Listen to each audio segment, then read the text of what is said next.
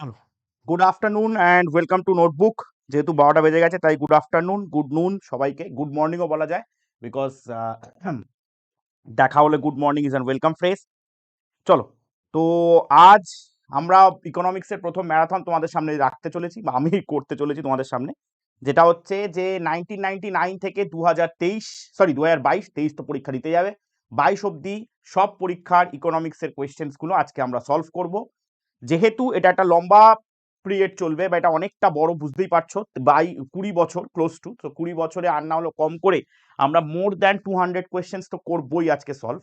ঠিক আছে, more than 200 questions আজকে আমাদের থাকবে। তার মাঝে 200 না থাকলেও 12-13টা আসে, তো তো কোনো কোনো ক্ষেত্রে আমাদের ওই 100 মানে 200 কোয়েশ্চেনের কাছাকাছি আমরা যাবই। 200 কোয়েশ্চেনের বেশি তো আমরা সলভ করছি আজকে, একদম কনফার্ম। এই সেশনে আমরা 200 কোয়েশ্চেনের উপর সলভ করছি, এবং যেটা বলার কথা সেটা হচ্ছে যে আমরা এই সেশনটাতে বা এটা কিন্তু একটু ফাস্ট সেশন হবে, মানে বুঝতেই পারছো এত কোয়েশ্চেন্সের লোড, তো সবটা শেষ করতে গেলে একটা টাইম সাপেক্ষ ব্যাপার, তাই আমরা এই সেশনটা কিন্তু একটু র্যাপিড ওয়েতে যাব। ঠিক আছে, ক্লিয়ার সবার কাছে? স্যার এগুলো নোট করব, তুমি যদি নোট করতে চাও করবে, নালে এগুলো পেয়ে যাবে, অসুবিধা নেই, ইয়েতে পেয়ে যাবে, কারণ আজকে যেহেতু ফার্স্ট যাব নোট করার ব্যাপারটা একটু চাপ হয়ে যাবে, একটু ডিফিকাল্ট।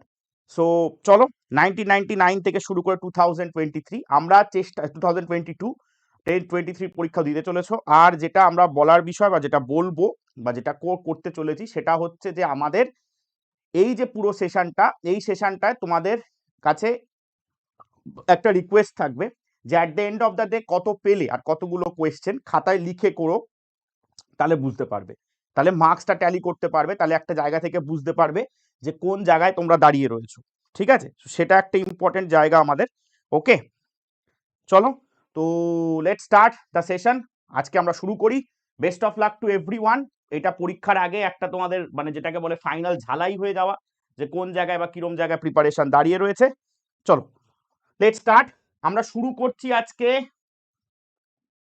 আমরা শুরু করছি ইকোনমিক্স প্রিলিমিনারি পেপার 2000 থেকে। প্রত্যেকটা পেপারের আগে তার সাল আমি দিয়ে রেখেছি।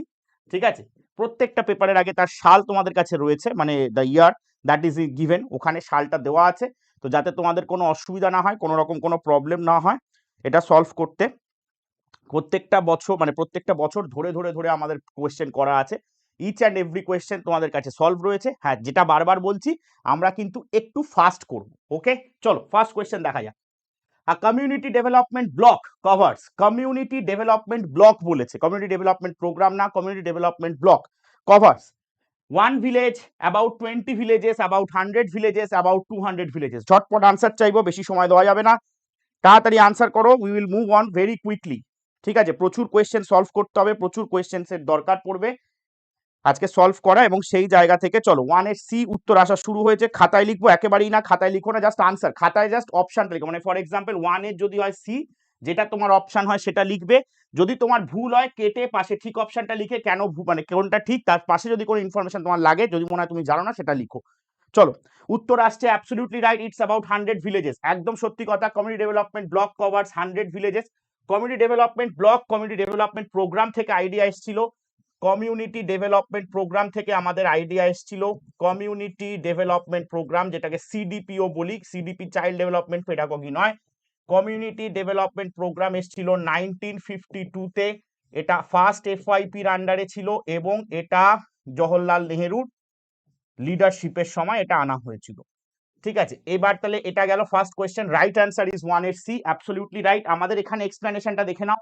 এইটা হচ্ছে একটা গভর্নমেন্ট অফ ইন্ডিয়া থেকে, এটা পুরো একটা কমিউনিটি ডেভেলপমেন্ট ব্লকের একটা ছবি, স্টেট গভর্নমেন্ট ডিভিশন ডিস্ট্রিক্ট, এইখান থেকে প্রত্যেকটা আলাদা করা আছে, অসুবিধা নেই, ছবিটা আমি পাঠিয়ে দেবো, কোনো প্রবলেম নেই। ঠিক আছে, 100 ভিলেজেস। ওকে, চলো নেক্সট কোয়েশ্চেন।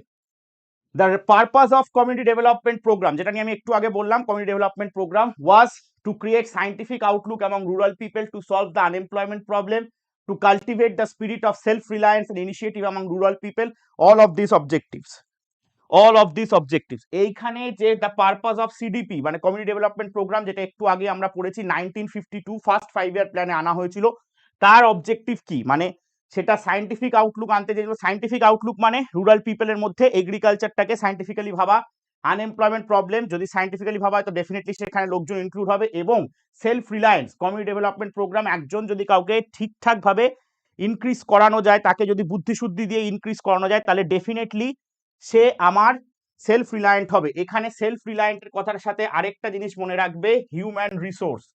হিউম্যান রিসোর্স বা পপুলেশন রিসোর্স কাকে বলে? হিউম্যান রিসোর্স বা পপুলেশন রিসোর্স হচ্ছে তারাই বা তাদেরকে বলবো যারা হিউম্যান হিসেবে সেই স্কিলস যাতে তারা নিজেদের মানে সেলফ রিলায়েন্ট, তারা নিজেদের স্বনির্ভর, নিজেদের প্রতি এদের ইয়ে করতে পারে। ফর এক্সাম্পল, তোমরা যারা আজকে পড়াশুনো করে একটা জায়গায় পৌঁছবে, পড়াশুনো করে একটা জায়গায় যখন যাচ্ছ, ইউ পিপল আর সেলফ রিলায়েন্ট, একটা পড়াশুনো করে সেই স্কিলস অ্যাকোয়ার করেছো সামনের দিনে, তো obviously the answer will be D. The answer will be D. আশা করি সবাই ডি উত্তর এসছে, very good, carry on, we move on to the next question. Next, in the community development program, the government provides financial assistance, technical assistance, both A and B. আগের প্রশ্নটা করলে এই প্রশ্নটা খুব সোজা, ঠিক আছে? আগের গুড মর্নিং সবাইকে। আগের প্রশ্নটা করতে পারলে এই প্রশ্নটা খুব সোজা। বলছে কমিউনিটি ডেভেলপমেন্ট প্রোগ্রাম, যেটা বারবার বলছি 1952 তে এসেছিল ফার্স্ট 5 ইয়ার প্ল্যানে জওহরলাল নেহরু লিডারশিপে। সেখান থেকে কি বলেছে? Only financial assistance, only technical assistance, both A and B, আর নান অফ দিস অ্যাবাভ, ঠিক আছে? এখানে সেই জায়গা থেকে আমাদের যে ব্যাপারটা পড়তে হবে, যারা ডি উত্তর করছো তাদের ডি আনসার একেবারেই না। এখান থেকে যদি তুমি আগের অপশনগুলোই দেখো, এখান থেকে বলেছে সায়েন্টিফিক আউটলুক। সায়েন্টিফিক আউটলুক মানে এখানে আমার টেকনিক্যাল পার্সপেক্টিভটা চলছে। এবং আনএমপ্লয়মেন্ট মানে কি? আনএমপ্লয়মেন্ট মানে আনএমপ্লয়মেন্টের প্রবলেম সলভ করা মানে কি? তাকে ফিনান্সিয়াল স্টেবিলিটি দেওয়া। তো ডেফিনেটলি সেখানে ফিনান্সিয়ালটাও অ্যাভেলেবেল রয়েছে। তো automatically this will be both A and B, and C is the correct answer. Okay, 3HC is the correct answer. এই নিয়ে আর কোনো সমস্যার জায়গা নেই। নেক্সট কোয়েশ্চেনে চলে যাব। Under the chairmanship of Pandit Jawaharlal Nehru, Planning Commission was formed in the year, one of the easiest question. PYQ যত solve করবে, PYQ যত পারবে, তত তোমার নিজের প্রতি কনফিডেন্স আসবে। ঠিক আছে, যে আমি একটা জায়গায় দাঁড়িয়ে আছি, হ্যাঁ প্রিভিয়াস ইয়ার করতে পারছি, আজকে এই কোয়েশ্চেনটার মধ্যে যে 90 থেকে 95% যার উত্তর ঠিক হবে, সে কিন্তু একটা জায়গায় পৌঁছে বলবে যে না, I am most prepared. Okay, Pandit Jawaharlal Nehru planning commission, planning এর একটা খুব সুন্দর হিস্ট্রি আছে, তোমাদের সাথে আমরা শেয়ার করেছি। People's plan, Gandhian plan, Bombay plan, এই প্রত্যেকটা সাল খুব ভালো করে ইম্পর্টেন্ট দেখে যেও। আর এখানে প্ল্যানিং কমিশন আমার কবে হয়? প্ল্যানিং কমিশন হয় 1950। 1950 তে প্ল্যানিং কমিশন হয়। 1951-এ বলতে পারো ফার্স্ট এফওয়াইপি আসে। ঠিক আছে, এটা একটা ইম্পর্টেন্ট সাল। আর পন্ডিত জওয়াহরলাল নেহরুদের ফার্স্ট এফওয়াইপি আসে, এটা রিপ্লেসড হয়ে যায় কার দ্বারা? নীতি আয়োগ দ্বারা। ঠিক আছে, নীতি আয়োগ দ্বারা রিপ্লেসড হয়ে যায়, এবং নীতি আয়োগ স্টার্টেড ওয়ার্কিং ইন 2015। এবং এই প্ল্যানিং কমিশনের সাথেই কোথায় গেল? প্ল্যানিং কমিশনের সাথেই কিন্তু এফওয়াইপি ইনক্লুডেড। ঠিক আছে, এফওয়াইপি ইনক্লুডেড। এবং ভারত প্ল্যানিং এর কনসেপ্ট বা এফওয়াইপির কনসেপ্ট নিয়েছে কোথা থেকে? ইউএসএসআর এর থেকে। ঠিক আছে, সোভিয়েত রাশিয়ার থেকে ইউএসএসআর এ। আমরা জানি যদি বলে ফার্স্ট 5 ইয়ার প্ল্যান কোথায় বা কে, সেটা কিন্তু স্ট্যালিনের নাম হবে। যদি ইন্ডিয়াতে বলে নেহেরুর নাম হবে। ক্লিয়ার হলো? বোঝা গেল? নীতি আয়োগ, নীতি আয়োগের এখন হচ্ছে মানে নীতি আয়োগের প্রথম চেয়ারপারসন নরেন্দ্র মোদী, এবং সেটা আসার পর 5 ইয়ার প্ল্যান ডিসকন্টিনিউ করে নীতি আয়োগের আন্ডারে 3খানা প্ল্যানও, সেগুলো আমরা ডিসকাস করেছি। Now let us move on to the next question. Almost same importance was given to agriculture and industry in first plan, third plan, plan holiday, fifth plan. Very important question. Almost same importance was given. ঠিক আছে, was given to agriculture and industry. Joseph star, very good. যারা এরা ঠিক উত্তর দিচ্ছ, very good, very good, very good, ঠিক, একদম ঠিক। সেম ইম্পর্টেন্স এগ্রিকালচার অ্যান্ড ইন্ডাস্ট্রিতে, সেম ইম্পর্টেন্স। দেখো, যদি শুধু এগ্রিকালচার বলতো তাহলে ফার্স্ট এফওয়াইপি হতো, চোখ বন্ধ করে। ইন্ডাস্ট্রি বললে সেকেন্ড এফওয়াইপি হতো। দুটোই একসাথে কোথায় ইম্পর্টেন্স দেওয়া হয়েছিল বলো দেখি? Absolutely right, plan holiday, very good. Plan holiday, আমরা জানি প্ল্যান হলিডের একটা টাইম ছিল। প্ল্যান হলিডে কবে থেকে কবে? 1966 থেকে 1969, মানে থার্ড এফওয়াইপি শেষ হলো। থার্ড এফওয়াইপি মানে 5 ইয়ার প্ল্যান ছিল 61 থেকে 66, সেটা শেষ হওয়ার আর ফোর্থ এফওয়াইপি, ঠিক আছে, যেটা 1969 থেকে 1974, এটা। এবার এটা কেন? কারণ থার্ড 5 ইয়ার প্ল্যান ফেলড করেছিল। Third 5 year plan failed drastically. ঠিক আছে, টার্গেট গ্রোথের ধারে কাছে আমরা যেতে পারিনি, এবং এর কারণ ছিল অনেক। এর কারণ ছিল আমার ধরো দুটো যুদ্ধ আমরা লড়েছিলাম, হ্যাঁ, India Pakistan war, Sino India war. এখানে থার্ড 5 ইয়ার প্ল্যানে এগুলো সব বলে দিচ্ছি, পরে হয়তো কোশ্চেন থাকতে পারে, যাই হোক বেশি ডিসকাস করবো না। সেই ওয়ারগুলো ছিল। তাছাড়া ড্রাউট আসে, ফুড সাপ্লাই প্রচন্ড শর্ট হয়, টাকা দিয়ে খাবার কিনতে হয়েছিল ইউএসএ থেকে। এই সব প্রবলেমগুলোর পরে then they decided that plan holiday হবে। ঠিক আছে, প্ল্যান হলিডে দেওয়ার পর 169, সেখানে দুটোতেই মানে আমাদের যেহেতু মানে আমার প্রথমে এগ্রিকালচার তো ফার্স্ট প্ল্যানে ছিলই, ফার্স্ট প্ল্যানে এগ্রিকালচার যেহেতু ছিল, সেকেন্ড প্ল্যানে ইন্ডাস্ট্রি ছিল, থার্ড প্ল্যান যেহেতু ফেল করলো, ওই জন্য প্ল্যান হলিডেতে বললো যে না, এবার থার্ড প্ল্যানে কনসেপ্ট এসে গেছে যে সেলফ রিলায়েন্ট হতে হবে। তো সেলফ রিলায়েন্ট করতে গেলে আমার ডেফিনেটলি সেটাকে কি করতে হবে, আরো স্ট্রং জায়গায় নিয়ে যেতে হবে। আরো স্ট্রং জায়গায় নিয়ে যাওয়ার জন্য আমার দুটোকে ইমপ্রুভ করতে হয়, বিকজ অলরেডি ফার্স্ট প্ল্যানে আমার কি রয়েছে, ফার্স্ট প্ল্যানে আমার রয়েছে হচ্ছে যেটাকে বলে এগ্রিকালচার, সেকেন্ড প্ল্যানে ইন্ডাস্ট্রি। ওকে, চলো next. And in India, the per capita income is the lowest in India, the per capita income is lowest in West Bengal, Rajasthan, Bihar, Kerala. ঠিক আছে, in India, per capita income is lowest in West Bengal, Rajasthan, Bihar, Kerala. ঠিক আছে, ঠান্ডা মাথায় ভেবে চিন্তে উত্তর করো, উত্তর ডেফিনেটলি পারবে। ভেরি গুড, মধুরিমা ভালো আনসার করছে, পড়াশোনা করছে। ঠিক আছে, যাক, মানে আমার ভালো লাগে পড়ি। চলো, প্রীতির উত্তর পেয়েছি, চন্দন, Ankita, Monalika, Nilakshi, Tanushree, Pragati, Ashweta, Anjana, Abhijit, Ajay, Boinak, absolutely right. Per capita income is the lowest in Bihar. ঠিক আছে, in India the per capita income is the lowest in Bihar, এটা স্ট্রেট কোয়েশ্চেন। যারা পার ক্যাপিটা ইনকামের ফর্মুলা যদি না জেনে থাকো, পার ক্যাপিটা ইনকাম হচ্ছে national sorry equals to national income by total population, national income by total population. Okay, this is the per capita ইনকামের হিসেব। ঠিক আছে, এবং এখান থেকে আমরা এখনো অবধি জানি হাইয়েস্ট জায়গায় রাইট নাও এখনো অবধি as we know is Telangana. ঠিক আছে, তেলেঙ্গানা এখন অবধি টপ জায়গায় রয়েছে। ঠিক আছে, তেলেঙ্গানা এখন অবধি হাইয়েস্ট। ওকে, চলো, দ্যাটস দ্য আনসার, বিহার এখানে lowest, highest Telangana. Very good going. Next question, Indian leaders accepted planning from the experience of, বোঝো, একটু আগে আমি বলে দিলাম, China, Russia, Czechoslovakia, Germany. Hi Ishwar, very good, ঝাপাঝাপ উত্তর আসছে। চলো, আজকে ক্লাসে শেষে গলা ঠিক থাকলে হয়। Indian leader accepted planning from the experience of China, Russia, Czechoslovakia, Germany. China, Russia, Czechoslovakia, Germany. ঠিক আছে, গুড, এটা নিয়ে একটু আগে আমরা আলোচনা করেছি। রাশিয়া যদি পৃথিবীতে ফার্স্ট 5 ইয়ার প্ল্যান বলে, এটা ইন্ডিয়ার বেসিসে নয় বাবা, এটা ওয়ার্ল্ডের ক্ষেত্রে বলছি। ঠিক আছে, সেই ক্ষেত্রে কিন্তু তোমার উত্তর আসবে ইউএসএসআর। হ্যাঁ, মানে অবিভক্ত রাশিয়া, সেখানে জোসেফ স্ট্যালিন এই কনসেপ্ট নিয়ে আসেন, এবং জোসেফ স্ট্যালিন থেকে ইন্সপায়ার্ড হয়ে আমরা তৈরি করি। আমাদের এখানে যদি বলে ফার্স্ট 5 ইয়ার প্ল্যান, আমাদের এখানে যদি বলে ফার্স্ট 5 ইয়ার প্ল্যান মানে ভারতের ক্ষেত্রে, সেটা তখন তুমি বলতে পারো জে এল নেহেরু, বিকজ তার মন্ত্রিত্বের সময় বা তার লিডারশিপেই প্রথম 5 ইয়ার প্ল্যান এসেছিল। ঠিক আছে, আমি বলেই দিয়েছিলাম, ঠিক, আর কিছু করার নেই। চলো, ওকে, জোসেফ স্ট্যালিন, এটা 1928-এ তারা ফার্স্ট 5 ইয়ার প্ল্যান নিয়েছিলেন, এবং ভারত থেকে সেটা 1951 থেকে শুরু হয়েছে। নেক্সট কোয়েশ্চেনে যাব। Programmes against poverty during the 8th plan were IRDP, JRYES, water supply, housing, education, public health programme. এখানে জিনিসটা পড়লেই ক্লিয়ার হয়ে যায়, এটা নিয়ে আর আমাদের ভাবার কোনো দরকারই পড়বে না।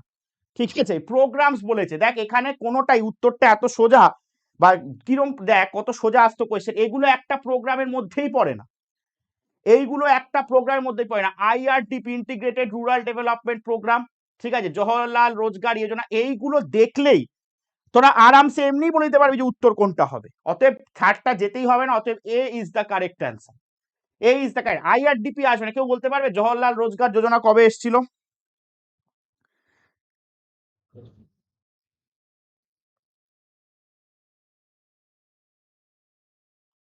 ঠিক আছে, integrated rural development programme was started in 1978। Jawaharlal Rozgar যোজনাটা কেউ বলতে পারবে তোমাদের মধ্যে? জওহরলাল রোজগার যোজনা, ভেরি গুড প্রীতি, খুব ভালো। 1989 and EAS was started in 1993, very good, প্রত্যেকটা ঠিকঠাক উত্তর দিয়েছে, সাবাস, क्या बात है। চলো, হেভি পড়াশোনা হচ্ছে। অপশন, হ্যাঁ অপশন দেখি, এটা আরামসে, এটা কেউ না জেনে গেল, ওগুলো কোনো প্রোগ্রামের মধ্যেই পড়ে না। ঠিক আছে, নেক্সট কোয়েশ্চেনে যাব আমরা। The ninth plan aims population growth at, ভালো question, 1.7, 1.8, 1.92। The ninth plan aims its population growth at 1.7, 1.8, 1.92। Very good, তিনজন ঠিকঠাক উত্তর। Success Pathsala, very good. Study with টপ্পু,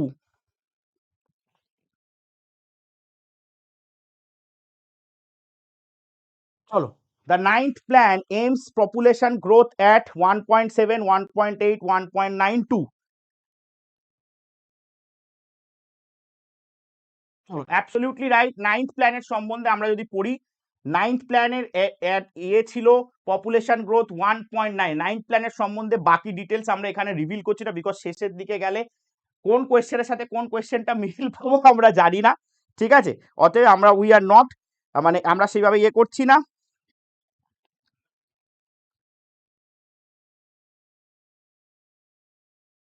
ঠিক আছে, শুধু এইটুকু বলে রাখি, নাইন্থ 5 ইয়ার প্ল্যান ওয়াজ 1997 থেকে 2002। ঠিক আছে, 1997 থেকে 2002, এবং এটা আমাদের 58 ইন্ডিপেন্ডেন্সের পরে, মানে 47, তারপর থেকে বুঝতে পারছো 97, এবং এটার লিডারশিপ ছিল অটল বিহারী বাজপেয়ী, লিডারশিপ বাজপেয়ীজি। ঠিক আছে, চলো নেক্সট। আচ্ছা, আমাদের 2000-এর কোয়েশ্চেন শেষ। আমরা 2000-এ টোটাল কটা কোয়েশ্চেন পেলাম? 9টা কোয়েশ্চেন পেলাম। আশা করি এখানে সবাই ঠিক উত্তর, কারোর ভুল উত্তর হয়নি। আমরা 2001-এ এবার শিফট করব। চলো next start with 2001, let's go. Prices can be stabilized by increases production, controlling the supply of money, devaluation, both A and B above. ঠিক আছে, আমাদের প্রাইসেস, জিনিসপত্রের দাম, সেটা কি করে স্টেবিলাইজ করবো, মানে কি করে একটা জায়গায় ঠিকঠাক রাখতে পারবো, সেটা কোন ভাবে? prices can be stabilized by, prices can be stabilized by, ঠিক আছে।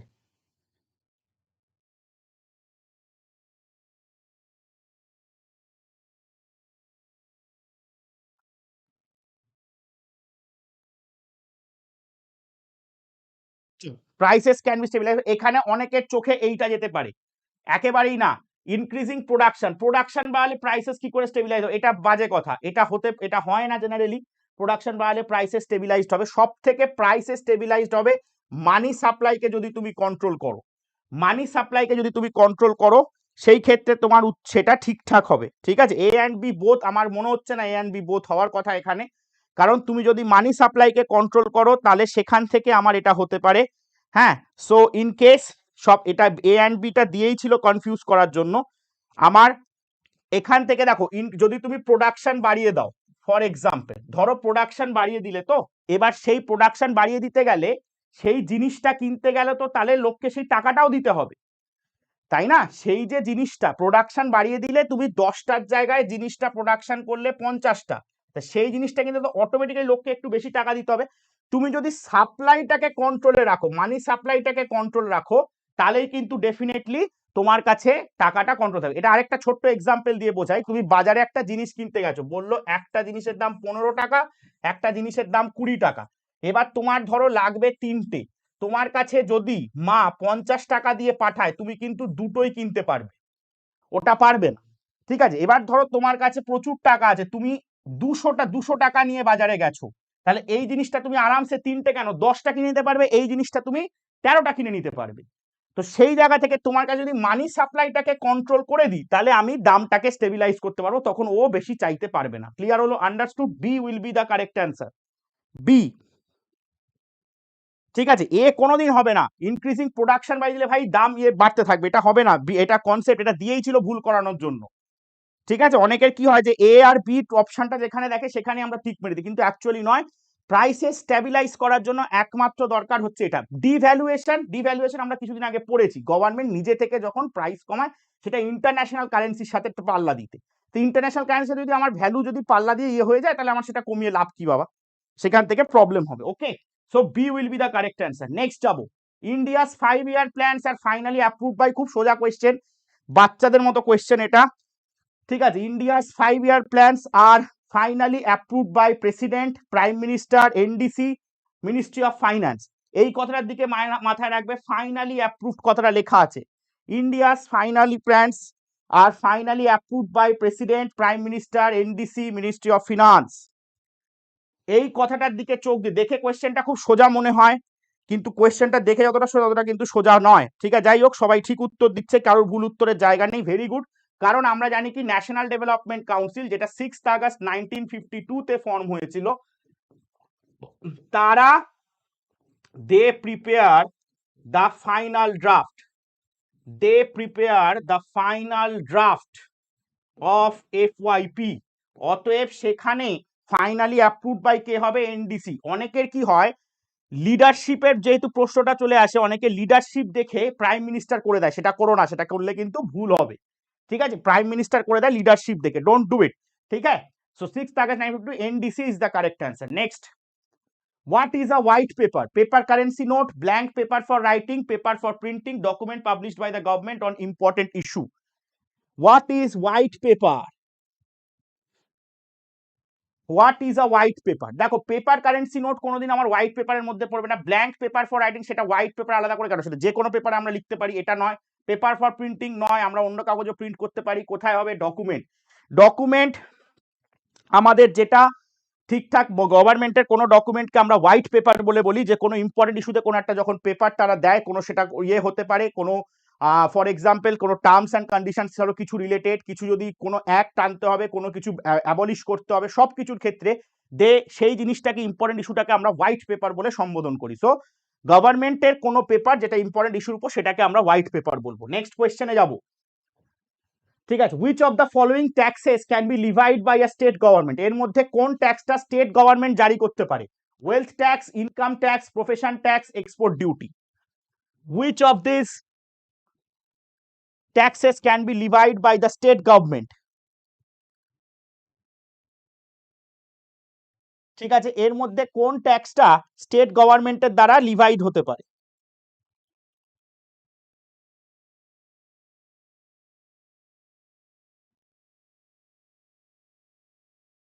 চলো, মিক্সড না, ম্যাক্সিমাম সবাই সিতে রয়েছে, একজনই শুধু ডিতে গেছে। কেন ডিতে গেছে আমি জানি না। Answer is state way profession tax. বাকি এটা সেন্ট্রাল, ডেফিনেটলি এটা তো সেন্ট্রাল বটেই, বি তো হবেই না। ডিতে কেন গেলে জানি না, এটাও সেন্ট্রাল। এক্সপোর্ট ডিউটি কিছু কি করে হবে? এক্সপোর্ট ডিউটি যদি তুমি ইন্টারন্যাশনাল ওয়েতে ভাবো, হবে না তো এক্সপোর্ট ডিউটি। আমার স্টেট থেকে অন্য স্টেটে গেল, সেটা আলাদা ব্যাপার, এখানে তো সেটা মেনশন করেনি। অতএব প্রফেশন ট্যাক্স বা প্রফেশনাল ট্যাক্স যেটা বলবো, that will come under state government. ঠিক আছে, প্রফেশনাল ট্যাক্স বা profession duty.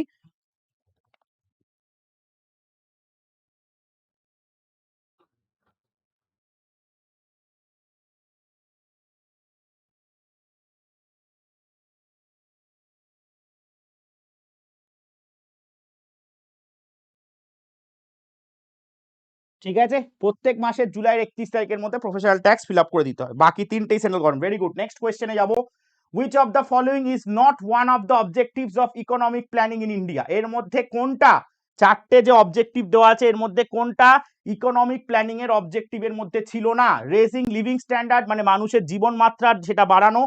Reduction of economic inequality, যে ইনইকুয়ালিটি যেটা মানে বৈষম্য, সেটা কমানো।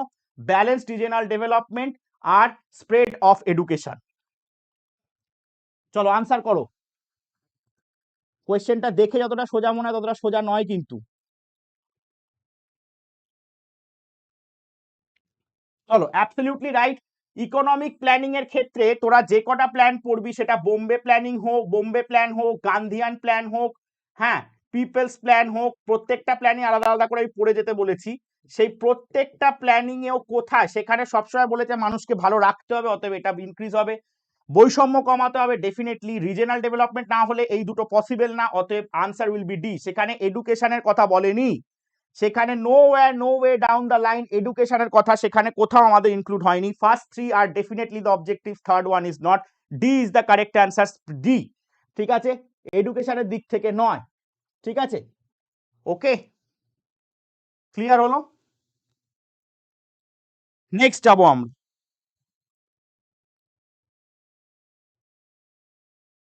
Which of the following plans laid special stress on science and technology? Good question. এর মধ্যে কোন প্ল্যান সায়েন্স এন্ড টেকনোলজির দিকে বেশি মন দিয়েছিল? Third plan, fifth plan, seventh plan, eighth plan? চলো আনসার করো। আগে কঠিন লাগতো, এখন আর লাগে না। বাহ, সেটা তো খুব ভালো। চলো, ফারহানা সুলতানা, মধুরিমা, প্রগতি, তনুশ্রী, নীলাক্ষী, চন্দন, বিশ্ব, সবার উত্তর এসছে। Which of the following plans laid special stress on science and technology? এই কোয়েশ্চেনটা একটু ভাবিয়েছে লোককে। Very good.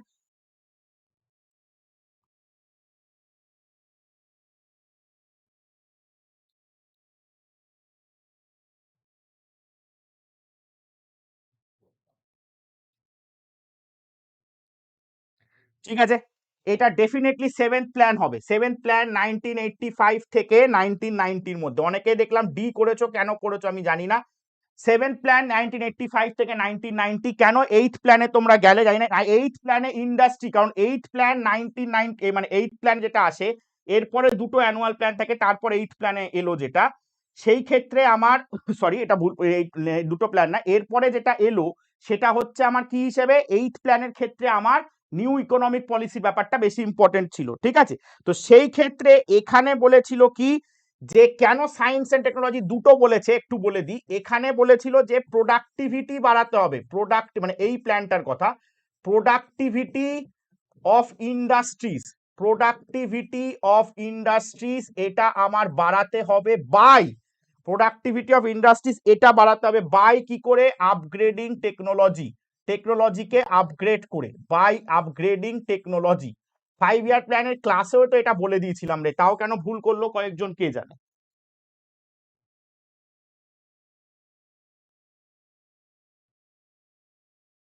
আচ্ছা, শিল্পী বিশ্বাসের যেটা প্রশ্ন, 5 year plan, sorry green revolution, যদি শিল্পী বিশ্বাস গ্রিন রেভলিউশন যদি বলে ইনিশিয়েটেড কবে বা কথা বলা হয়েছিল কবে সেটা থার্ড, যদি বলে লঞ্চড বা কেম ইনটু ফোর্স কবে সেটা ফোর্থ।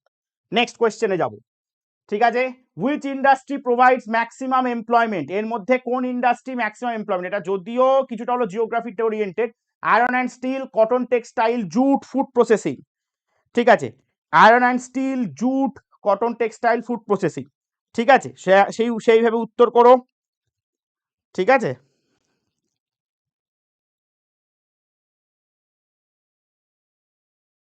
Very good. এটা নিয়ে আর আমাদের কোনো, because India is the largest, এখান থেকে আমরা বলেছি এটা তো আমাদের এক্সপোর্ট করতে হয় মানে ইম্পোর্ট করতে হয় এটা।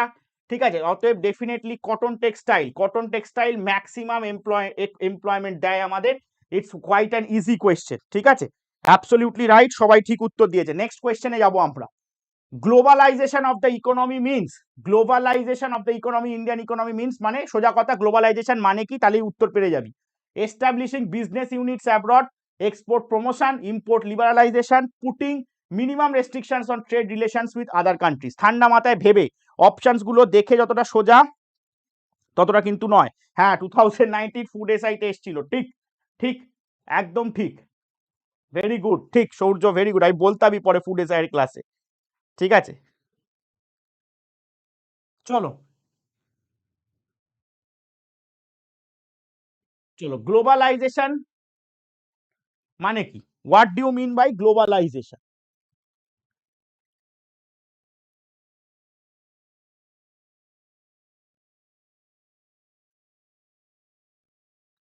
চলো, অ্যাবসলিউটলি রাইট, লিবারালাইজেশন এখানে আলাদা করে অতএব নয়, এক্সপোর্ট প্রমোশন নয়, মানে এগুলো ইনক্লুডেড, বাট সব থেকে ভালো বোঝায় ডি।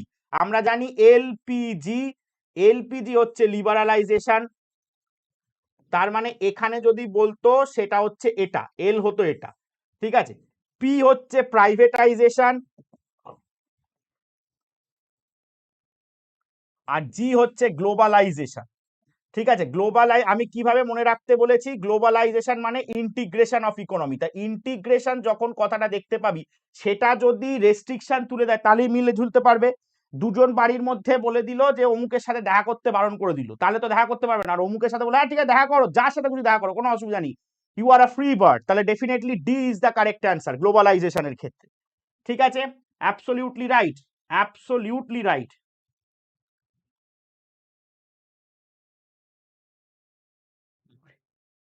তো কোয়েশ্চেন হ্যাং করে গেছে। চলো next. The planning commission is a wing of the ministry of planning, government of India, endowed with the responsibility of implementing 5 year plans of an advisory body, department of the Ministry of Finance, Government of India. ঠিক আছে, এবারে আরেকটা যেটা বলার বিষয়, হ্যাঁ আমি ওটা বলিনি চন্দনের, পরে কোয়েশ্চেন আছে ওই ওরিয়েন্টেড যার জন্য বলিনি, যাকে সেটা পরের কথা। যেটা আমি বলবো যে প্ল্যানিং কি বলে, এখানে কিছু কোয়েশ্চেন্স ছিল যেগুলো ধর আমি বলতে চাইছি, যেগুলো আই মিন টু সে থেকে এসছে, আরে মানে তখনকার যে 2021 বা 2001 বাজেট সেইগুলো থেকে, সেইগুলো আমি রাখিনি, সেগুলো আমি অমিট করেছি কারণ সেগুলো দরকার পড়বে না। তোরা ডেফিনেটলি 2023-24 বাজেটটা পড়ে যাস, 2023-24 বাজেটের আমার ক্লাস করানো আছে, সেই ক্লাসটা ডেফিনেটলি দেখে যাও, 2023 and 2024 সেখান থেকে কোয়েশ্চেন পেতে পারে, বাজেটটা ডিটেলসে ডিসকাস করানো আছে। ওকে, চলো এবারে আমরা কোয়েশ্চেনে ফিরি। প্ল্যানিং কমিশন কি টাইপের body? Planning commission wing of the ministry of, না নয়, একেবারেই নয়। Endowed with responsible implementing 5-year plans নয়, এটা তো এনডিসি করে। Department of ministry of finance একেবারে advisory body. Planning commission is an advisory body, C will be the correct answer, absolutely right. Planning commission আমরা একটু আগেই পড়েছি 1950 তে ফর্ম হয়েছিল, হ্যাঁ 15 মার্চ 1950 সালে। So wing of the ministry it's just an advisory body. Next আমরা 2 বছর শেষ করে নিলাম, still a long way to go. 2002 শুরু করছি, চলো। ফিসকাল ডেফিসিট মেজার্স, আহা ভালো কোয়েশ্চেন। 2002 মজা আয়েগা। Amount of increase in government's debt, the gap between government's expenditure and tax receipt, the difference between government's consumption expenditure and tax receipt, the difference between government's revenue expenditure and revenue। ফর্মুলাটা ভেবে কর, fiscal ডেফিসিটের ফর্মুলাটা ভাব। আগের দিনই ক্লাসে কেউ একজন জিজ্ঞেস করে, তখন আমি বলেছিলাম ফিসকাল ডেফিসিটের ফর্মুলা কি ছিল? ফিসকাল ডেফিসিটের ফর্মুলা ছিল টোটাল এক্সপেন্ডিচার মাইনাস ইনকাম। ঠিক আছে, তার মানে ইনকাম কি? লোনস গুলো বাদ থেকে, লোনস গুলো যেগুলো বাইরে থেকে নিয়েছি সেই লোনস গুলো বাদ দিয়ে ওইটা ফেলে দেন ভাব। তাহলে টোটাল এক্সপেন্ডিচার মানে আমি ক্লাসে করিয়ে দিয়েছিলাম revenue expenditure plus capital expenditure, ঠিক আছে। আর এখানে লোন বাদ গেছে মানে কি? এখানে শুধু রেভিনিউ ইনকামটা হবে। এইটা ভাব, এইটা ভেবে দেন অ্যাপ্লাই কর এখানে, ঠিক আছে। দেন অ্যাপ্লাই কর, দেন উত্তর তোরা পেয়ে যাবি আরামসে, আরামসে।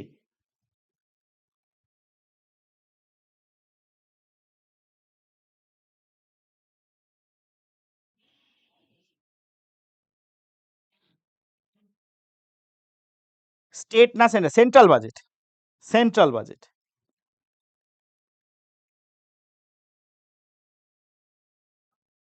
ডিটেলসে বলবো? কোনটা ডিটেলসে বলবো ভাই? ডিটেলস এখানে বললে হবে না, ডিটেলস ক্লাস করতে হবে।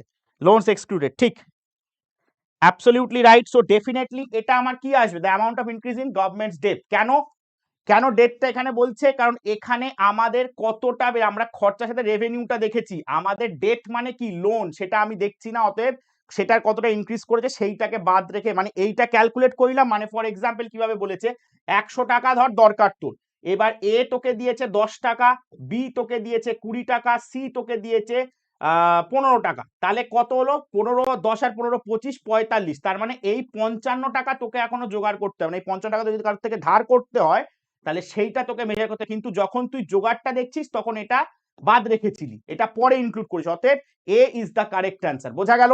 এই ফর্মুলাটায় ফেললে আরামসে চলে আসবে, বা এই ফর্মুলাটা যেটা যার পছন্দ সেইটা সে বুঝে অ্যাপ্লাই করলে he or she will definitely succeed in getting the answer, ঠিক আছে। প্ল্যানিংটা অ্যাডভাইজারি কেন বলছিল? প্ল্যানিং অ্যাডভাইজারি বডি, তাই তাই আবার জাস্ট অ্যাডভাইজারি, কনস্টিটিউশনাল বডি নয় বাবা, সেই জন্য। নেক্সট যাই। The term prudential norm is associated with, the term prudential norm is associated with, ঠিক আছে, term prudential norm is associated with। আচ্ছা, prudential norm অ্যাকচুয়ালি নিয়ে আসে আরবিআই, ঠিক আছে, আরবিআই নিয়ে আসে এটা, এটা নিয়ে আসে 1992 তে। prudential norm 19 আরবিআই নিয়ে আসে 1992 তে, ঠিক আছে। এবং সেখানে এখানে কি বলেছে, এটা কিছু মানে আমাদের মানে বলতে পারিস কিছু set of rules and regulations ছিল, মানে লজ অ্যান্ড রুলস ছিল সেখানে। সেই জায়গা থেকে মানে এই যে লোন নিয়ে ভাগা বা ইয়েতে মানে একটা যে রিস্ক মানে মিনিমাইজ করার একটা ব্যাপার ছিল, মানে লজ অ্যান্ড কি বলবো, laws and acts to reduce risks and ensure safety of customers. এবার তাহলে সেই জায়গা থেকে এইটা যদি হয় তাহলে কাস্টমারের সাথে কোনটা? ট্রেড পলিসি কিভাবে হয়? পসিবল না। আরবিআই যেহেতু বলেছে, হিন্ট দিয়ে দিয়েছি, ইন্ডাস্ট্রিয়াল পলিসি নয়, এগ্রিকালচার পলিসি নয়, অতএব ব্যাংকিং সেক্টর রিফর্ম। কেন ব্যাংকিং সেক্টর রিফর্ম? কারণ এই যে জিনিসটা এটা ব্যাংকিং সেক্টরকে হেল্প করবে। একটা কনজিউমারের সাথে যদি সেই ডিলস বা সেই জায়গায় যদি কিছু ইয়ে থাকে তাহলে ডেফিনেটলি তারা হেল্প হবে, এবং তারা ডেফিনেটলি তখন কি করবে যে আমার তাহলে বলতে পারে যে রিস্ক কোথায় সেটাও ব্যাংক যেমন দেখতে পারে, সেই বুঝে সেফটি ওয়াইজ লোনও দিতে পারবে। এগোই পরের question. The objective of the plan strategy followed in the first 7 plans was, প্রথম 7টা প্ল্যান অবধি কোন স্ট্র্যাটেজি নেওয়া হয়েছিল? Achieving self reliance, increasing export growth, increasing import growth, maximising growth of employment, maximising growth of employment. First 7 plans বলেছে, ঠিক আছে, খেয়াল রাখবি ফার্স্ট 7 প্ল্যানস মানে আমরা জাস্ট পরাধীনতা থেকে উঠেছি, 1951 থেকে শুরু করেছি জার্নি, সেখানে export growth, import growth, growth of employment ঠান্ডা মাথায় ভেবে দেন ভাববি। আচ্ছা, এখানে যে প্রশ্নটা দিয়েছে দেখ, ম্যাক্সিমাইজিং গ্রোথ অফ এমপ্লয়মেন্ট, এটা হলো আমি এইটা হব, আমার যদি ভালো করে এক্সপোর্ট হয় সেটা হলো আমি, এটাও আমার ইনকাম হবে, আমার যদি ভালো করে আমি যদি বাইরে থেকে জিনিস আনি সেটাতে আমার দেশকে ইমপ্রুভ করি সেটা হলো আমার দেশ, এটা হবে। মানে কি, আমি নিজেকে তৈরি করতে গেলে আমি যদি ভালো করে বই টই কিনি তাহলেও আমার পড়াশোনা ভালো হবে, আমি যদি ভালো বই কোথা থেকে নিয়ে আসি জোগাড় করি তাহলেও ভালো বই হবে, আমি যদি কোনো ক্ষেত্রে কোনো জায়গায় পড়তে যাই বাড়ি থেকে বেরিয়ে তাহলেও আমার বেটার হবে। অতএব A is the correct answer. First 7 plan অবধি আমরা কিন্তু কন্টিনিউয়াস চেষ্টা করে গেছি অ্যাচিভিং সেলফ রিলায়েন্সের উপর, ঠিক আছে, মেনলি শুরু হয়েছিল থার্ড 5 ইয়ার প্ল্যান থেকে। Next, in the 90s growth rate of the primary sector was highest, growth rate of the secondary sector was highest, growth rate of the tertiary sector was highest, all the three sectors grew more or less at the same rate. easy question, আরামসে উত্তর করা যায়, ঠান্ডা মাথায় ভেবে চিনতে উত্তর করলেই উত্তর পারা যাবে, ঠিক আছে। বাহ, সবাই উত্তর দিয়ে দিচ্ছে ঠিকঠাক, আজকে ভুল হওয়ার চান্সেস খুব কম, সবাই একদম হেভি পড়ে এসছে, ঠিক আছে। চলো, প্রীতি সেনের উত্তর পেয়েছি, মধুরিমা, নীলাক্ষী, পৌলমী, এই পৌলমী দাস, এই কি সেই পৌলমী দাস যার কিছুদিন আগে সুখবর দেখলাম? আচ্ছা, তো সেই ইন দা 90s, দেখো সার্ভিস ইকোনমি সবে ইমপ্রুভ হয়েছে, অতএব এটা বাদ দে, এটা দ্বারা হলে এটা হবে না। সেকেন্ডারি সেক্টর পরে 90s আমাদের সব থেকে বেশি কোন সেক্টরটার দিকে ইমপ্রুভমেন্ট ছিল, ঠিক আছে, সব থেকে বেশি কোন সেক্টরটার দিকে ইমপ্রুভমেন্ট ছিল, সরি এটা প্রাইমারি সেক্টরটা হবে না, সেকেন্ডারি সেক্টর হয়েছিল অতটা নয়, সব থেকে বেশি হাইয়েস্ট ছিল হচ্ছে tertiary sector which is continuously increasing. আমরা এটাও জানি যে ভারতে প্রাইমারিতে এমপ্লয়মেন্ট বেশি, কন্ট্রিবিউশন টু জিডিপি কম, ঠিক আছে, সার্ভিস সেক্টরে এমপ্লয়েড এটার তুলনায় কম, আর কন্ট্রিবিউশন টু জিডিপি হাইয়েস্ট,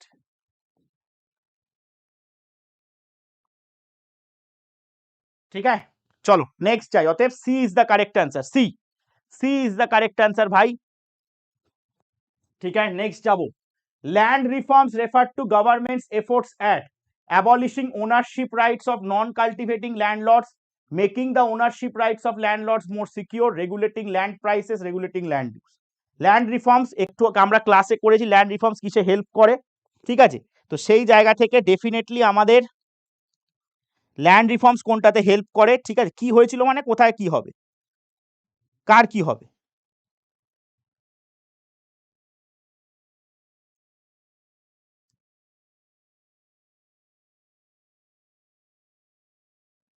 চলো ল্যান্ড রিফর্মস আমরা যেখান থেকে পেয়েছিলাম, বা ল্যান্ড রিফর্মস যেটা আমরা করেছিলাম, এখানে অনেকে কেন এ বললো আমি জানি না, যারা ক্লাস করেছে তারা ডেফিনেটলি এটা উত্তর দেবে। অ্যাবলিশিং ওনারশিপ রাইটস এটা ছিল না ল্যান্ড রিফর্মস এর মধ্যে, making the ownership rights landlords more secure এটা তো একেবারেই নয়, রেগুলেটিং ল্যান্ড প্রাইসেস ওরা এখানে করেনি, যেটা মেন করে that is D, land reforms is related to D, regulating land ইউজকে রেগুলেট করতে, বা ল্যান্ড ইউজ কতটা কার ভাগ বা কি হবে, যে শেয়ার ক্রপার্স আসবে, যেটা জিওগ্রাফিতে ম্যাডামও পড়িয়েছেন, যে ভাগ চাষি বর্গাদার এদের মধ্যে কোন ভাগটা কতটা কি হবে, কোন ল্যান্ডটা কতটাকে ইউজ করবে, কেউ বঞ্চিত হবে না, কেউ হবে না, প্রত্যেকটা জিনিস নিয়ে land use will be the correct answer, D. চলো next, functional theory of resources was propounded by Weber, Zimmermann, Wagner, Harvey, এটা একটু অন্যদিকে চলে যায়, functional theory of resources was proposed by, functional theory of resources was proposed by, ঠিক আছে, functional theory of resources, এটা উত্তর হবে জিমারম্যান।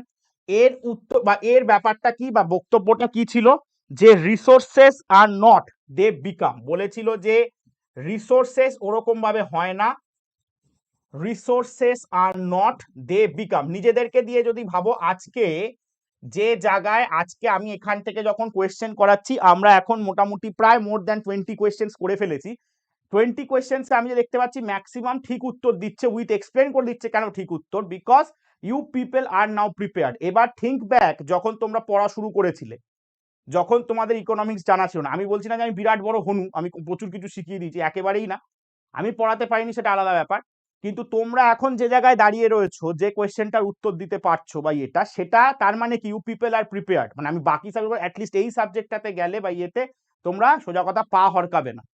সো সেই ক্ষেত্রে সেই জন্য এই ফাংশনাল থিওরি অফ রিসোর্সেস নিজেদেরকে দিয়ে ভাববে। তোমরা প্রথমে রিসোর্সেস ছিলে না, এখন হয়েছো।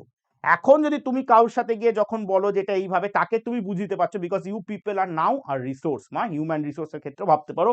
This theory was proposed by Zimmermann. আচ্ছা, এখানে ল্যান্ড রিফর্মস এর কথা বলতে আরেকটা জিনিস আমার বলা উচিত ছিল, আমি বলতে ভুলে গেছিলাম। এখানে দুটো জিনিসের সম্বন্ধে একটু পড়ে রাখবে, সেটা হচ্ছে ভূদান 1951 আর গ্রামদান 1957, এই দুটো দেয়। ওকে, next. The most important economic problem India is currently facing is inadequate supply of infrastructural service, inadequate supply of skilled manpower, inefficiency of private sector firms, none of the above. The most important economic problem India is currently facing. ঠান্ডা মাথায় ভেবেচিন্তে উত্তর দাও।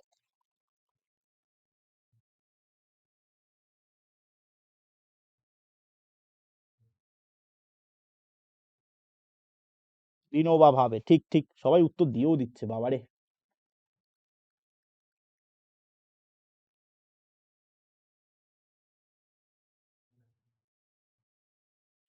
ঠিক আছে, দেখো ইন্ডিয়াকে এখন প্রেজেন্ট সিচুয়েশনে দাঁড় করো, এখন রাইট নাও, এটা ধরো কারেন্টলি ফেসিং দিয়েছে 2002-এ, ফিরে যাওয়ার দরকার নেই তোদের, 2023-এ দাঁড়িয়ে তোরা ভাব। Think about in 2023 India is which situation? Infrastructure সার্ভিসের অভাব একেবারেই না, দারুণ জায়গায় দাঁড়িয়ে রয়েছে ভারত। স্কিলড ম্যান পাওয়ার, দিনকে দিন ডেভেলপমেন্ট আমাদের হচ্ছে, ভালো রকম ডেভেলপমেন্ট করছি আমরা। হ্যাঁ, অনেক সাইড বাই সাইড অনেক প্রবলেম, সেটা আলাদা ব্যাপার। প্রাইভেট সেক্টর এখন তো সবই প্রায় প্রাইভেট, অতএব নান of the above is the correct answer. আমাদের এখন কোনো কিছুরই সেরকম ভাবে অভাব নেই। উই আর ওয়েল ইকুইপড, আমরা ভালো রকম ইকুইপড এখন যে কোনো ডেভেলপ ইয়ের সাথে। ইভেন আমরা কোনো ডেভেলপড ইকোনমিও আমাদের থেকে অনেক কিছু জিনিসপত্র নেওয়ার চেষ্টা করে, সেটা আমরা জানি। আমাদের রিচ হিস্ট্রি থেকে শুরু করে সব, যাই হোক সেটা পরের কথা, সেই ব্যাপারে যাবো না, নেক্সট কোয়েশ্চেনে যাবো। India's industrial recession in the 90s started in the, recession মানে পড়িয়েছি, রিসেশন আমি জানি কি বলেছিলাম, রিসেশন কান্ট্রি ফেনোমেনা, রিসেশন কান্ট্রিকে হিট করে। আমরা পড়েছিলাম যে রিসেশন কাকে হিট করে, কান্ট্রিকে হিট করে, রিসেশন হিটস কান্ট্রি, আর sorry recession hit sector, recession hit sector, depression hits a country. তো সেই রিসেশন যে সেক্টরকে হিট করে সেটা কবে শুরু হয়েছিল, এটা একটু পাস্টের কোয়েশ্চেন, 96 থেকে 97, 95 থেকে 96, 94 থেকে 95, 98 থেকে 99। ঠিক আছে, ওকে। এবার এই যে আগের যখন এই কোয়েশ্চেনটা হয়েছিল, আগের কোয়েশ্চেন দেখাই, যখন এই কোয়েশ্চেনটা হয়েছিল না, মানে 2002 সালে, তখন দাঁড়িয়ে কিন্তু ছেলেরা পেয়েরা উত্তর করেছিল এটা এ, তখন এ হতো, এখন ডি। এখন প্রেজেন্ট সিচুয়েশন যেহেতু সেই মতনই বলে দিলাম, এখন কিন্তু ডি। আচ্ছা, ইন্ডাস্ট্রিয়াল রিসেশন ভারতের এসেছিল 96-97-তে। ইন্ডাস্ট্রিয়াল রিসেশন ভারতের এসেছিল 1996-1997-এ। কেন? কারণ সেই সময় আমাদের প্রবলেমস দেখা দিয়েছিল অনেকটাই, ইন্ডাস্ট্রি সেভাবে গ্রোথ হচ্ছিল না। এবার ওয়াজ আ হাই চান্সেস যে সেই মানে আমাদের যে বলতে পারি সেই সময়টা ওই যে রিসেশন মানে একটু আগেই দেখলি যে ইনফ্রাস্ট্রাকচার ফেসিলিটিস অনেক কম ছিল, সেই অনুযায়ী আমাদের ইনভেস্টমেন্টও কম ছিল, ফরেন ডিরেক্ট ইনভেস্টমেন্ট আসছিল বাট অতটা হাই লেভেলে না যেখানে ইন্ডাস্ট্রি করতে পারে, বা প্রাইভেটদেরও সেরকম এন্ট্রি পাইনি। ওকে, নেক্সট যাবো, ভালো করে পড়ে উত্তর করবি। আর profit making industry become sick, ভালো কথা, মানে যে ইন্ডাস্ট্রিটা প্রফিট করছিল তার কোনো কারণে দুর্বল হয়ে পড়লো। The most important factor responsible for it among the following, এর জন্য সব থেকে ইম্পর্টেন্ট ফ্যাক্টর কোনটা? Poor work culture, non cooperation of a section of labour, lack of proper planning of the management, want of skill labour. A বলেছে শুধুই 3 নম্বর মানে proper প্ল্যানিংটা, B বলেছে 1 আর 2, সি বলেছে শুধুই 4, ডি বলেছে 1 আর 4।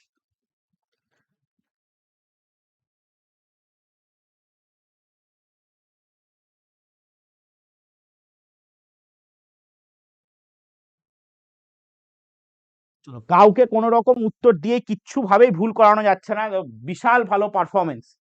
অ্যাবসলিউটলি পুয়ার ওয়ার্ক কালচার, সেটা তো একটা ওয়ার্ড বটেই। নন কোঅপারেটিভ সেকশন অফ লেবার, তাহলে সব থেকে আমরা যখন দেখি এই যে এটা কিভাবে মনে রাখতে পারিস, সিনেমাতেও নিশ্চয়ই দেখেছিস যে যখন আমাদের ফ্যাক্টরি লক আউট হয় বা ফ্যাক্টরি ইয়ে হয়, তখন আমরা কি দেখি যে profit making industry, factory lock out হলো বা ইয়ে হলো কেন বা কি থেকে হলো, যে এক্সকিউজ মি, আমরা দেখতে পাই যারা পার্টিকুলার সেকশন অফ তারা বলছে না মাইনে না বাড়ালে কাজ করব না, অটোমেটিক প্রপার প্ল্যানিং অফ ম্যানেজমেন্টের নয়, B, B is the correct answer. চলো নেক্সট যাই। Balance of payments account of a country, শুধু ব্যালেন্স অফ পেমেন্টস ভাব কি পড়িয়েছিলাম, records the country's economic transaction with rest of the world, show the amount of loans taken by country from foreign bank, show the amount of loans given by the country to foreign country, none of the above. Balance of payments এর definition বা BOP BOT না যদি পেরেছিস, কিছুদিন আগেই revision আমাদের হয়েছে, কিছুদিন আগে এই টপিকটা আমি শেষ করেছি। Balance of payments, balance of payments of a country records the country's economic transactions with the rest of the world. BOP আমরা পড়েছি যে বিওপি কি, বা বিওপি অ্যাকাউন্ট যখন দিয়েছে সেটা অবভিয়াসলি এটা রেকর্ড রাখতে হয়, সেজন্য অ্যাকাউন্ট। কিন্তু বিওপি অ্যাকচুয়ালি কি, what is balance of payment, আমরা যখন ট্রেডটা দেখতে পাচ্ছি, ঠিক আছে, তা আমরা যখন বিওটি আর বিওপি দেখেছি, সে আমাদের টোটাল ইকোনমিক ট্রানজাকশনস যা হয়েছে, মানে টোটাল ইকোনমিক ট্রানজাকশনস বলতে সেই ভায়া ভিজিবল আর ইনভিজিবলের ব্যাপারটা বলেছিলাম, গুডস আর সার্ভিসেস এর ব্যাপারটা বলেছিলাম, সেইটার ক্যালকুলেশন, অতএব A will be the correct answer. ঠিক আছে, বিওপি যেহেতু অ্যাকাউন্ট তাই records the country's economic transactions, এটা আমরা পড়েছি অলরেডি, বিওপি আর বিওটির মধ্যে তফাৎ পড়েছিলাম। ঠিক আছে, আচ্ছা এখানে যদি, এখানে ধর বিওপি দিয়েছে, এখানে যদি বিওটি দিত, আচ্ছা কেউ বলতে পারবে কোনটার মধ্যে সার্ভিস ইনক্লুডেড হয়, বিওপি না বিওটি? কেউ তোমাদের মধ্যে বলতে পারবে কোনটার মধ্যে সার্ভিস ইনক্লুডেড হয়, বিওপি না বিওটি?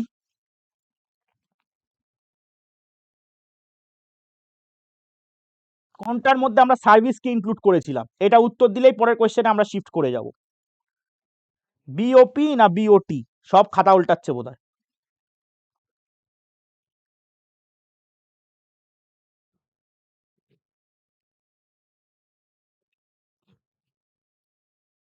ব্যাস গোলাচ্ছে।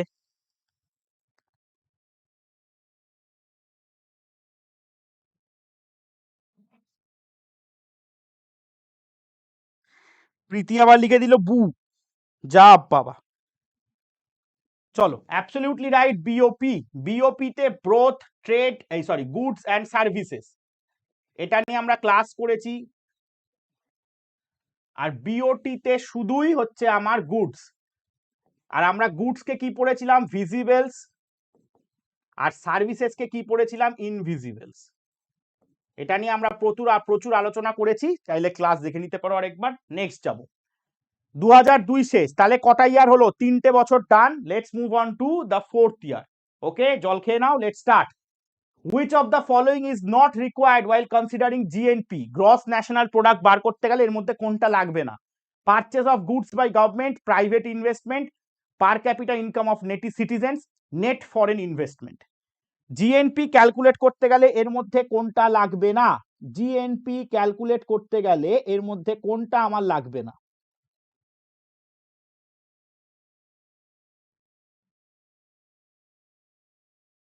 গুড, বিভৎস উত্তর আসছে। জিও,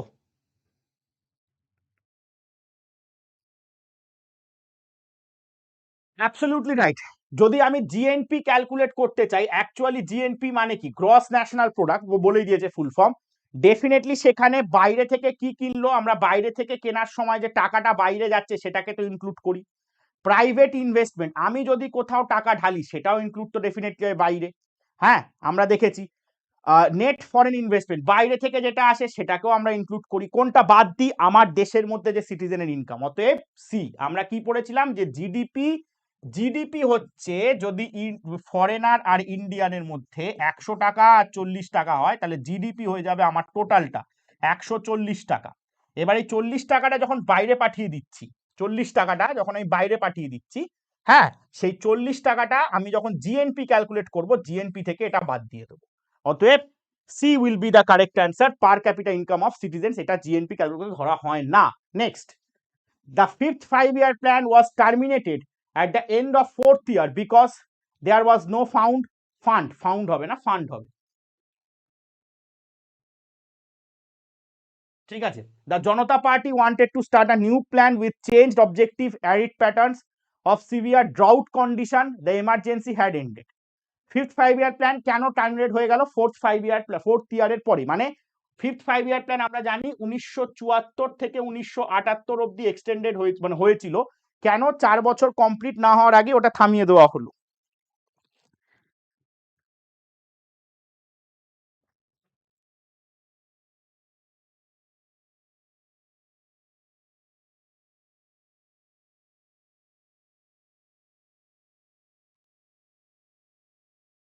ठीक है, चलो কোনটা বলছে, কোনটা উত্তর আসছে, কোন উত্তর आ रहा है?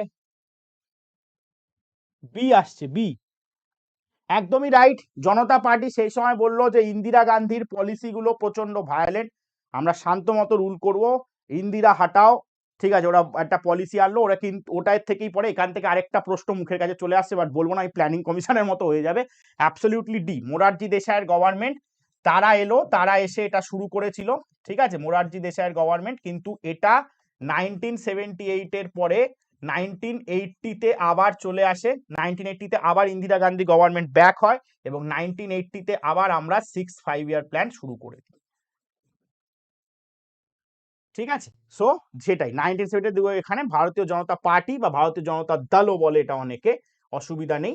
So this was the correct. Morarji Desai না ওরকম অত রাফ অ্যান্ড টাফ ইয়ে দরকার নেই, অতএব ইন্দিরা হাটাও।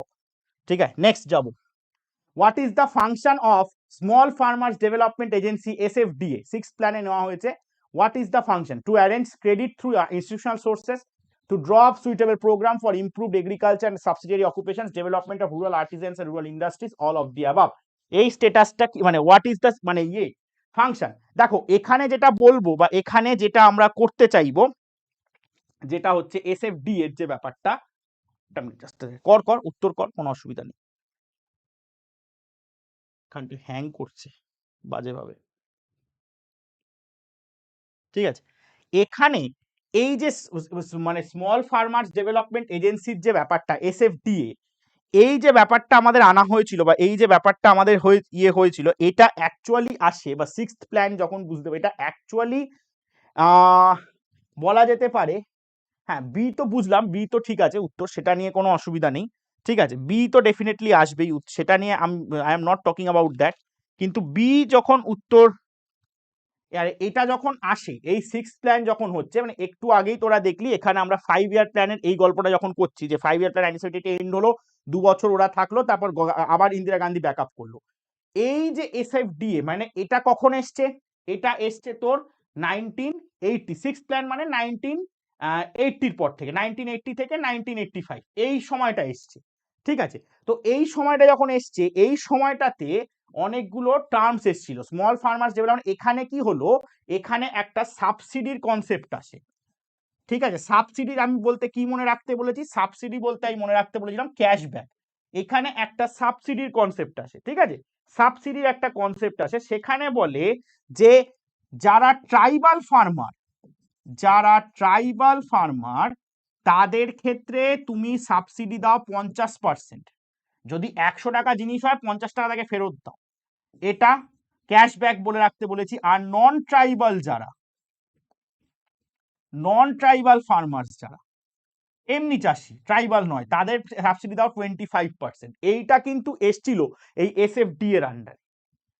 ঠিক আছে, SFD এর আন্ডারে। এবং এই যে ব্যাপারটা হয়েছিল, যে এখানে একটা অ্যাকচুয়ালি এটা প্রথম আলোচনা হয় SFDA 1971-এ। 1971-এ প্রথম আলোচনা হয় যে এরকম একটা কমিটি আনতে হবে আর একটু সেলফ রিলায়েন্ট করতে গেলে, যেহেতু তখন আমার ম্যাক্সিমাম লোক কৃষির সাথে যুক্ত, জন্য আমাকে একটু কৃষির দিকে মন দিতে হবে। এবং 1971-এ গিয়ে তখন এটা করার পরে 1989-এ 1989 সাল, মানে 18 বছর পরে একটা all India rural credit review committee হয়। হ্যাঁ, যেটা অ্যাপয়েন্ট করে RBI, অল ইন্ডিয়া, ঠিক আছে, ক্রেডিট রিভিউ কমিটি। এই অল ইন্ডিয়া ক্রেডিট রিভিউ কমিটিতেই এই জিনিসটা আনা হয়, এবং তারপরে এটা ম্যানেজ করে RBI। ওকে, যেটাই হলো আমার SFD এর সম্বন্ধে একটু তথ্য। ঠিক আছে, next, who finally approves the draft 5 year plan? একটু আগে এই কোয়েশ্চেনটা আমরা করেছি, কোয়েশ্চেনটা আবার লটকে আয়া। ঠিক আছে, parliament and state legislature, national development council, planning commission. ঠিক আছে, পার্লামেন্ট আর state legislature, national development council, planning commission, president of India. এটা নিয়ে আর সময় আমি দেবো না, এটা অলরেডি একবার আসা কোয়েশ্চেন, অলরেডি একবার এসে গেছে, আবার উত্তর দিয়ে লোকজন ক্রেডিট নেবে, অতএব আর সময় দেওয়া যাবে না। নেক্সট কোয়েশ্চেনে চলে যাবো। The main objective of IMF loan to India is to meet balance of payment, increase agricultural production, decrease deficit in union budget, improve technology। প্রত্যেকটা টার্ম এখন তোরা জানিস, এটাই আমার দেখে ভালো লাগে। এখন তোরা বিওপি কাকে বলে জানিস, এগ্রিকালচার প্রোডাকশন কিভাবে বাড়াতে, এটা আমিও পড়িয়েছি, জিওগ্রাফিতে পড়েছিস। ডেফিসিট বাজেট কাকে বলে এখন তোরা জানিস। এই জিনিসটা হচ্ছে সাকসেস রেটের জায়গায় গিয়ে পড়ে যখন আমার স্টুডেন্টরা এই প্রত্যেকটা টার্মের মানে যায়। ঠিক আছে, ঠিক আছে।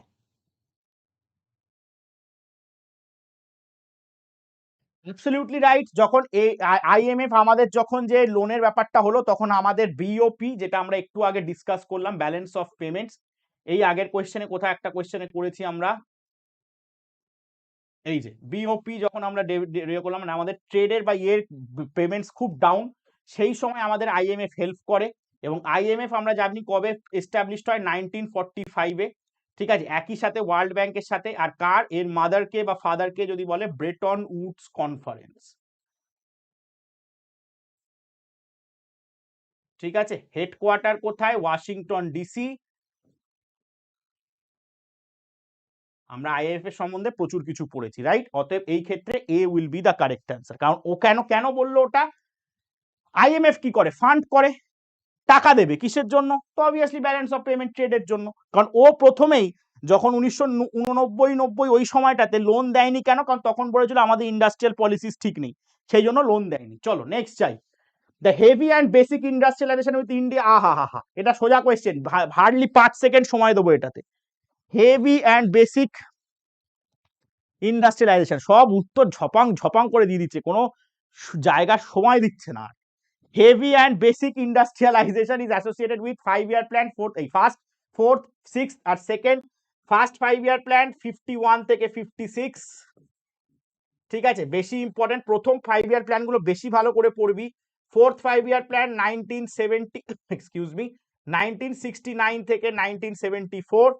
সিক্সথ 5-year প্ল্যান কবে হবে তোমরা বলো, সেকেন্ড 5-year প্ল্যান 1956 থেকে 1961। এটাও আর তোমাদের বলতে হবে না, আমি বলে দিচ্ছি 1980 থেকে 1985। অতএব বেসিক ইন্ডাস্ট্রির সেকেন্ড 5-year প্ল্যান পিসি প্রশান্ত চন্দ্র মহালনোবিশের আন্ডারে। ঠিক আছে, প্রশান্ত চন্দ্র মহালনোবিশ এর আন্ডারে ছিল। প্রশান্ত চন্দ্র মহালনোবিশের নাম আমরা ন্যাশনাল ইনকাম যখন রিভিউ হবে সেখানেও ওই ক্ষেত্রে আমরা পাবো, সিএসওয়াই তে, আইএসআই এর ক্ষেত্রেও পাবো, স্ট্যাটিস্টিক্যাল ইনস্টিটিউট 1932 যেটা ফর্ম হয়েছিল। Okay, second 5-year plan, second মানে heavy and basic industrialisation. Next question, which of the following increases continuously with increase in production. Increase প্রোডাকশনের সাথে তোমার কোনটা ঝপাঝপ বাড়ে, যদি তুমি প্রোডাকশন বাড়িয়ে দাও তার সাথে তোমার কোনটা বাড়বে, fixed cost, variable cost, average cost, marginal cost. প্রোডাকশনের সাথে সাথে কোনটা বাড়ে,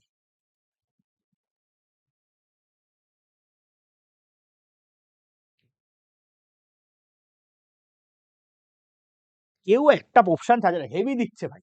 ঠিক আছে, আচ্ছা, উইচ অফ দ্য, এবার এখানে ব্যাপারটা বলতে গেলে একটু আমাদের কস্ট ফাংশনের ব্যাপারগুলো বলতে হয়, একটু কস্ট ফাংশনের ব্যাপারগুলো পড়তে হয়, যদিও সেটা ডিমান্ড অ্যান্ড সাপ্লাইয়ের মধ্যে একটা টপিক পড়ে যায়, কস্ট ফাংশনের একটা টপিক। ঠিক আছে, তো এখানে আমাদের জেনারেলি এই পার্টটা থেকে কোয়েশ্চেন আসে না, মানে আই মিন করায় না। কস্ট ফাংশনের একটা টপিক রয়েছে, ঠিক আছে, যারা কস্ট ফাংশনের একটা, এক্সকিউজ মি,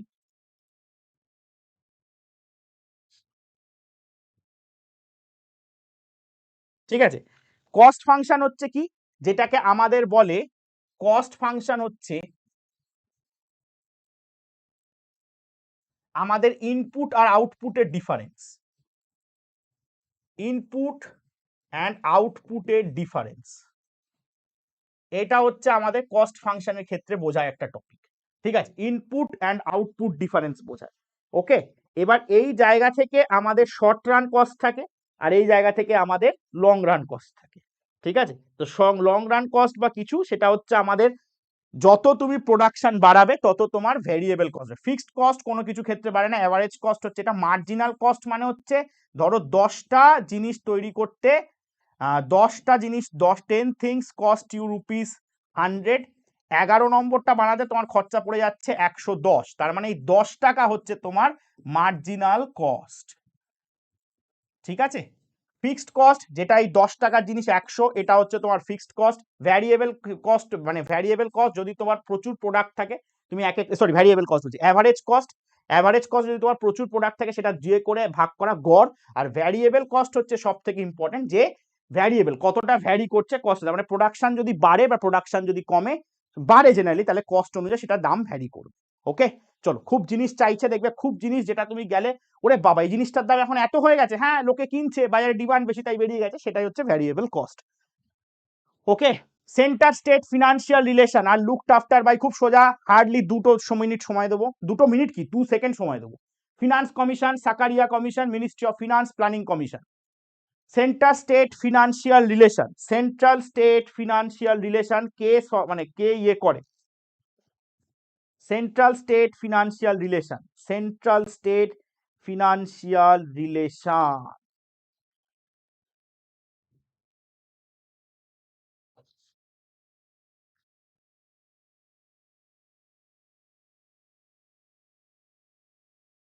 ঠিক আছে, দেখো সেন্ট্রাল স্টেট ফিনান্সিয়াল রিলেশন এটা সলভ করে হচ্ছে finance commission. Finance commission, ministry of finance, বা ওটা তো তোরা জানিস, ওটা নিয়ে কোনো চাপ নেই। সাকারিয়া কমিশন কবে আসে, যে বছর ভারত প্রথম ক্রিকেট বিশ্বকাপ জিতেছিল, 1983-তে আসে সাকারিয়া কমিশন। এই সাকারিয়া কমিশন কি বলেছিল, সাকারিয়া কমিশন বলেছিল যে এইখানে মানে যে আমাদের যে মানে বলো ওটাকে কি বলে, এমার্জেন্সি যে প্রভিশনস গুলো আছে, সেই যে জিনিসগুলো বা সেগুলো ঠিকঠাক ভাবে ব্যবহার করা আসতে পারে। এই সাকারিয়া কমিশন 247 খানা রেকমেন্ডেশন দিয়েছিল। 247 recommendations were given by them, 247 recommendations. এবং ও বলেছিল আর্টিকেল 356 এটাকে দুমদাম না, এটাকে শুড বি ইউজ স্পেয়ারিংলি, ঠান্ডা মাথায় ভেবে দুমদাম লঞ্চ ওরমবাই করে দেওয়া যায় না। এই দরকার পড়লে আমি ইমার্জেন্সি করে দিলাম, ওরমবাই হয় না, কারণ সেই সময় তার আগে আমরা 1975 এমার্জেন্সিতে দেখেছি, একটা বিশাল ব্যাপার হয়েছে। ঠিক আছে, সো ফিনান্স কমিশন, কেউ বলতে পারবে ফাইন্যান্স কমিশন কোন আর্টিকেলের মধ্যে আছে? আনসার করো তো কমেন্টে, ফাইন্যান্স কমিশন কোন আর্টিকেলের মধ্যে আছে। ওকে, এটা হলো ব্যাপার। এবং এছাড়া ওরা আরেকটা রেকমেন্ডেশন দিয়েছিল, যেটা হচ্ছে ইন্টারস্টেট কাউন্সিল, যেটা 1990 সালে ফর্ম হয়, সেটাও কিন্তু এদের আন্ডারে, ইন্টারস্টেট কাউন্সিল। সেটা ফর্ম হয়েছিল 1990-তে, সেটা সম্ভবত আর্টিকেল 233, 230, সরি 233 না, সরি 263, 263। ওকে, তো ওটা কেউ বলতে পারবে ফাইন্যান্স কমিশন কত আর্টিকেলে? Very good, 280, very good. আর এখনো অব্দি আমাদের 15টা হয়েছে, 15 ফাইন্যান্স কমিশন হয়েছে, লাস্ট এনকেসিং। Next, the poverty line in India has been defined on the basis of korano question, standard of living of the people, income level of majority of people, calorie intake index of people, none of the above. Poverty line in India has been defined on the basis of standard of living of the people, income level of the majority of the people, calorie intake index of the people, none of the above.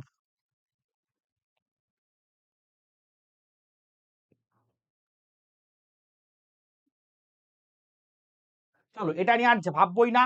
Calorie intact 2400 calorie হচ্ছে আমার rural এরিয়াতে, আর 2100 calorie হচ্ছে আমার urban এরিয়াতে। Okay, so done, calorie intake. Next question, in a developed economy the major share of employment originates in primary, secondary, tertiary, none of the above. In a developed economy the major share of employment originates primary sector, secondary sector, tertiary sector, এর মধ্যে কোনটা? In a developed economy মানে developed কান্ট্রির কথা বলেছি, কিন্তু সেখানে major share of employment, সব থেকে বেশি এমপ্লয়মেন্ট আমরা কোথায় দেখতে পাবো? প্রাইমারি সেক্টরে, সেকেন্ডারি সেক্টরে, টারশিয়ারি সেক্টরে, নাকি এর মধ্যে কোনোটাই না?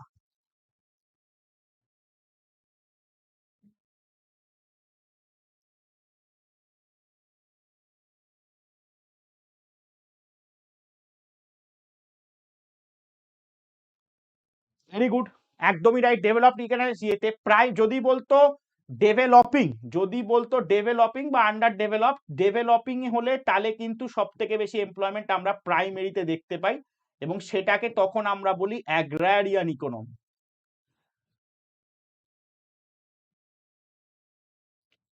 ঠিক আছে, না আজকে চশমা নিয়ে আসা হয়নি কারণ চশমা ভুলে গেছি। After which 5 year plan planning had to be given a short holiday, এ সোজা কথা, প্ল্যান হলিডে ভাব তাহলেই হয়ে যাবে, ফার্স্ট সেকেন্ড থার্ড ফোর্থ।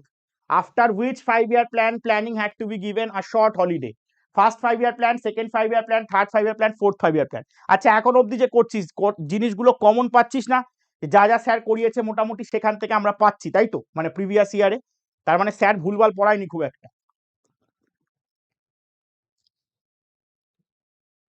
চলো আর সময় দেবো না, ফার্স্ট 5 year প্ল্যান নয়, সেকেন্ড 5 year প্ল্যান নয়, থার্ড 5 year প্ল্যান আমরা জানি 1961 থেকে 1966, এটা শেষ হওয়ার পরে প্ল্যান হলিডে 1966 থেকে 1969 এ হয়েছিল।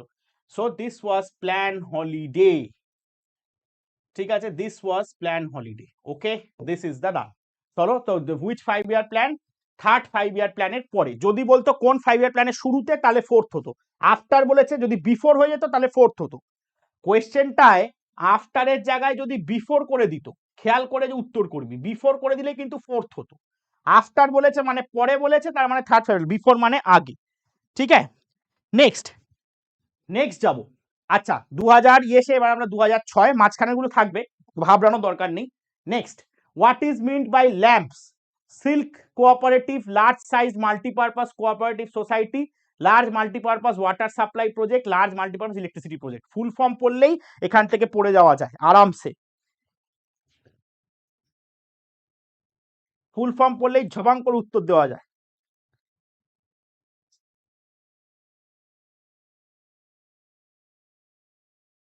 ঠিক আছে, চলো ল্যাম্পস, সিল্ক কোঅপারেটিভ এটার সাথে পড়ছে না, বাদ দে, লার্জ মাল্টিপাল ওয়াটার, এখানে ডাব্লু নেই, বাদ দে, ই নেই, বাদ দে, অতএব এটা হবে। অ্যাকচুয়ালি এটা কি ছিল, ল্যাম্পস বা লার্জ মাল্টি সাইজ কর্পোরেটিভ, এটা ছিল, এটা হচ্ছে তারা প্রোভাইডেড শর্ট টার্ম লোনস, হ্যাঁ, এটা generally toward cooperative society towards agriculture. এবার এই শর্ট টার্ম লোন গুলো কি দেখবি সাউথের অনেক মুভিতে একটা জায়গায় থাকে, ঠিক আছে, যে এখানে টাউরিয়াতে থাকে ও শর্ট টার্ম লোনস, এবং এগুলো কিন্তু ইন্টারেস্ট ফ্রি হতো।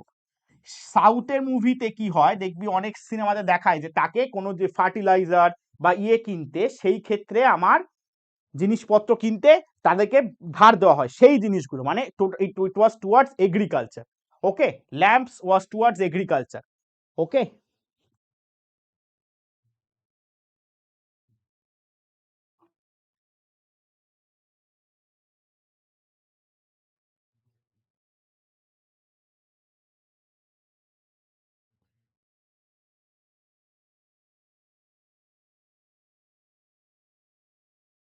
ঠিক আছে, চলো ল্যাম্পস 19 সম্ভবত 83 84 হবে। নেক্সট যাবো, দ্য অবজেক্টিভ অফ ট্রাইসেম, এটা পড়িয়েছি, training of rural youth for self employment of urban youth, training for rural self employment of women, prepare child development programme. তোমরা উত্তর দেবে ট্রাইসেম কোন 5 year প্ল্যানের সাথে ইনক্লুডেড ছিল বা কোন প্রোগ্রামটার সাথে ইনক্লুডেড ছিল, ট্রাইসেম, এটা বলো, ট্রাইসেম ফুল, এটাও ফুল ফর্ম দেখলে আমরা পেরে যাব, এপাং ওপাং ঝপাং, ঠিক আছে, interest free short term loan, একদম। চলো উত্তর দাও, এখানে আমরা যদি ফুল ফর্মটা দেখি, সেলফ এমপ্লয়মেন্ট লাস্টের টার্মটা মিলে যাচ্ছে, অতএব definitely A will be the correct answer. কেউ বলতে পারবে এটা কিসের সাথে, এটা একটা টার্মের সাথে আমি পড়িয়েছিলাম, ঠিক আছে।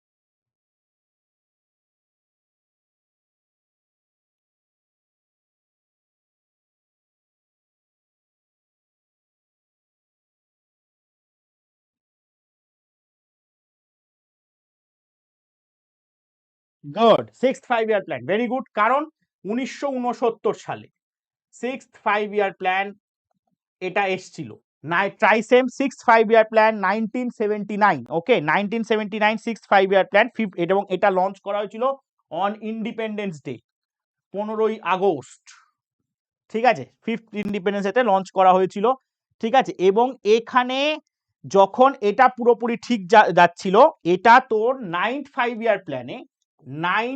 year প্ল্যানে গিয়ে স্বর্ণ জয়ন্তী স্বর্ণ জয়ন্তী গ্রামীণ স্বরোজগার যোজনার সাথে মার্চ করে দেওয়া হয়। স্বর্ণ জয়ন্তী গ্রাম স্বরোজগার যোজনার সাথে মার্ক করে দেওয়া হয় সেটা, এবং ইয়েতে মানে এটা হচ্ছে তোর 1989 যখন ডিসেন্ট্রালাইজেশন একটু একটু করে চলে এলো, ঠিক আছে, সেই ক্ষেত্রে তখন মার্চ করে দেওয়া হলো। ওকে, ক্লিয়ার হলো? নেক্সট চাই আমরা। হোয়াট ইজ দ্য নেম, ও বাবা, নিজেরা পড় নিজেরা উত্তর কর, আমি একটু জল খাই। কোয়েশ্চেন দেখেছিস? এই কোয়েশ্চেনটা পেলে এখন কি হবে বলতো তোদের?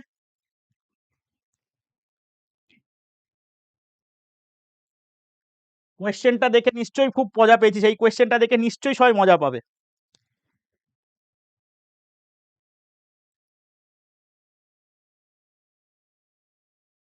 What is the name of Madhurima? হায় হায় হায় হায়, এ বাবা, এই উত্তরটাতে ভুল। Taslima, Poulami, Minarul.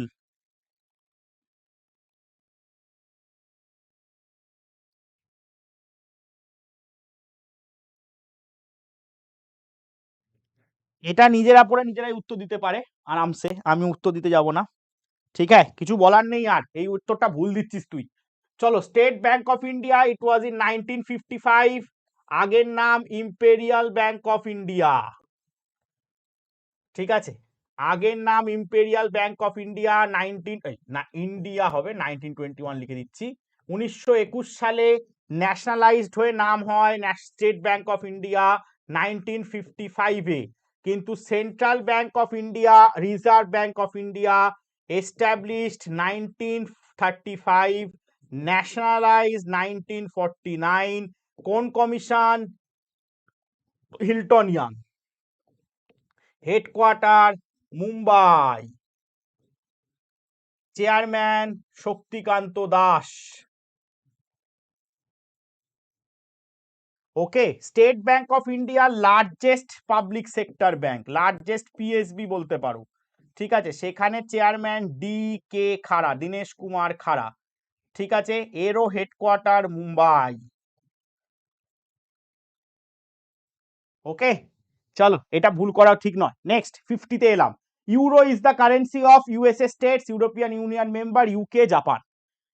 Euro is the currency of USA, তো তোরা জানিস ইউএসএ হচ্ছে কি, ইউএসএ হচ্ছে ডলার, ঠিক আছে, ইউকের হচ্ছে পাউন্ড, জাপানিজের হচ্ছে ইয়েন, তো সেখানে ইউরোপিয়ান ইউনিয়ন মেম্বার বা ইউ, এটা হবে কারেক্ট অ্যান্সার, ঠিক আছে, B, B is the correct answer in this case. Jio,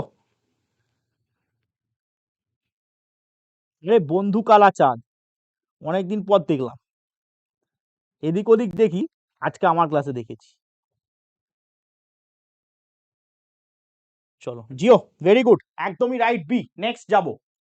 Jawahar Rozgar Yojana is meant for employment of rural unemployed, urban unemployed, self employment of rural women, employment of landless labourers.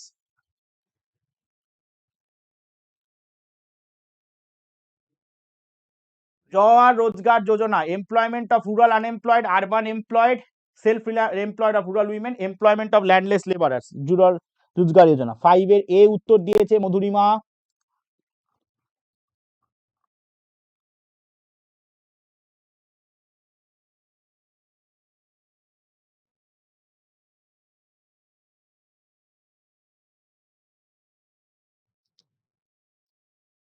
ঠিক আছে, absolutely right. Jawahar Rozgar যোজনা বা সম্পূর্ণ গ্রামীণ রোজগার যোজনা যেটাকে আমরা বলবো, ঠিক আছে, জওয়াহর রোজগার যোজনা, এটা লঞ্চড ইন 1989, এবং জেআরওয়াই যেটাকে আমরা পড়ি, এটা আসে হচ্ছে 1989, and that was 7th FYP, ঠিক আছে, এবং এখানে ছিল employment of the rural unemployed, ঠিক আছে, এবং এটা এনআরইপি আর আরএলইজিপি কে মার্চ করে হয়, by merging national rural employment programme NREP and rural landless employment guarantee programme, ঠিক আছে। Next, operation Barga was first introduced in, এটা ল্যান্ড ফর্মস অফ ওয়েস্ট বেঙ্গলের মধ্যে কোয়েশ্চেনটা পাবো আমরা, operation Barga, operation Barga was first introduced in, operation Barga বলে দিই প্রথম আসে 1978 সালে, 1978 অপারেশন বর্গা আসে। First introduced in which state? ঠিক আছে, মোদের গরব মোদের আশা আমরি বাংলা ভাষা, এটা মনে রাখলেই কাজ হয়ে যাবে। First introduced in which state? ঠিক আছে, বর্গাদান মানে আমরা জানি শেয়ার ক্রপার্সদের জন্য, শেয়ার ক্রপার্সদের জন্য, শেয়ার ক্রপার্সদের জন্য আসে হচ্ছে আমার operation Barga, and it is West Bengal. Next question, first 5 year plan of India. নিজেরা পড়ো, নিজেরা উত্তর দাও, ভুল উত্তর দিলে খুব খুশি হব, ঠিক উত্তর দিলে আর দুঃখ পাবো। ঠিক আছে, first 5 year plan of India কবে আসে? আর আমার কিছু বলার নেই, এরকম কোয়েশ্চেন দিলে আমার ছেলেপুলেগুলো অবস্থা খারাপ করে দেবে সবার। ফার্স্ট 5 ইয়ার প্ল্যান কবে আসে? ফার্স্ট 5 ইয়ার প্ল্যান, এটা একটা কোনো কোয়েশ্চেন হলো স্যার? কি যে বললেন, ফার্স্ট 5 ইয়ার প্ল্যান 1951-এ আসে। ফার্স্ট 5 ইয়ার প্ল্যানের সাথে মনে রাখবি হ্যারোড ডোমার মডেল,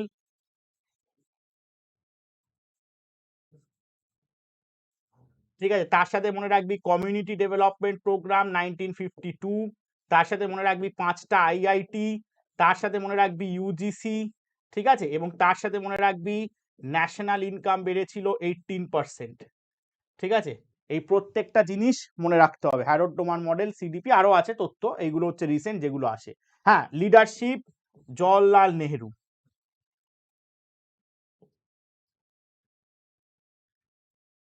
ওকে, কনসেপ্ট কোথা থেকে নিয়েছিলাম? সে স্ট্যালিনের, রাশিয়া থেকে। ঠিক আছে, একদম ক্লিয়ার। ওকে, চলো, এই রকমই দিক বোঝো। নেক্সট যাই, সিডিপি স্টার্টেড ইন, কেন বললাম হে ঈশ্বর, আমি কেন বললাম, ওয়াই? আমার মাথা খারাপ হয়ে গেছে। 1952, কোনো কোয়েশ্চেনই আর ইনফো দেবো না, আমি স্টেট বেরিয়ে যাবো। কোন কোয়েশ্চেন পেছনে কি রহস্য রেখেছে কিচ্ছু বলা যাচ্ছে না। CDP started in 1950, 1952, 1972, 1980। 2 মিনিট কি 1 সেকেন্ডও সময় দেবো না, এটা 0.2 সেকেন্ডস টাইম, উত্তর দিতে পারলে দাও, না দিতে পারলে বাড়ি যাও। 1952, কেন আমি আগের কোয়েশ্চেনটাতেই বললাম, যদি কেউ ভুলে গিয়ে থাকে তারপর আবার রিপিট করেছি আমরা, একদমই তাই, 1952। চলো নেক্সট কোয়েশ্চেনে চলে যাবো। আইআরডিপি স্ট্যান্ডস ফর, হে ভগবান, ফুল ফর্ম জানতে চাইছে, করে ফেল, integrated rural development programme, Indian rural development, এটা নিয়েও আমরা আলোচনা করেছি একটু আগে, আইআরডিপি। ঠিক আছে, investment to rural development programme, international research and development policy.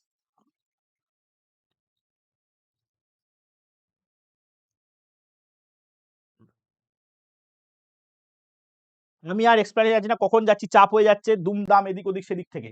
আইআরডিপি stands for integrated rural development programme, এটা নিয়েও আমরা একটু আগে আলোচনা করেছি, 1978-এ এসেছিল।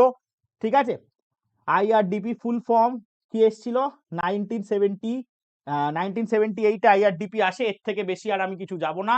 1978 মানে বলা যেতে পারে আইআরডিপি, এক্সকিউজ মি, যখন শেষ হয়েছিল, হয়তো 4th 5 ইয়ার প্ল্যানের শেষ, আর ওই জনতা পার্টি মানে ওই ইয়েটা রোলিং প্ল্যানের শুরুটা। Next, liberalisation of Indian economy started, এটাও কিছু বলবো না। এলপিজি পলিসি কবে হয়েছিল সেই তারিখ ধরে উত্তর দিয়ে দে। এলপিজি পলিসি কবে এসছিল?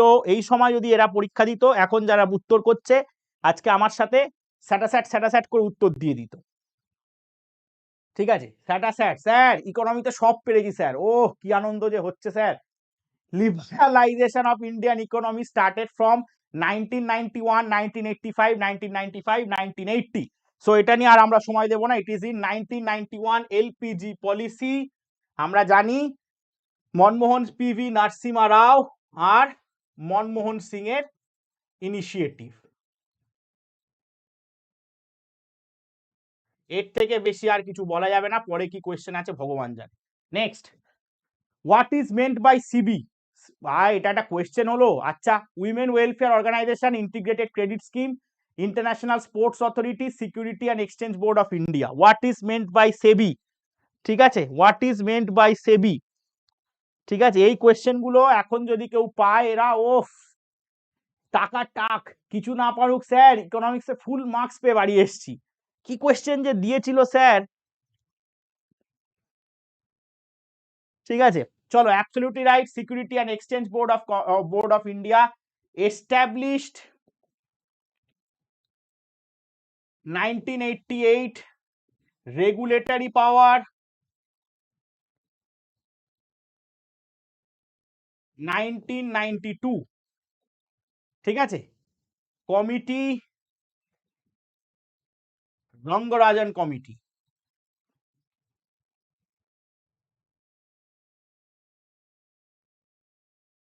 আর ফিনান্সিয়াল মার্কেটের সবকিছু অপারেশন দেখে, financial market operations, stocks stock সবকিছু সেবি দেখবে, ঠিক আছে। Next, what is meant by TRIPS, full form বলে দে, উত্তর হয়ে যাবে। What is meant by TRIPS, what is meant by TRIPS?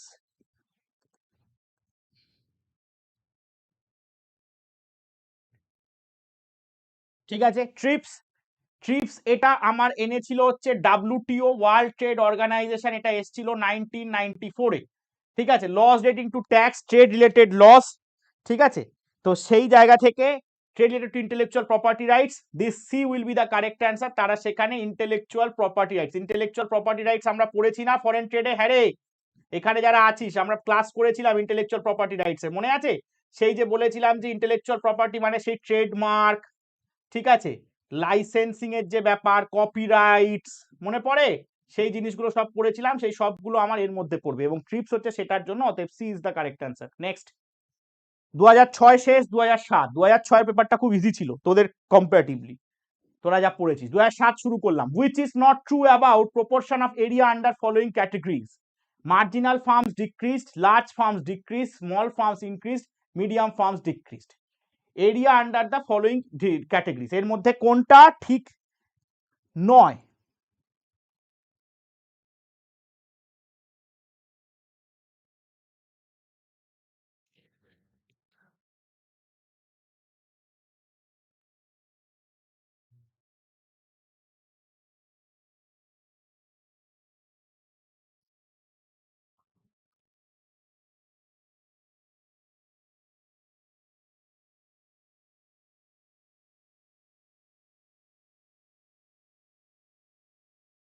চলো, অ্যাবসলিউটলি রাইট। আমাদের বলছে হুইচ ইজ নট ট্রু, একেবারেই হুইচ ইজ নট ট্রু, এখানে ডেফিনেটলি একেবারে আমরা দেখিনি যে লার্জ ফার্মস ডিক্রিজ করে গেছে, বাকি সবগুলো তো হয়েছে, এটা সত্যি নয়, মানে ওই সেন্সে বলছি আর কি। লার্জ ফার্মস হ্যাজ মানে has not decreased, it is still intact, অতএব নট ট্রু বলেছে। হ্যাঁ, একজন দেখলাম অন্য উত্তর করেছো, নটটা খেয়াল করোনি।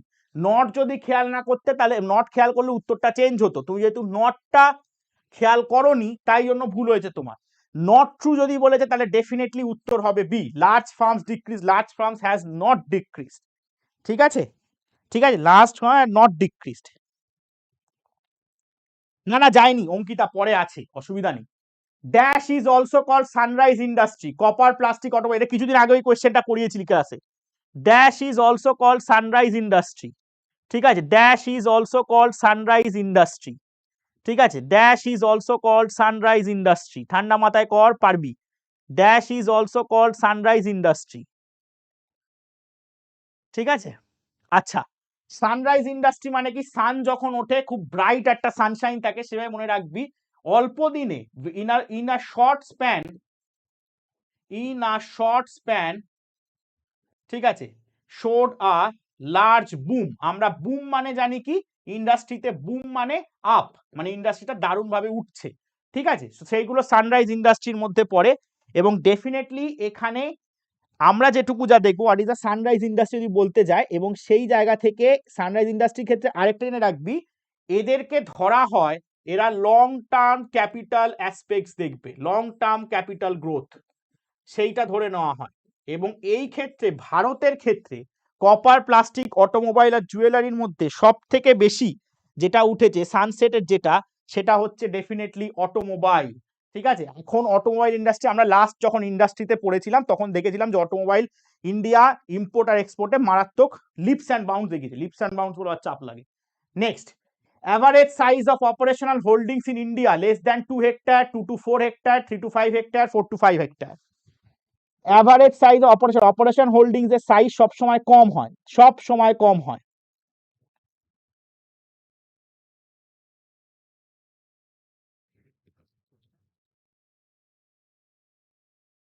ঠিক আছে, হ্যাঁ পেট্রোলিয়াম ডেফিনেটলি চন্দন। এখানে আরেকটা বলি, আরেকটা ইনফরমেশন জেনে রাখি, ফুড প্রসেসিং ইন্ডাস্ট্রি এটাও কিন্তু বুম বা সানরাইজ ইন্ডাস্ট্রি হয়েছিল 2019 সালে। ঠিক আছে, চলো নেক্সট কোথায় দ্য অ্যাভারেজ সাইজ অপারেশন, এটা less than 2 hectare, less than 2 hectare operation holdings এর সাইজ, এটা আমরা সবাই জানি, এটা নিয়ে আর ডিটেলসে যাচ্ছি না। নেক্সট যাবো, national bank for agriculture NABARD কবে সেট আপ হয়? ইজিয়েস্ট কোয়েশ্চেন, নাবার্ড কবে সেট আপ হয়? নাবার্ড যেটা আমরা পড়বো, মাগো, নাবার্ড হচ্ছে আমার 6th FYP র আন্ডারে। ঠিক আছে, নাবার্ড সেট আপ হয়েছিল শিবরামান কমিটি। ঠিক আছে, নাবার্ড এখন রেগুলেট করে রিজিওনাল রুরাল ব্যাংকগুলোকে, RRB। ঠিক আছে, রিজিওনাল রুরাল ব্যাংকগুলোকে, রেলওয়ে রিক্রুটমেন্ট বোর্ড না কিন্তু বাবা, রিজিওনাল রুরাল ব্যাংক, এদেরকে ইয়ে করে নাবার্ড, রিজিওনাল রুরাল ব্যাংক। ঠিক আছে, সেই তাদেরকে নাবার্ড, নাবার্ড ওয়াজ established in 1982, NABARD was established in 1982, 12 July 1982 NABARD was established. ঠিক আছে, national bank for agriculture rural and development. ঠিক আছে, ওকে, একদম এস্টাবলিশড। আর এর যদি তুমি এখন চেয়ারম্যানের সম্বন্ধে জানতে চাও, চেয়ারম্যান, প্রিভিয়াস চেয়ারম্যান ছিল চিন্তালা, এখন হচ্ছে কেভি সাজি। কেউ বলতে পারবে হেডকোয়ার্টার কোথায়? কমেন্ট করে জানাও। Next question, which of the following experienced the fastest expansion during the planned period in India? এর মধ্যে কোনটা সব থেকে বেশি এক্সপ্যান্ড বা বেড়েছিল? Agriculture, industry, service, naan of the above. Which of the following, ভাব মনে করে দেখবি, প্ল্যানিং বলেছে মানে পুরোটা, প্ল্যানিং পিরিয়ড মানে 1951 থেকে 2015, যবে যবে নীতি আয়োগ এসে রিপ্লেস করলো, বা অ্যাটলিস্ট ধর 2012, ঠিক আছে, 2012 অব্দি, এই পুরোটা ধরে তারপর কিন্তু ভাববি সব থেকে কোনটা ইনক্রিজ করেছে। একটু আগে ইলেটের একটা কোয়েশ্চেন তোরা পেয়েছিস।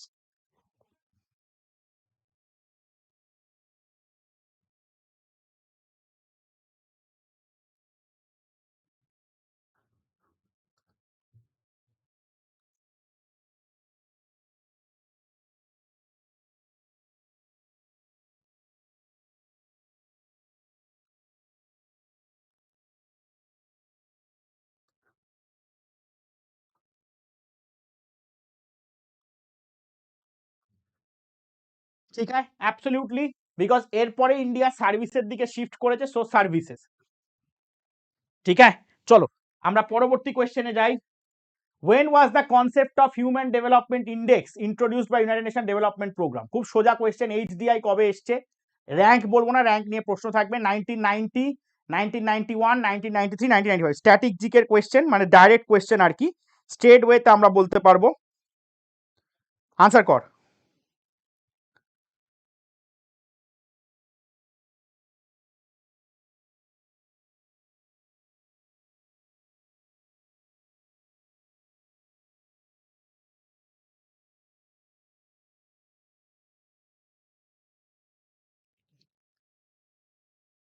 ঠিক আছে, চলো, absolutely right, absolutely right, it is 1990, 1990 এটা হবে ঠিকঠাক উত্তর। 1990, 1990-তে আমার Mahbubul Haq, very close friend of,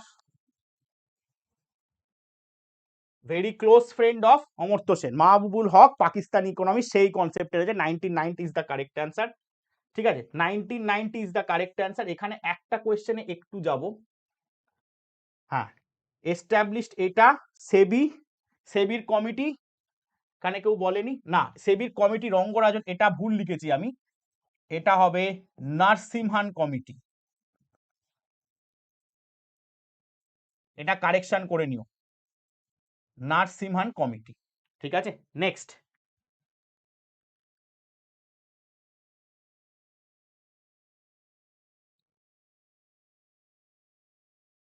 হয়ে গেছে, এটা হয়ে গেছে, next, according to purchasing power parity, India is 10th largest, 5th largest, 3rd largest, 7th largest, according to, ও আচ্ছা এটা খেয়াল করিনি তখন আমি। ঠিক আছে, রঙ্গরাজন পভার্টি, হ্যাঁ হ্যাঁ হ্যাঁ, ঠিক ঠিক, তাহলে করলে ভুলিয়ে গেছে, কিছু করার নেই, সরি টু অল। ঠিক আছে, according to purchasing power parity India কোন জায়গায় রয়েছে? আচ্ছা, এবারে বলি, এই পারচেজিং পাওয়ার প্যারিটি এই কনসেপ্ট হচ্ছে আইএমএফ এর থেকে এসছে, ইন্টারন্যাশনাল মনিটারি ফান্ড, এবং ইন্ডিয়া এখন সেই অর্থে third largest economy. C is the correct answer. India is in the third position, third largest economy.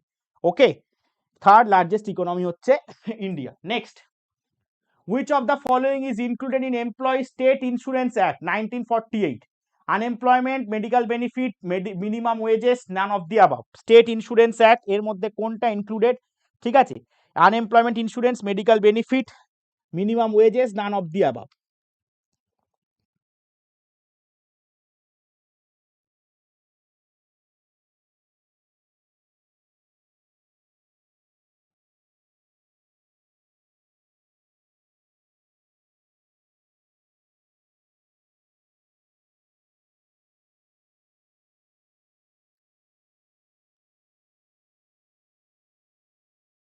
চলো, একদমই right. State employees insurance act 1940 এটা যেটা এসেছিল সেটা ইনক্লুড করেছিল মেডিকেল বেনিফিট।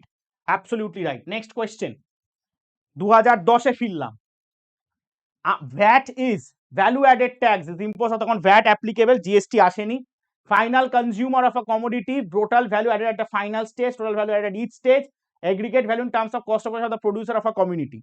সেই যে প্রীতিকে মার, সেই প্রীতি মার খাচ্ছিল, সেই এফেক্টটা, ওই এফেক্টটা মনে করে উত্তর করবি, তাহলেই উত্তর হয়ে যাবে। যেটাতে প্রীতি চরথাপ্পড় খাচ্ছিল, ওইটা যদি ভালো করে উত্তর করা যায় তাহলেই ডেফিনেটলি এটা উত্তর করা যাবে। ঠিক আছে, ওইটা মনে করে দেখ, সেই যে প্রীতি মার খাচ্ছিল সেইটা যদি উত্তর করতে পারিস তাহলে এটা ডেফিনেটলি উত্তর করতে পারবি। ঠিক আছে, ভ্যাট, ভ্যাট কেন বাদ দেয়? ভ্যাটের সাথে সবসময় ইনক্লুডেড কি ছিল? Cascading effect. ক্যাসকেডিং এফেক্ট কিভাবে মনে রাখতে বলেছিলাম? মারের ওপর মার। ঠিক আছে, ক্যাসকেডিং এফেক্ট কি বলেছিলাম? মারের ওপরে মার।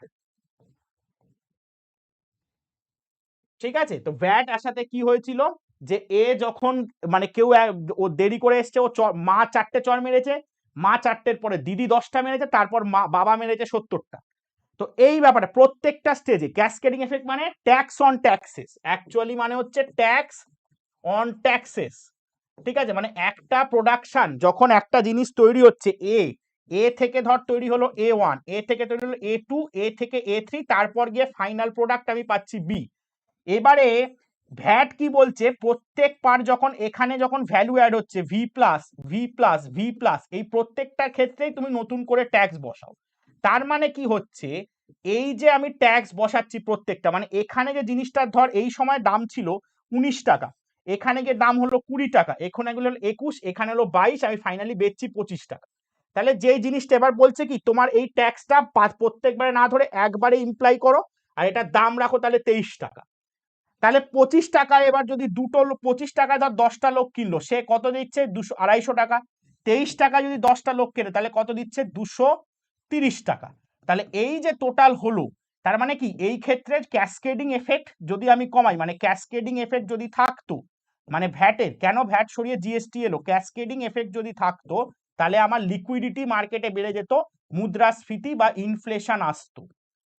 ঠিক আছে, তো সেই জন্য ক্যাসকেডিং এফেক্ট মুছে ফেলে ভ্যাটকে রিপ্লেস করে জিএসটি এলো। অতএব answer will be C. Next, which one of the following is an indirect tax levied by the central government? Indirect tax এর এক্সাম্পল, মানে এক্সাম্পল চেয়েছে সি, মানে সি সেন্ট্রালের। Service, corporate income tax, professional tax, agriculture income tax. Direct ট্যাক্সের example গুলো চোখে পড়ছে definitely. তো সেই ডাইরেক্ট ট্যাক্সের ইনকামের এখানে আমরা জিএসটির কথাটা যদি মাথায় রাখি তাহলেই কিন্তু আমাদের আরামসে উত্তরটা করে ফেলতে পারি আমরা।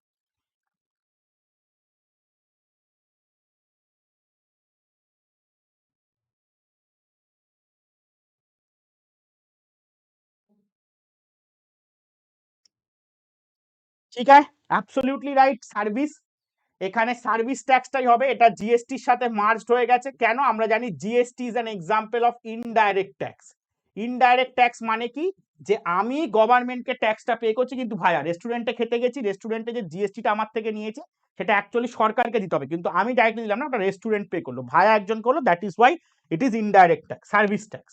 Next, the apex body which operates microfinances scheme by promoting self-help groups of India for a homogeneous class through banks and on NGO is regional rural bank, Grameen bank, state bank of India, national bank of agriculture rural development, মানে এটা হচ্ছে নাবার্ড। ঠিক আছে, কি বলেছে ভালো করে দেখি। Finance scheme by promoting self help group. Self help group এরা এরা জেনারেলি কোথায় দেখতে পাই আমরা? ভিলেজ। ভিলেজ মানে কে? Rural area. রুরাল এরিয়াতে শেরকে নাবার্ড। একটু আগে আমরা নাবার্ডকে নিয়ে আলোচনা করে ফেলেছি, অতএব NABARD is the correct answer. D, D is the correct answer, NABARD. ঠিক আছে, নেক্সট যাই। Which 5-year plan was suspended 1 year before its time schedule? একটু আগে আলোচনা করেছি, মানে 5 বছর ধরে হওয়ার কথা সেটা 4 বছরে শেষ হয়ে যায়। কোনটা? Third plan, fourth plan, fifth plan, sixth plan. Which 5-year plan was suspended 1 year before its time schedule? Third plan, fourth plan, fifth plan. আমরা সময়গুলো দেখি। থার্ড প্ল্যান হচ্ছে 1961 থেকে 1966, ফোর্থ প্ল্যান হচ্ছে 1969 থেকে 1974, ফিফথ প্ল্যান হচ্ছে 1974 থেকে 1978, সিক্সথ প্ল্যান হচ্ছে 1980 থেকে 1985, অটোমেটিক্যালি ফিফথ। পুরো 5 বছর হয়নি, 4 বছরে শেষ হয়ে গেছে। একটু আগে আমরা এটা নিয়ে কোয়েশ্চেন করেছি। Next, the fiscal responsibility and budget management act, মানে সোজা কথা FRBM, deals with revenue deficit, fiscal deficit, both fiscal and revenue deficit, fiscal in the budgets of state government. FRBM Act.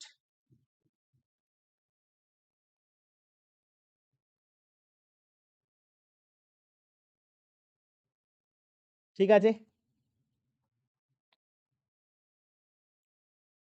আচ্ছা এটা ওই সময় কেন দিয়ে হয়েছিল, মানে ইয়েতে FRBM Act was passed in 2003। ঠিক আছে, 2001-2 এর ব্যাপারে আলোচনা, 2003-এ পাস হয়। এখানে বাজেট, বাজেটের যেহেতু আমরা কি দেখি, আমাদের ইন্ডিয়াতে কোন বাজেট ফলো হয়? Deficit budget. তো ডেফিসিট বাজেট এবং বাজেটে কি হয় আমাদের? Both fiscal and revenue deficit দুটোই দেখা হয়, অতএব C is the correct answer. C, C will be the correct answer. সবাই সি উত্তর দিয়েছে। FRBM act both looks at fiscal deficit as well as revenue deficit. Clear? Revenue deficit যদি কারোর বুঝতে অসুবিধা হয়, কিছুই না, revenue expenditure minus revenue income. Fiscal ডেফিসিটের formula তো তোরা জানিসই, total expenditure minus total income, sorry income, খালি লোনসটা ইনক্লুডেড না। যখনই শুধু ডেফিসিট জানতে চাইবে, ডেফিসিট মানে কি? Expenditure minus income, this is deficit. Next, in which of the following 5-year plans a bold approach was adopted towards a long term employment policy? 5th, 6th, 7th, 8th, এর মধ্যে কোন 5-year প্ল্যানে এমপ্লয়মেন্টের দিকে সব থেকে বেশি ঝোঁক দেওয়া হয়েছিল? 5th, 6th, 7th, 8th। স্কিমগুলো মনে কর, স্কিমগুলো মনে কর। নাবার্ড কোথায় ছিল? সেলফ হেল্প গ্রুপকে হেল্প করার জন্য। ট্রাইজেম কোথায় ছিল? এই সবগুলো মনে কর, মনে করলে এখান থেকে উত্তর পেয়ে যাবি। নাবার্ড কোথায় ছিল, ট্রাইজেম কোথায় ছিল, এই সবগুলো যদি মনে করিস এখান থেকেই উত্তর চলে আসবে। পূর্ব, পশ্চিম, দক্ষিণ, উত্তর এখান থেকেই বেরিয়ে আসবে। And the answer is absolutely right, bang on once again, 6th 5-year plan 1980 থেকে 1985। Good. Next, the process of radical economic reforms and liberalization in India was started as, same question, 2 second সময় দেব, same কিছুই, just কোয়েশ্চেনটা একটু ঘুরিয়ে ফিরিয়ে দিয়েছে। Liberalisation যেই দেখবি চোখ বন্ধ করে এলপিজি পলিসি মাথায় আসবে, উত্তর হয়ে যাবে 1991 এডি, 1991 এডি বা 1991, সেখান থেকে উত্তর আমাদের ডান হয়ে যাবে। ভেরি গুড, 1991 বি, সবার উত্তর B is the correct answer, absolutely right. চলো, বিপাশা বিশ্বাস অনেকদিন পর দেখলাম ক্লাসে। অজয় বর্মন, জুয়েল, সঞ্জয়, অ্যাসপিরেন্ট, অদিতি, বাবা অদিতি ক্লাস করছে, বিরাট ভাগ্যের ব্যাপার আমার। Next, globalisation is being reflected in the Indian scenario through the establishment of, বা ভালো question, neighbourhood shop, local bazaar, shopping mall, stationery shop. বলছে আমাদের আশেপাশে গ্লোবালাইজেশনটা আমরা কিভাবে দেখতে পাই? নেবারহুড শপ, ঠিক আছে, দীপক কাকুর চপের দোকান, লোকাল বাজার, আমার ওখানে এটা রয়েছে, গড়িয়া স্টেশন, কিষান মজদুর বাজার, শপিং মল এগুলো রয়েছে, Acropolis, highland park, diamond plaza, যা বেশি নাম জানি না, স্টেশনারি শপস, ঠিক আছে, পল্টু কাকুর, পল্টু ভ্যারাইটি, ঠিক আছে, পল্টু ভ্যারাইটি। উত্তর হবে পল্টু ভ্যারাইটি না, উত্তর হবে শপিং মল, কারণ শপিং মলে গিয়ে আমরা বিভিন্ন ব্র্যান্ডস দেখতে পাই, মানে ব্র্যান্ডস মানে যেটা হচ্ছে বাইরের দেশের ব্র্যান্ড বা ফরেন ব্র্যান্ডসও আমরা দেখতে পাই, সেই জন্য shopping mall will be the correct answer. কারণ সেখানে আমরা গ্লোবালাইজেশন দেখতে পাচ্ছি, সেখানে আমি দেখতে পাচ্ছি যে আমার ইন্ডিয়াতে বসে, ইন্ডিয়াতে যেখানে আমি অধিবাসের জুতো পরতাম, সেই অধিবাসের জুতো এখন নয়, এখন বাইরে থেকে অ্যাডিডাসের জুতো এসে গেছে, অরিজিনাল অ্যাডিডাস। ঠিক আছে, আর অধিবাস পড়ছি না। Next, which one of the following years is regarded as the base year for WPI? Which one, এটা করানো question, which one of the following years is regarded as the base year WPI? 1991, 1991, 92, 92, 93, 93, 94।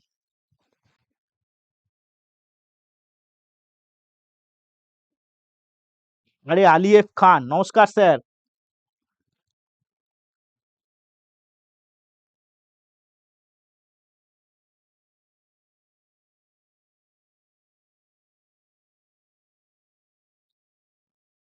চলো,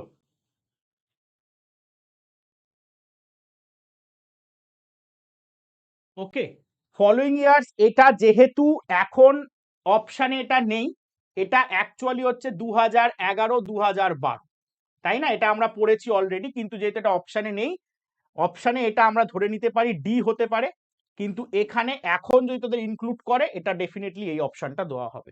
ঠিক আছে, অতএব don't worry, WPI আর CPI দিয়ে আমরা inflation মাপি, ডাব্লিউপিআই এর বেস ইয়ার হচ্ছে 2011-12। নেক্সট, 2011-তে শিফট করলাম, চলি। Rolling plan cover the period, কখন রোলিং প্ল্যান ছিল মনে করে রাখবি, প্ল্যান হলিডে বলেনি, রোলিং প্ল্যান বলেছে। ঠিক আছে, রোলিং প্ল্যান 80 থেকে 78, এই সরি 78 থেকে 80, 73 থেকে 78, 70 থেকে 75, 80 থেকে 85। রোলিং প্ল্যান কবে কভার করেছে? Rolling plan cover the period, rolling plan আমরা জানি, রোলিং প্ল্যান কোন সময়টা এসেছিল, রোলিং প্ল্যান এসেছিল ভারতীয় জনতা দল, ঠিক আছে, মোরারজি দেশাইয়ের গভর্নমেন্টের সময় ভারতীয় জনতা দল, মোরারজি দেশাইয়ের গভর্নমেন্ট, মোরারজি দেশাইয়ের গভর্নমেন্টের সময় এসছিল, বলেছিল ইন্দিরা গান্ধীকে দূর করো, অতএব 1978 টু 1980 মডেল হচ্ছে গানার মির্ডাল। ঠিক আছে, গানার মির্ডাল।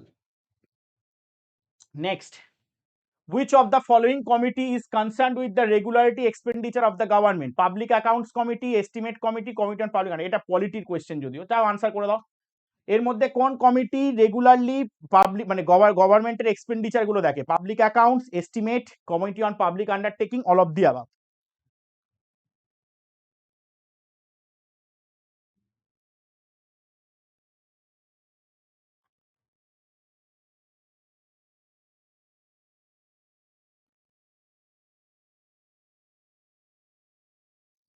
অনুরাগ, গুড আফটারনুন।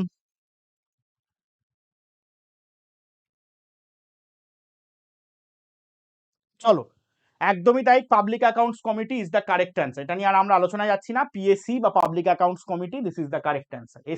এস্টিমেশন দেখে। Next, planning commission is political, statutory, non political, quasi political? Planning commission is, এটা নিয়ে একটু আগে আলোচনা করেছি,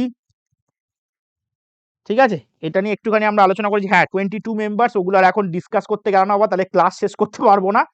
ঠিক আছে, 22 জন মেম্বার থাকে, লোকসভা থেকে 15 জন থাকবে, রাজ্যসভা থেকে 7 জন থাকবে। ঠিক আছে, চলো, planning commission political, statutory, non political body, কোনটা?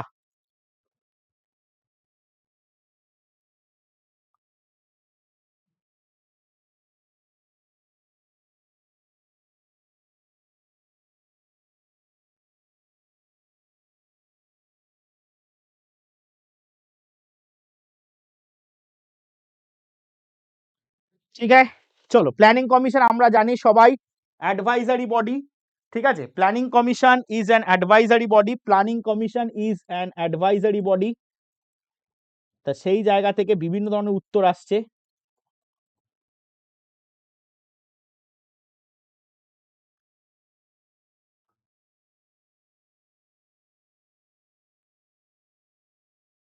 ঠিক আছে, planning commission is an advisory body, non statutory বডিও বলতে পারো।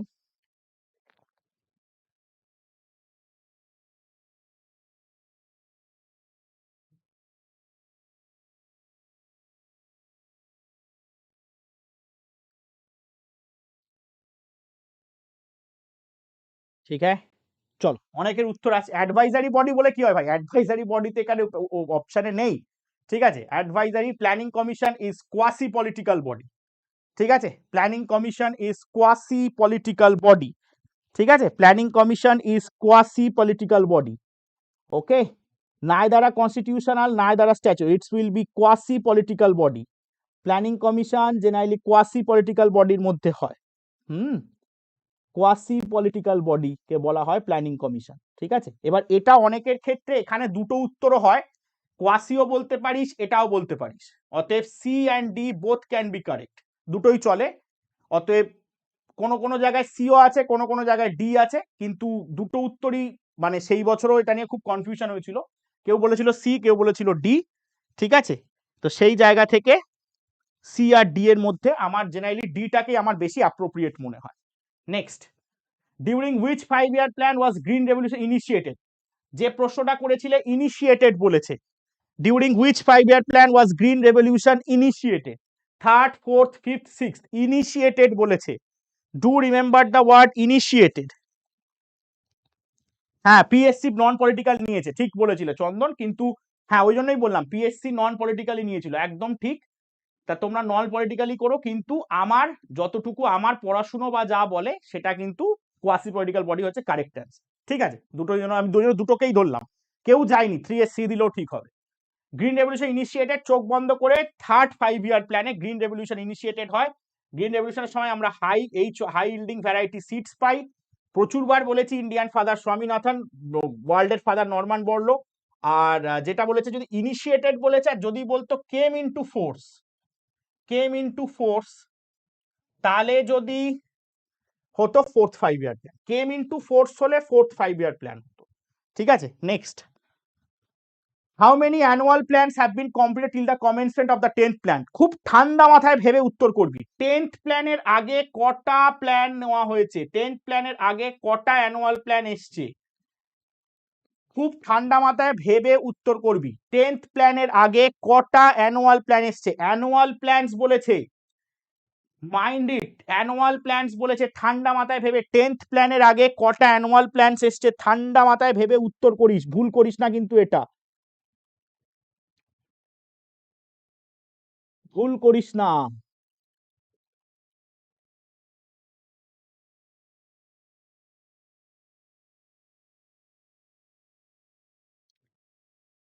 ঠিক আছে, ভেরি গুড, সবাই ঠিকঠাক উত্তর 6। অ্যাবসলিউটলি। কি করে? কারণ এখান থেকে আমরা প্ল্যান হলিডে ধরবো, রোলিং প্ল্যান ধরবি, আর এর সাথে একটা অ্যাডজাস্টেড অ্যানুয়াল প্ল্যান ছিল, এই তিনটে মিলে আমার হয়েছিল, সেই জন্য ডেফিনেটলি 6 হবে আনসার। অনেকে 3 দিয়ে দেয় যেহেতু ওইখানে সময় প্ল্যান না, তা নয়। Next, the final approval to the draft 5 year plan is given by, এটা নিয়ে আর আলোচনা করছি না, দ্যাট ইজ এনডিসি। এটা নিয়ে আর কিছু বলার নেই, ইট ইজ এনডিসি। প্রচুরবার বুঝতেই পারছিস কতবার কোয়েশ্চেনটা রিপিট হয়েছে। বুঝতে পারছি না এটা কোনটা, বুঝতে পারোনি অ্যাসপিরেন্ট? এটা হাউ মেনি অ্যানুয়াল প্ল্যান, তুমি টোটাল অ্যানুয়াল প্ল্যান এক বছরের প্ল্যান কটা নেওয়া হয়েছিল?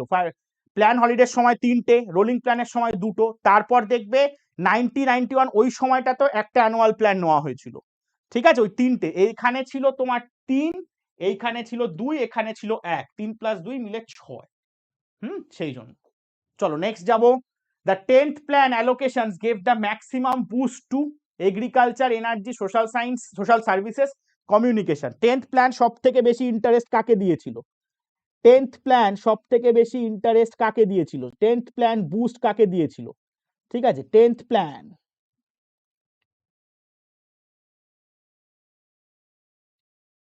10th প্ল্যান সব থেকে বেশি বুস্ট কাকে দিয়েছিল?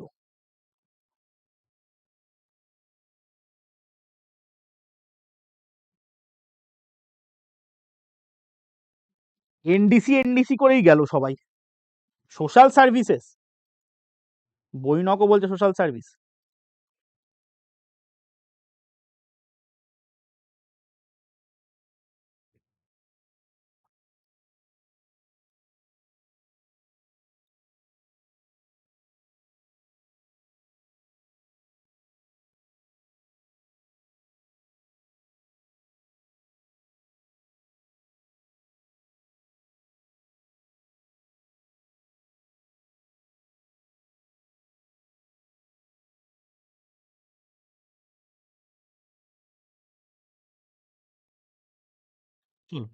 এবার এটা নিয়ে কনফিউশন আছে, এটা নিয়েও সেম কনফিউশন। এটা কিন্তু পিএসসি উত্তর নিয়েছিল এ, অ্যাকচুয়ালি তথাকথিত উত্তর হওয়া উচিত ছিল বি, অতএব বোথ আর কারেক্ট, আমি এখানে দুটোকেই ধরছি। কিন্তু পিএসসি উত্তর নিয়েছিল এ, অ্যাকচুয়ালি রাইট ছিল হচ্ছে বি।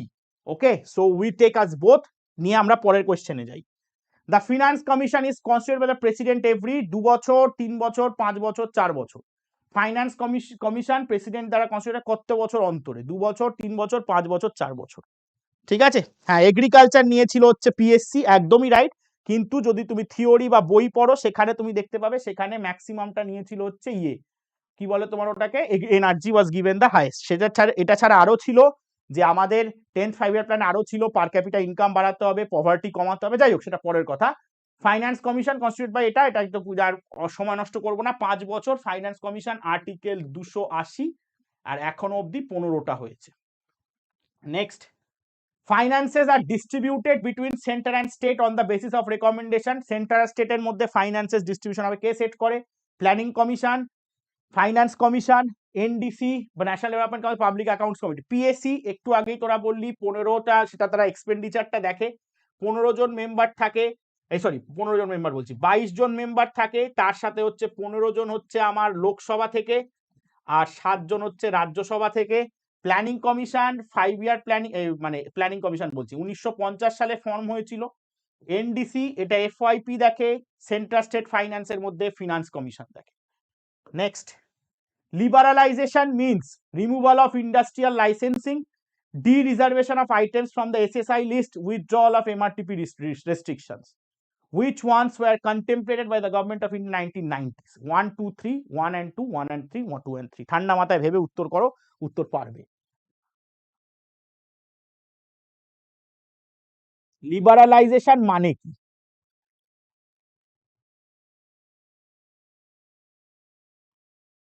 ঠিক আছে, 1990s মানে 1991। বেশ, প্রথমটা পড়ি। ইন্ডাস্ট্রিয়াল লাইসেন্সিং তো ডেফিনেটলি, এখানে কোনো সময় লাইসেন্সিং রাজ বা লাইসেন্স রাজ উঠে গেল, আমি তোদেরকে পড়েছিলাম। এবং ডি রিজার্ভেশন, না রিজার্ভেশন এখানে কোনো গল্প নেই। এমআরটিপি রেস্ট্রিকশন, এমআরটিপি অ্যাক্ট 1969 এটা এসেছিল, সেটাও তুলে নেওয়া হয়েছিল। অতএব 1 আর 3 কোন অপশন আছে? C, C is the correct answer. ঠিক আছে, লিবারালাইজেশন 1991 থেকে শুরু হয়। ওকে, ইন্ডাস্ট্রিয়াল লাইসেন্সিং তুলে নেওয়া হয়, লাইসেন্সিং রাজ বা licensing raj comes to an end. হ্যাঁ, ডি রিজার্ভেশন মানে রিজার্ভেশনটাকে আবার চালু করে দেয় না, তা নয়, ওর এসএসআই লিস্টে ওটা কিচ্ছু করা হয়নি। এমআরটিপি রেস্ট্রিকশন 1969 যে এমআরটিপি, সেটাকে রেস্ট্রিকটিভ ট্রেড, সেটাকে তুলে নেওয়া হয়েছিল, তুলে না হলে রেগুলারাইজেশন আসতে পারত। Next, what is the revised target rate of growth in the 11th plan? What is the revised target rate of growth in the 11th plan? 8%, 8.5%, 9%, 10%। 11th প্ল্যানের রিভাইজ টার্গেট কত? 11th প্ল্যানের রিভাইজ টার্গেট কত? 8, 8.5, 9, 10। 11th প্ল্যানের revise target বলেছে, revise target. ঠিক আছে, revise target,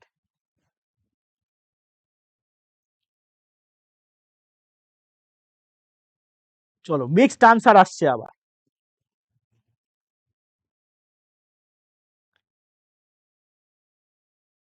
প্রীতি বলেছে C, Azhar বলেছে সি, অঞ্জনা সি, আবু বাকার সিদ্দিকি 9% বলেছে। ঠিক আছে, বেশ, এটা অ্যাবসলিউটলি রাইট, তোমরা একদমই ঠিকঠাক উত্তর দিয়েছো। অনেকে আবার বি বি বি করছে, না বিটা হবে না ভাই। ঠিক আছে, বিটা হওয়ার কথা 8.5% নয়, দ্য কারেক্ট আনসার ইজ 9%। ঠিক আছে, এবার অনেক জায়গায় 10% ছিল, কিন্তু বিএসসি অ্যাকসেপ্ট করেছিল 9%। 9% ইজ দ্য কারেক্ট আনসার। ঠিক আছে, এবারে যেটা এখানে একটা উত্তর বলি, এখানে অ্যাবসলিউটলি কারেক্ট অ্যান্সার যেটা হচ্ছে, অ্যাবসলিউটলি কারেক্ট যদি বলো, সেটা হচ্ছে 8.1% রিভাইজড। অতএব যদি 8.1 অপশানে থাকে, মানে এই অপশানটা কেটে এখানে যদি 8.1% থাকতো, তাহলে কিন্তু ডি হতো অপশান। যেহেতু নেই, we will take at C, আমরা সিটাকে ধরবো। 8 নয়, কারণ 8 থেকে বাড়িয়ে করা হয়েছিল, 8.5 নয়, দ্যাট ইজ ওয়াই সি কে ইনক্লুড করা হবে। 8.1% অ্যাবসলিউটলি, থ্যাংক ইউ অদিতি, 8.1% কিন্তু রিভাইজড হয়েছিল। কেউ বলতে পারবে তোমাদের মধ্যে 11th প্ল্যানের ইয়ার কত থেকে কত? বলতে পারলে ভালো, খুশি হব। Next, which of the following industries has shown a high rate of growth since 1980? 1980 দশকের পর থেকে কোন এর মধ্যে কোন ইন্ডাস্ট্রি সব থেকে বেশি হাই রেট দেখেছে? Capital good, intermediate good, consumer durable good, consumer non durable good. Capital goods মানে আমরা জানি যেটা ক্যাপিটাল মানে মানে ফাইনালি যেটা প্রোডাকশনে কাজে লাগছে বা যেটা আরো প্রোডাকশন বাড়াতে কাজে লাগে। ইন্টারমিডিয়েট গুডস প্রোডাকশনের মাঝের জিনিসটা মানে লেচিটা। ক্যাপিটাল গুডস মানে রেডি টু বি সোল্ড, মানে ফিনিশ গুডস বলতে পারো। কনজিউমার ডিউরেবল গুডস মানে যেটা বেশি দিন ধরে টিকবে। নন বেশি দিন মানে বেশি দিন কোনো ফার্নিচার হতে পারে।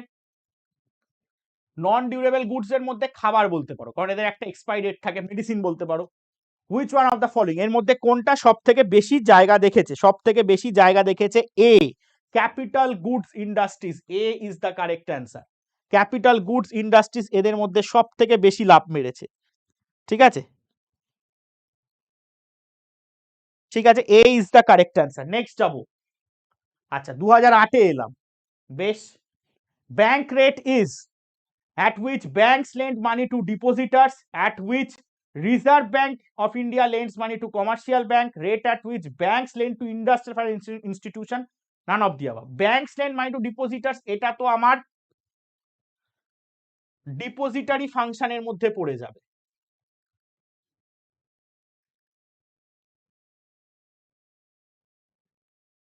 ঠিক আছে, এটা হবে না। লোন টু ইন্ডাস্ট্রিয়াল ফাইন্যান্স না, এটা ঠিক ওরম ভাবে নয়। at which রিজার্ভ ব্যাংক, এইটা ঠিক আছে। Present bank rate, bank rate হচ্ছে আরবিআই লোন দিচ্ছে কমার্শিয়াল ব্যাংককে, যেটা হচ্ছে লং টার্ম। আর এখন প্রেজেন্ট ব্যাংক রেট যতদূর আমি জানি 6.75%, তাই তো? না কত? ব্যাংক রেট এখন কারেন্ট বোধহয় 6.75% দাঁড়িয়ে আছে, না ভুলও হতে পারি, গুলিয়ে গেছে আমার।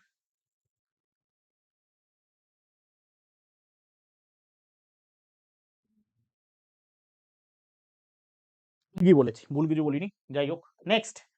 Finance commission is, finance commission K? organization to prepare annual budget, organization to find out financial resources for financing 5-year plans, constitutional body appointed by president every 5 years to review center state financial relationship, permanent body to supervise center state financial relationship। দেখো finance commission কি করে উত্তরটা সহজ করে নেবে, একটু আগেই পড়েছো যে তোরা ডিস্ট্রিবিউশন দেখে আর্টিকেল 280, তার মানে এটা কনস্টিটিউশনের মধ্যে ইনক্লুডেড। কনস্টিটিউশনাল বডি কোথায় আছে? সিম্পল, উত্তর সি। আর্টিকেল 280 যখন মেনশন করছে তার মানে ওটা definitely included in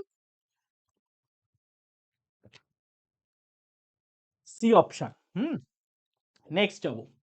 fiscal policy refers to agriculture, fertiliser policy, rural credit policy, interest policy related to revenue and expenditure. উত্তরটা কি সোজা দেখ, বলেছে ফিসকাল পলিসি কি? ফিসকাল পলিসি কি? ফিসকাল ডেফিসিট থেকে উত্তরটা পেয়ে যেতে পারি। ফিসকাল পলিসি আমরা কি ক্ষেত্রে পড়েছিলাম? ট্যাক্সের ক্ষেত্রে পড়েছিলাম। ট্যাক্স কোথা থেকে এসেছিল? বাজেট থেকে এসেছিল। বাজেটের মধ্যে কি ছিল? ইনকাম ছিল আর এক্সপেন্ডিচার ছিল। ইনকামের মধ্যে ইনকামের মধ্যে রেভিনিউ ইনকাম ছিল আর ক্যাপিটাল ইনকাম ছিল, আর রেভিনিউ ইনকামের মধ্যে ট্যাক্স ছিল। অতএব D is the correct answer. এই চারটা যদি এরকম ভাবে পড়তে পারিস তাহলেই ক্লিয়ার হয়ে যাবে। কে আর আটকায়? কেউ আটকায় না। চলো D. Next, who maintain foreign exchange reserve in our country? ভালো কোয়েশ্চেন। ফরেন এক্সচেঞ্জ রিজার্ভ কিছুদিন আগে ফরেন ট্রেডে আমরা পড়েছি, সেটা কে মেনটেন করে? Reserve bank of India, state bank of India, ministry of Finance, Government of India, export import. Reserve bank of India RBI 1935 সালে establish, state bank of India 1950 সালে, ministry of finance তো finance commission, export import bank 1982। Foreign exchange reserve কে maintain করবে? Definitely reserve bank of India, central ব্যাংকে এটা করে থাকে। Next, industrial licensing was finally abolish. দেখ ইন্ডাস্ট্রি থেকে আসা কোয়েশ্চেন, মিল পাচ্ছিস? মিল পাচ্ছিস? Was abolished in industrial policy 70, industrial policy 80, industrial policy 91, industrial policy 95। এখান থেকে কিভাবে নেগেট করতে পারবি? ইন্ডাস্ট্রিয়াল পলিসি গুলো এসছিল কোন কোন ভাবে? 48-এ, 56-তে, 70, হ্যাঁ 48, 56-তে, তারপর হচ্ছে তোর 70, 80, 91। ঠিক আছে, তো সেই জায়গা থেকে এখানে এই যখন 91 আর 1980 এই দুটো ছাড়া আরেকটা আছে বলছি, সরি এটা আগে লিখবো। মানে যেটা বলছি ইন্ডাস্ট্রিয়াল পলিসি 1995-এ তো কিছু আসেই, কেন কথাটা বলতে যাচ্ছিলাম, ইন্ডাস্ট্রিয়াল পলিসি 1995-এ কিছু আসেইনি, অতএব 1995-এ আমরা যাবই না। ঠিক আছে, ইন্ডাস্ট্রিয়াল লাইসেন্সিং কবে এসেছিল? ইন্ডাস্ট্রিয়াল লাইসেন্সিং মানে যখন আমরা দেখতে যাব আর কি, বা ইয়েটা করবো, ইন্ডাস্ট্রিয়াল লাইসেন্সিং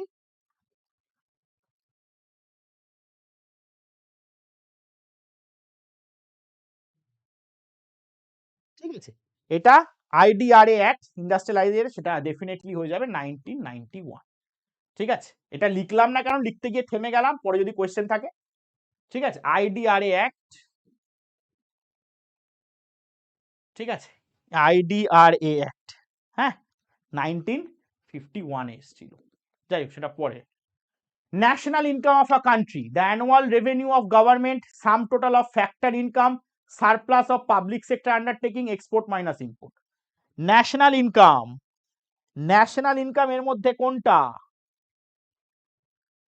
ন্যাশনাল ইনকাম এর মধ্যে কোনটা? 48, 56, 77, 80, 11 আমি বলতে বলেছি?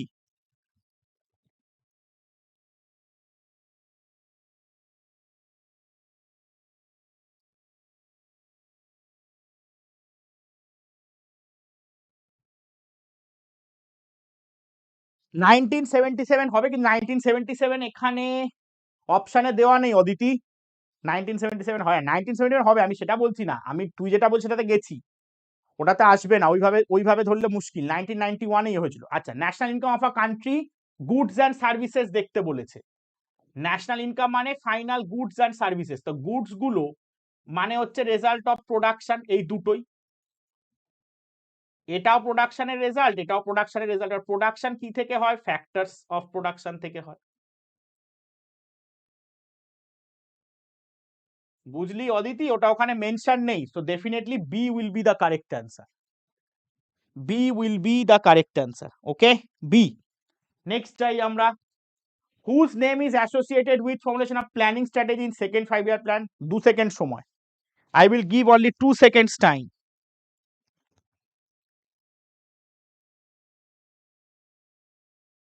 ঠিক আছে, I will give only 2 seconds time, আর তার থেকে বেশি দেবো না। মহাত্মা গান্ধী নয়, নেহেরু নয়, মহালনবিশ, প্রশান্ত চন্দ্র মহালনবিশ।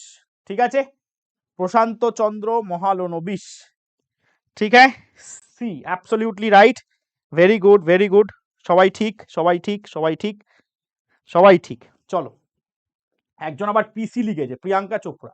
The 11th 5 year plan is setting the stage for 11% economic growth, 9% economic growth, 10% economic growth, 8% economic growth. উত্তর কর, 11th 5 year প্ল্যান কতর জন্য স্টেজ করছে, কত পার্সেন্ট ইকোনমিক গ্রোথের জন্য?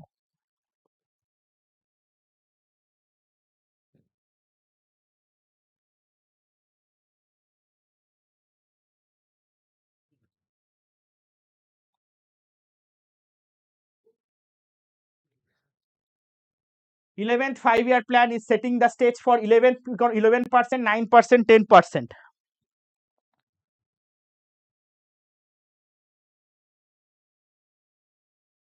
চলো, কেউ সবাই একদিকে যেহেতু গেছে, আমরা আর অন্যদিকে যাব না। ঠিক আছে, কিন্তু এখানে সবাই একদিকে গিয়ে,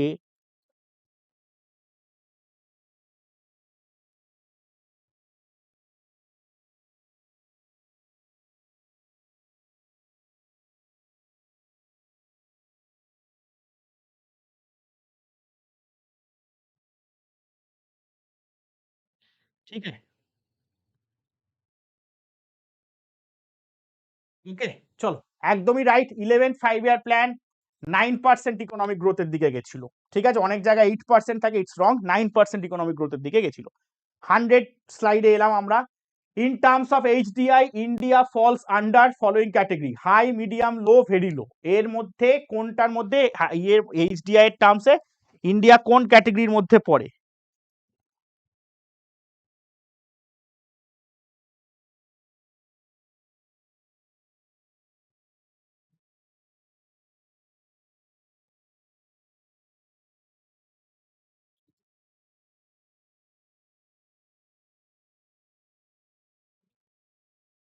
আগেরটা, আগেরটা 9%। তো 11th 5 year plan setting the stage for, ভালো করে দেখিস, ভালো করে দেখিস। আচ্ছা আচ্ছা আচ্ছা, 1 minute, 1 minute, 1 minute, 1 minute, 1 minute, 1 minute.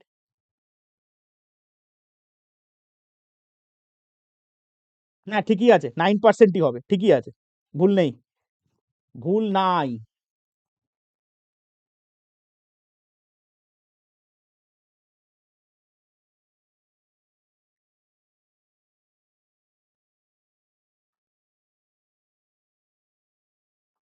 ঠিক আছে, টার্গেটেড, এখানে তোরা যেটা গুলিয়েছিস, কোথায় গুলিয়েছিস আমি বলছি, যেটা টার্গেটেড গ্রোথ দেয় ওটা ওভারঅল গ্রোথ, ঠিক আছে। এখানে কি বলেছে, ইকোনমিক গ্রোথ, মানে কিসের টার্মসে ধরবি, জিডিপি। টার্গেটেড গ্রোথ দিয়েছিল যেটা শুধু ওভারঅল, সেটা ছিল 8.1%, ঠিক আছে, এখানে গুলিয়েছিস। আচ্ছা, ইন টার্মস অফ রেভিনিউ এখানে ভারতের র্যাঙ্ক হচ্ছে 132তম, লাস্ট রিপোর্ট বা লাস্ট ইয়ে পাবলিশড অনুযায়ী, ঠিক আছে, এইচডিআই র্যাঙ্ক, অতএব এখান থেকে আমরা মিডিয়াম কান্ট্রির মধ্যেই বিলং করব, absolutely right. Next, primary emphasis during second plan was laid on the development of rural area, basic industry, for industry, consumer industry, ঠিক আছে। এইচডিআই র্যাঙ্ক 132, একদমই, একদমই, ঠিক আছে, 1 নম্বরে সুইজারল্যান্ড রয়েছে।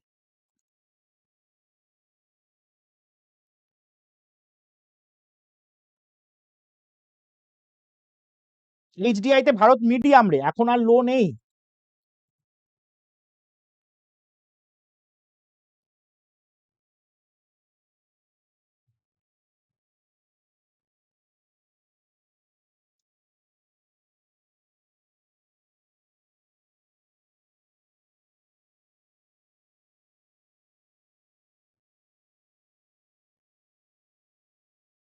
ঠিক আছে, কেন মধুরিমা আমি বলছি, এইচডিআই তে যেটা আমাদের তোর এইচডিআই এর যে ইন্ডেক্স আছে না, ওটার একটা ইন্ডেক্সে মিডিয়াম যারা,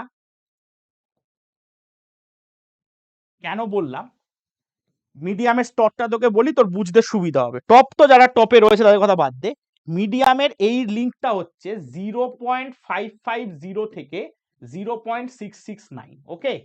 ইন্ডিয়ার ক্ষেত্রে এই 0.550 থেকে 0.0669, ইন্ডিয়ার ক্ষেত্রে এটা হচ্ছে 0.633। এবার বুঝলি কেন ইন্ডিয়া মিডিয়ামে, ওই জন্য।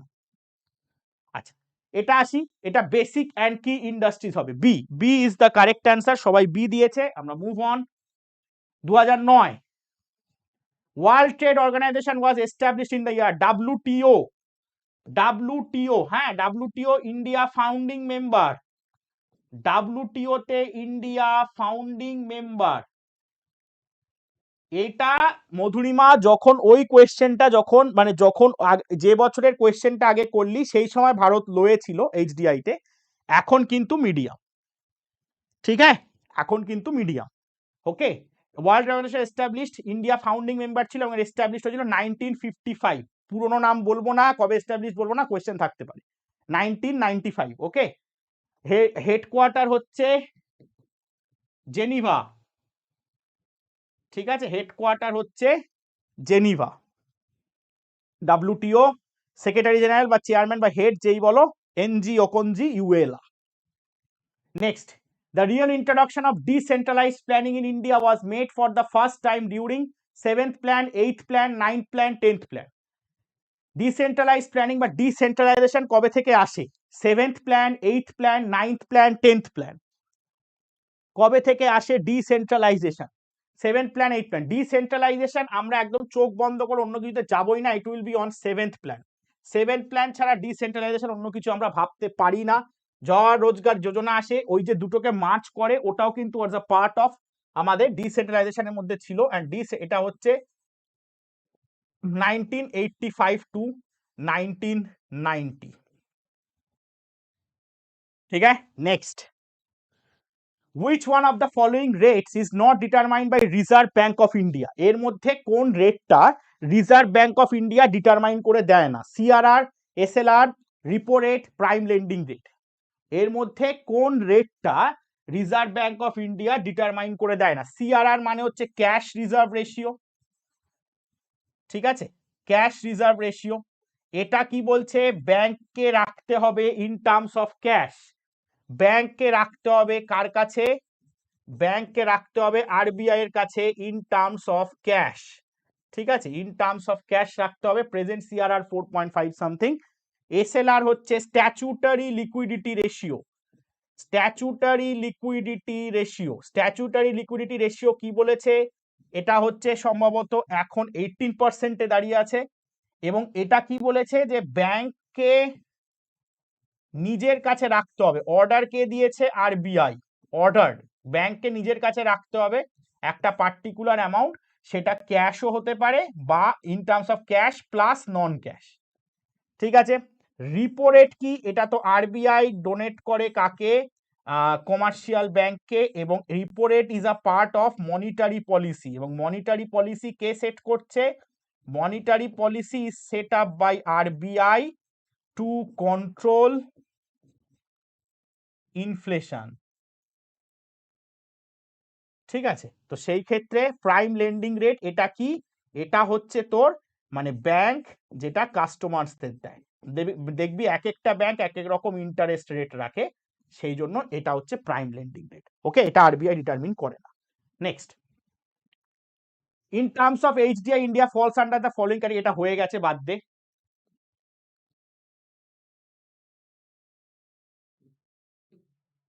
Next, which of the following tax is not under the jurisdiction of central government, এর মধ্যে কোন ট্যাক্সটা সেন্ট্রাল গভর্নমেন্টের আন্ডারে নয়, মানে সোজা কথা স্টেট ট্যাক্স, কোন ট্যাক্সটা সেন্ট্রাল গভর্নমেন্টের আন্ডারে নেই, তার মানে কোনটা হচ্ছে স্টেট ট্যাক্স, ঠিক আছে, কোনটা হচ্ছে স্টেট ট্যাক্স। চন্দন রিপো রেট 4.50, একটু চেক করিস বাবা, চন্দন রিপো রেট 4.50 নয়,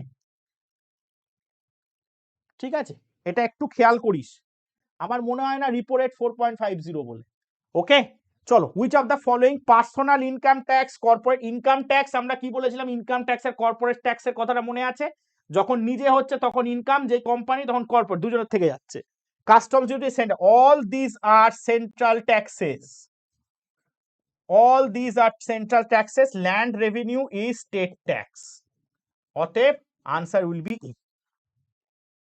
next, which of the fall, আচ্ছা আবার সেম কোয়েশ্চেন কেন দুবার করে রিপিট হয়েছে, the basis for determination of dearness allowance, মানে ডিএ যেটা নিয়ে এত সমস্যা, of urban salaried workers in India is wholesale price index, consumer price index, CPI for agriculture labourer, CPI for non manual employees. মনে করে দেখ, inflation পড়ানোর সময় এটা পড়িয়েছিলাম, ইনফ্লেশন পড়ানোর সময় এটা পড়িয়েছিলাম, ঠিক আছে। ডিয়ারনেস অ্যালাউন্স এর মধ্যে কার মধ্যে পড়ে, ডাব্লিউপিআই না এগ্রিকালচার লেবারার না সিপিআই, শুধু সিপিআই এর মধ্যে আমার ডিয়ারনেস অ্যালাউন্স পড়ে, সিপিআই। এবং ভারতে এখন ইন্ডিয়াতে ইনফ্লেশন মেজার্ড হচ্ছে, এখন ইন্ডিয়াতে ইনফ্লেশন মেজার্ড হয় CPI কম্বাইন্ডে,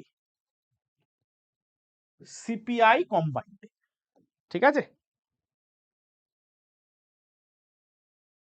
next, national development council, বাবা এই ডাব্লিউবিপিএসসি ন্যাশনাল ডেভেলপমেন্ট কাউন্সিলকে হেভি পছন্দ, approval of 5 year plans, poverty alleviation programme, rural development programmers, preparation of development plans.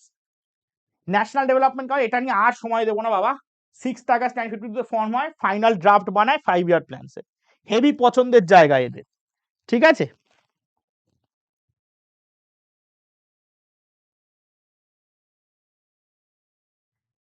একটু তোমার জুয়েল, একটু তোমার ইয়ার একটু গুলিয়ে গেছে, ঠিক আছে, একটু দেখে নিও ওটা। নেক্সট যাবো, একটু এগুলো গুলিয়েছে, the slogan Garibi Hatao was included in which 5 year plan, वो कहते हैं इंदिरा हटाओ मैं कहती हूँ गरीबी हटाओ, ইন্দিরা গান্ধী বলেছিলেন, third plan, fourth plan, fifth plan, sixth plan, included in which, এবার এখান থেকে একটা প্রশ্ন আসতে পারে যে কোন 5 year প্ল্যান একদম পভার্টিকে টার্গেট করে গ্রো করেছে, তোর উত্তর আসবে কিন্তু ফিফথ 5 year প্ল্যান, হ্যাঁ। তো ডেফিনেটলি সেটাকে যদি তুই টার্গেট করিস, কোনটা হবে, third plan, fourth plan, fifth plan, sixth plan, এইটার মধ্যে slogan Garibi Hatao was included in which 5 year plan, ঠিক আছে, এটা উত্তর আসবে ডেফিনেটলি সি। কিন্তু যদি বলে যে গরিবি হটাও স্লোগানটা কে দিয়েছিল, এটা তো ইন্দিরা গান্ধী দিয়েছিলেন, এ কথা বাদ দে, কিন্তু এটা দিয়েছিলেন কিন্তু 1971-এ একটা election campaign,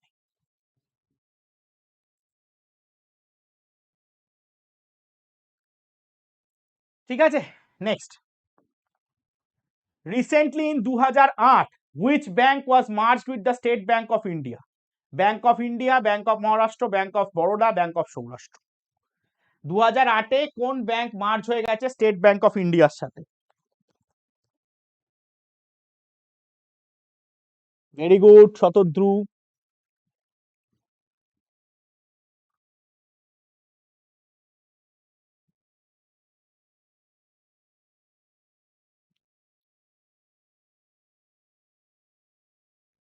absolutely right, Bank of Saurashtra. 2008-এ স্টেট ব্যাংক অফ ইন্ডিয়ার সাথে মার্জড হয়ে গেছে Bank of Saurashtra. Very good. Next, the draft 11th 5-year plan aims to achieve an average annual growth. এইবার ভাব, এইবার ভেবে উত্তর কর। The draft achieves to achieve annual growth rate 11th 5-year plan. এইবারের তফাৎটা মোনালিকা বুঝতে পারবি, যেটা তখন ভুল হয়েছিল, যে AIIMS to achieve an annual growth. এইবার ভেবে উত্তর কর, এইবার ভাব, এইবার দেখ দুটো কোয়েশ্চেনের মধ্যে তফাৎ দেখতে পেয়েছিস? কোথায় তফাৎটা হয়েছে? অ্যানুয়াল, ওইটা যখন ইকোনমিক বলেছে জিডিপি ধরে ভাববি বাবা, এটা কিন্তু অ্যানুয়াল গ্রোথ বলেছে, অতএব সেই বুঝে আনসার করিস। হ্যাঁ, এইটা হলো প্রশ্নের তফাৎটা। ঠিক আছে, the draft 11th 5-year plan.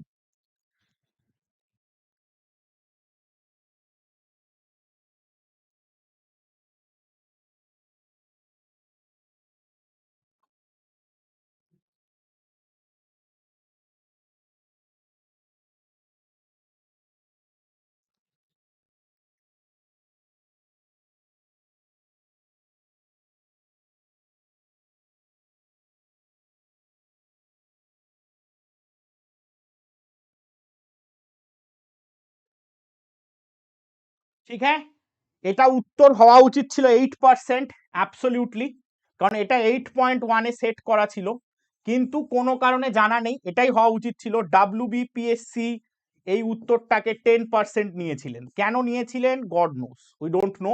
উত্তর হওয়া উচিত এ, বিকজ 8.1%-এ সেট করা হয়েছিল রিভাইজ টার্গেট। ওকে,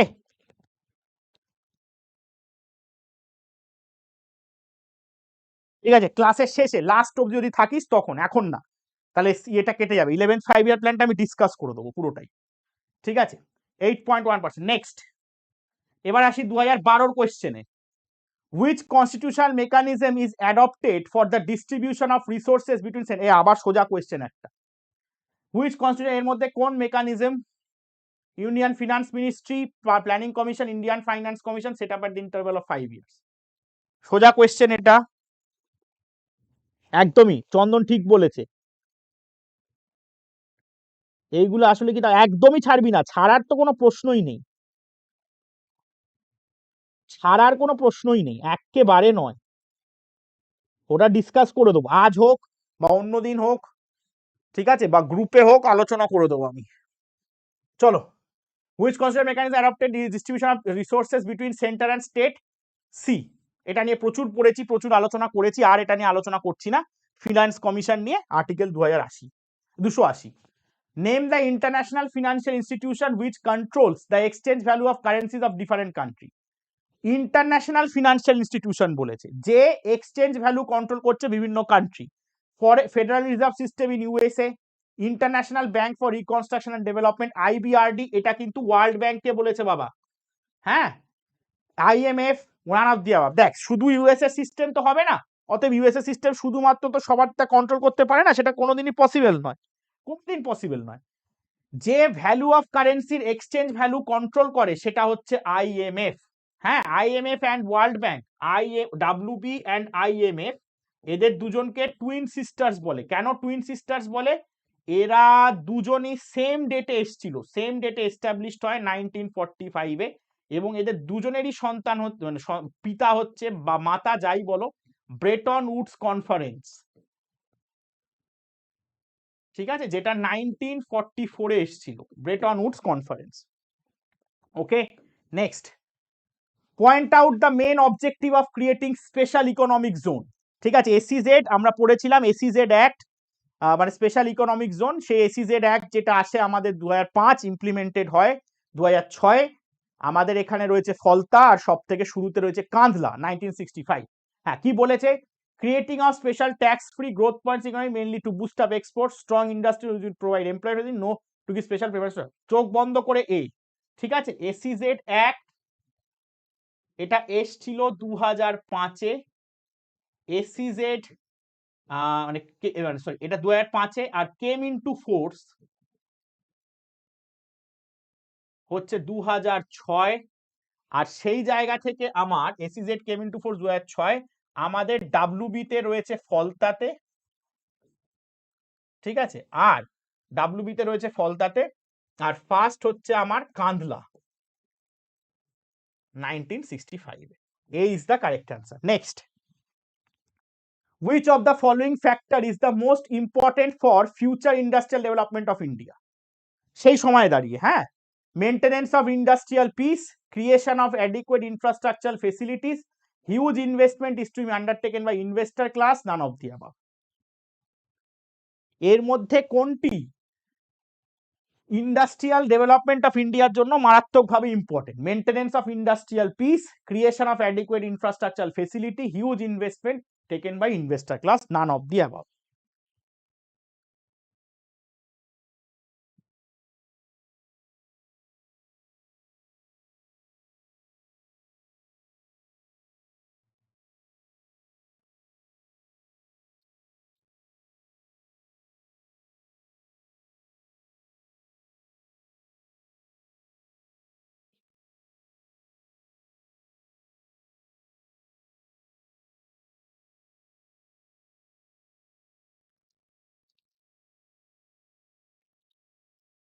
মণিকাঞ্চন, মণিকাঞ্চন সেটা কি?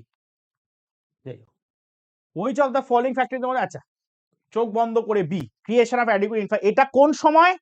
ওই যখন আরেকটা কোয়েশ্চেন পড়েছিল মনে আছে, যখন ইন্ডাস্ট্রিয়াল ইয়ের অসুবিধা ছিল, এইটা হচ্ছে সেই সময় আগেকার, এখন কিন্তু ঠিকঠাক হয়ে গেছে সবকিছু, ইন্ডাস্ট্রি হচ্ছে, অতএব B is the correct option. Next যা, name the programme of the poverty alleviation launched by the government of India which was immensely benefited the rural power. বেশ, Jawahar Rozgar Yojana, Indira Gandhi rural housing programme, national rural employment guarantee programme, food for work programme. চলো answer করো।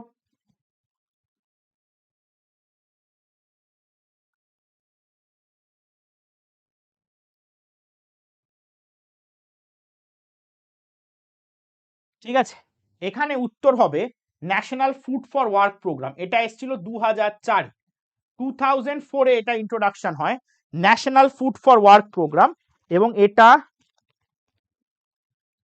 ও আচ্ছা, মণিকাঞ্চন sector 5-এ, হ্যাঁ আচ্ছা ওই মণিকাঞ্চন, আচ্ছা ভয় পেয়ে গেছি, হ্যাঁ হ্যাঁ হ্যাঁ, আমি ওটা পেরিয়ে চলে এসেছি অবশ্যই। না না, মণিকাঞ্চন ওটা তো আছে সেক্টর 5, ওটা আলাদা, ওটা আলাদা ভাই, ওটার সাথে এখানে ইনক্লুড করো না, ঠিক আছে? মণিকাঞ্চন ওটা এখানে নয়, স্পেশাল ইকোনমিক জোন যেটা তুমি বলছো সে ইয়েতে রয়েছে, ওটা এখানে নয় বাবা, ঠিক আছে? এখানে নয় বলতে এখানে এটা কাজে আসবে না, এখানে ফলতা থেকে ফার্স্ট আমাদের এখানে কিন্তু ফলতাই। ওকে, চলো, মিনিস্ট্রি অফ রুরাল ডেভেলপমেন্ট থেকে এসছিল, আচ্ছা যেটা বলছিলাম, আচ্ছা যাই হোক, পুরো কার কেটে গেছে, 2004-এ মিনিস্ট্রি অফ রুরাল ডেভেলপমেন্ট থেকে এসছে। তাই ভাবি হঠাৎ করে মণিকাঞ্চন আমার পুরো মাথা থেকেই বেরিয়ে গেছে, কোয়েশ্চেনটা ছেড়ে চলে এসেছি। মিনিস্ট্রি অফ রুরাল ডেভেলপমেন্ট এসেছিল, ছড়িয়ে পড়েছিল কটা, 150 ডিস্ট্রিক্টসে, ঠিক আছে? Food for work programme. Next, which institution is directly concerned, which institution is directly connected with the framing of Indian monetary policy? এক বিন্দু সময় দেব না এটার জন্য। ইন্ডিয়ান মনিটারি পলিসি কে বানায়? এখানের মধ্যে Reserve bank of India, state bank of India, LIC, Industrial Development Bank of India, IDBI আর কি, রিজার্ভ ব্যাংক অফ ইন্ডিয়া, চোখ বন্ধ করে, এটা নিয়ে আর কিচ্ছু বলবো না। এই মনিটারি পলিসি ইনফ্লেশনকে কন্ট্রোল করতে, ঠিক আছে, dial country framing of Indian monetary K control করে? রিজার্ভ ব্যাংক অফ ইন্ডিয়া, ঠিক আছে? Reserve bank of India monetary policy frame করতে কাজে লাগায়। বি, ডি, চন্দন, ফ্রেমিং ইন্ডিয়ান পলিসি, এই উত্তরটা ভুল করছে, হায় ভগবান।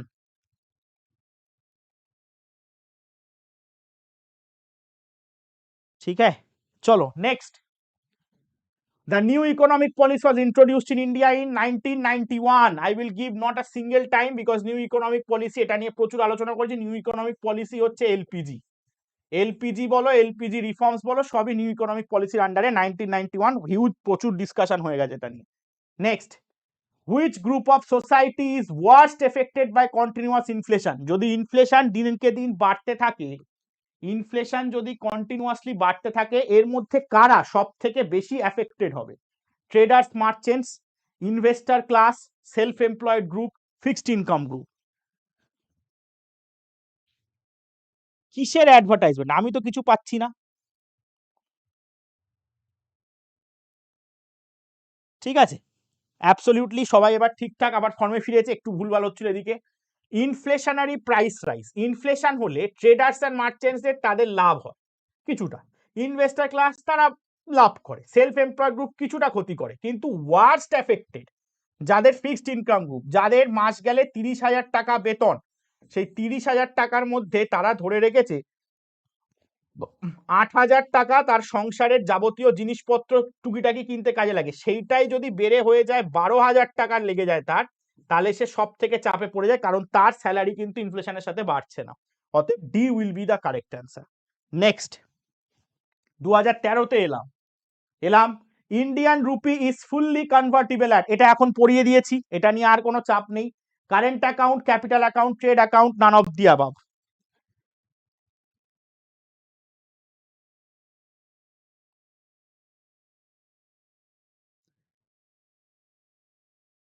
অ্যাড আসছে, জানি না, তোর এই ব্যাপারটা সত্যি আমি জানি না।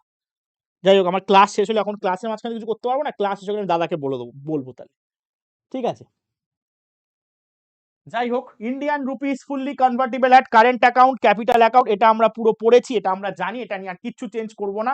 Trade account, current account will be the correct answer, এটা আমরা পড়েছি। বা ফরেন ট্রেড পড়তে গিয়ে যে কারেন্ট অ্যাকাউন্টে ইন্ডিয়া রুপিকে ফুললি কনভার্ট করা যায়। Next, Mahalanobis strategy of Indian planning gave emphasis to, সোজা কোয়েশ্চেন, নিয়ে হয়েছিল সেকেন্ড 5 ইয়ার প্ল্যানে মহালনবী স্ট্র্যাটেজি। ঠিক আছে, এনার নামের ইয়েতেই ওয়ার্ল্ড স্ট্যাটিস্টিক্স ডে পালন করা হয়, আইএসআই, ইন্ডিয়ান স্ট্যাটিস্টিক্যাল ইনস্টিটিউট, ওনার ডেভেলপমেন্টেই। ফার্স্ট স্ট্যাটিস্টিক্যাল নিউজ পেপার সংখ্যা, সেটাও উনি পাবলিশ করেছিলেন। যাই হোক, অনেক তথ্য দিলাম। আর এখানে কোনটা সেকেন্ড 5 ইয়ার প্ল্যান কিসের উপরে? ইন্ডাস্ট্রিয়াল, অতএব definitely heavy capital goods, industrial sector, C is the correct answer. C, absolutely C is the correct answer. Very good, very very good. বাবা 2 ঘন্টা ধরে ক্লাস করছে টানা। Share of the sector in India's GDP is highest, এখনকার রেসপেক্টে বলবি, এখনকার রেসপেক্টে বলবি। Agricultural sector, industrial sector, service sector, foreign trade sector.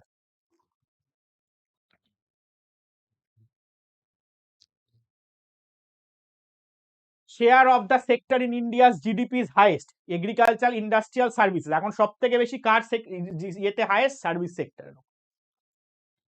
ঠিক আছে, সার্ভিস সেক্টরে সব থেকে বেশি। Good, very good. নেক্সট চাই আমরা, panchayat in West Bengal are authorise to collect income tax, sales tax, toll tax, water tax, land revenue. ঠান্ডা মাথায়, ঠান্ডা মাথায় ভেবে, একটু ঘোরানো কোয়েশ্চেন, ঠান্ডা মাথায়। পঞ্চায়েতদের মধ্যে এর মধ্যে কোন রাইটটা আছে? দেখ, ইনকাম ট্যাক্স এরা কখনোই কালেক্ট করতে পারবে না, because it's a central tax. Similarly sales ট্যাক্সও এরা পারবে না। বাকি এর মধ্যে এই দুটোর মধ্যে চিন্তা কর, টোল ট্যাক্স, ওয়াটার ট্যাক্স আর ল্যান্ড রেভিনিউ, কোনটা এর মধ্যে এরা কালেক্ট করতে পারে? ঠান্ডা মাথায় ভেবে উত্তর কর। ঠিক আছে, ঠান্ডা মাথায় ভেবে। Good, very good, absolutely right. Toll taxes and water taxes, absolutely right, very good. ठीक है, वेरी गुड। চল, national rural employment guarantee scheme, NREG, এটা ভালো করে দেখে যাবি, আমি আজকে ক্লাসের শেষে কিছু বলেও দেবো কোন কোন পার্টগুলো ভালো করে একটু পড়ে যেতে। Scheme gives right to employment for 70 days, 200 days, 100 days, 30 days। NREGA, A Y, এই স্কিমগুলো খুব ভালো করে দেখে যাস, ওই এগ্রিকালচার সাথে যে স্কিমগুলো আছে।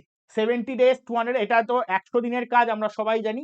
এনআরইজিএ যেটা হচ্ছে 2005 যে অ্যাক্ট এসছে, এটার সামনে এমজি যোগ হয়ে Mahatma Gandhi national rural employment guarantee act 2005, 100 days, 100 দিনের কাজের মধ্যে এটা ইনক্লুড, মানে এটা কিন্তু রুরাল বেস বা সেলফলেস যারা কাজের বিয়ে করতে যায় তাদের একটা মানে ল্যান্ড, মানে যেটা বলে যে তাদেরকে কাজের ক্ষেত্রে ইমপ্রুভমেন্ট আসে। ঠিক আছে, ওকে। নেক্সট, বিপিএল মিনস, এটা একটা কোয়েশ্চেন হলো, নিজেরা পড়, নিজেরা উত্তর কর, আমি চুপচাপ থাকি। বিপিএল মানে কি, কিছু বলার নেই আমার। BPL means below poverty line, behind public litigation, beyond private, barren public land. BPL মানে হচ্ছে ব্যারেন পাবলিক ল্যান্ড, তাই তো? কখনোই নয়, বিপিএল মানে হচ্ছে বিলো পভার্টি লাইন। এইটা যদি আমার পভার্টি লাইন হয়, আচ্ছা কমেন্ট করে জানা কে পভার্টি লাইনের কনসেপ্ট দিয়েছিল ফার্স্ট। এই পভার্টি লাইনের ওপরে যারা, তারা হচ্ছে এপিএল, মানে অ্যাবাভ পভার্টি লাইন।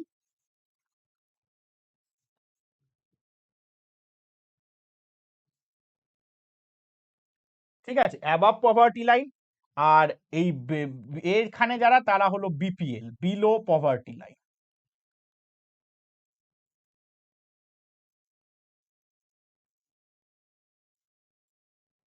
ঠিক আছে, বিহার বিলো পভার্টি লাইন। কে কমেন্ট কে দিয়েছিল প্রথমে? চলো নেক্সটে যাই আমরা।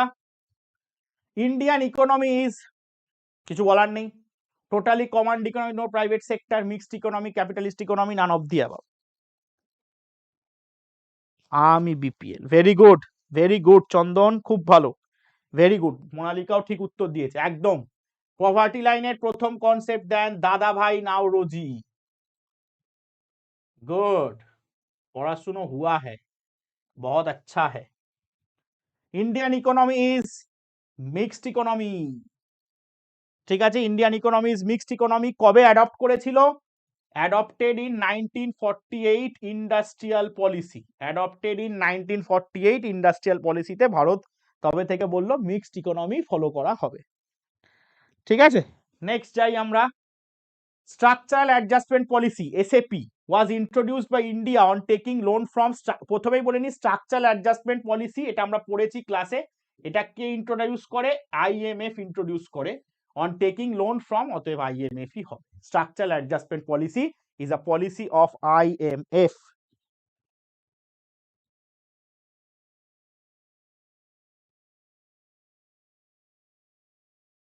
স্যার আপনিও একটু অপশানও চেঞ্জ করেন না, এখানে করবো না মিনারুল, প্রিভিয়াস ইয়ার কোয়েশ্চেন্স তো, এখানে অপশান চেঞ্জ করার কোনো বালাই নেই।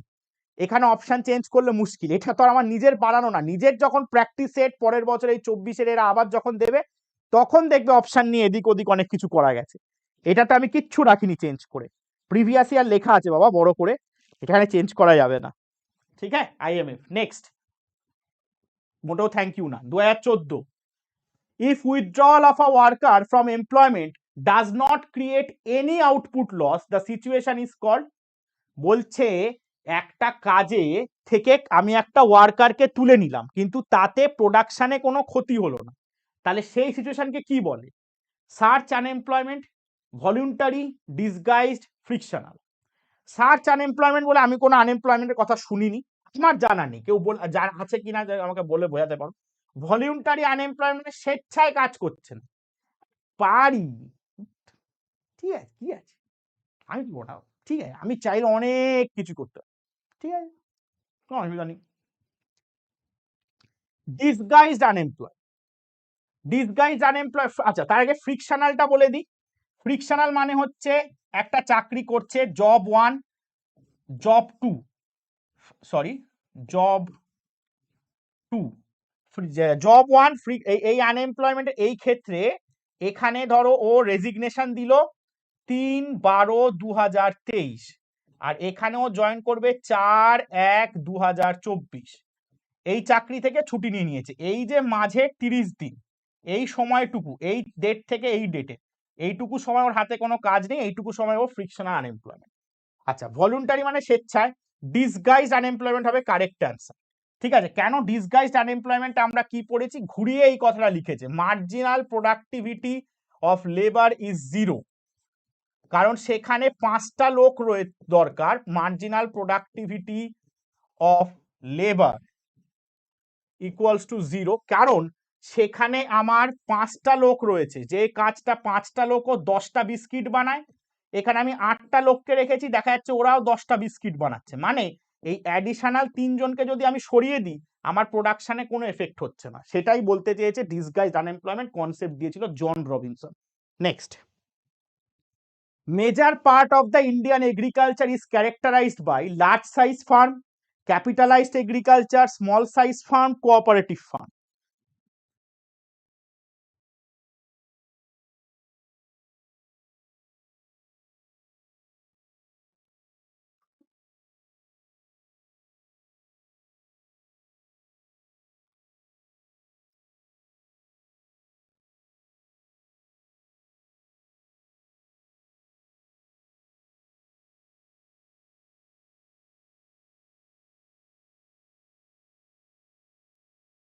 ঠিক আছে, অ্যাবসলিউটলি রাইট। 86.2%, 86.2% কাজ করে স্মল সাইজ ফার্মে, অতএব C is the correct answer. ঠিক আছে, next. Tertiary sector activities include, ভালো কোয়েশ্চেন, এর মধ্যে বেসিকের জায়গা থেকে কোয়েশ্চেন দেখ যে টারশিয়ারি সেক্টর এর মধ্যে কোন অ্যাক্টিভিটি গুলোকে ইনক্লুড করে? Cottage, mining, construction, infrastructure. মাঝখানে স্টুডেন্ট সংখ্যা কমেছিল, আবার স্টুডেন্ট সংখ্যা বেড়েছে একটু, কেউ কেউ আবার বোধহয় লাঞ্চ করে আবার জয়েন করেছে। ভালো, স্যারের আর কি, স্যারের খাওয়া দাওয়ার বালাই নেই। চলো, কটেজ ইন্ডাস্ট্রি হবে না, ইন্ডাস্ট্রি রয়েছে মানে তো এটা হবেই না, এটা ইন্ডাস্ট্রিয়াল সেক্টরে চলে যাবে। মাইনিং প্রাইমারি সেক্টরে চলে যাবে। কনস্ট্রাকশন এটাও প্রাইমারি ইন্ডাস্ট্রি বোথের মধ্যে চলে যাবে। ইন্ডাস্ট্রি ধর ইনফ্রাস্ট্রাকচার সার্ভিসেস, এটা চলে যাবে আমার টারশিয়ারি সেক্টর। এর মধ্যে টিচিং, টিচার, ব্যাংকিং, ঠিক আছে, তারপর ধর রেস্টুরেন্টস,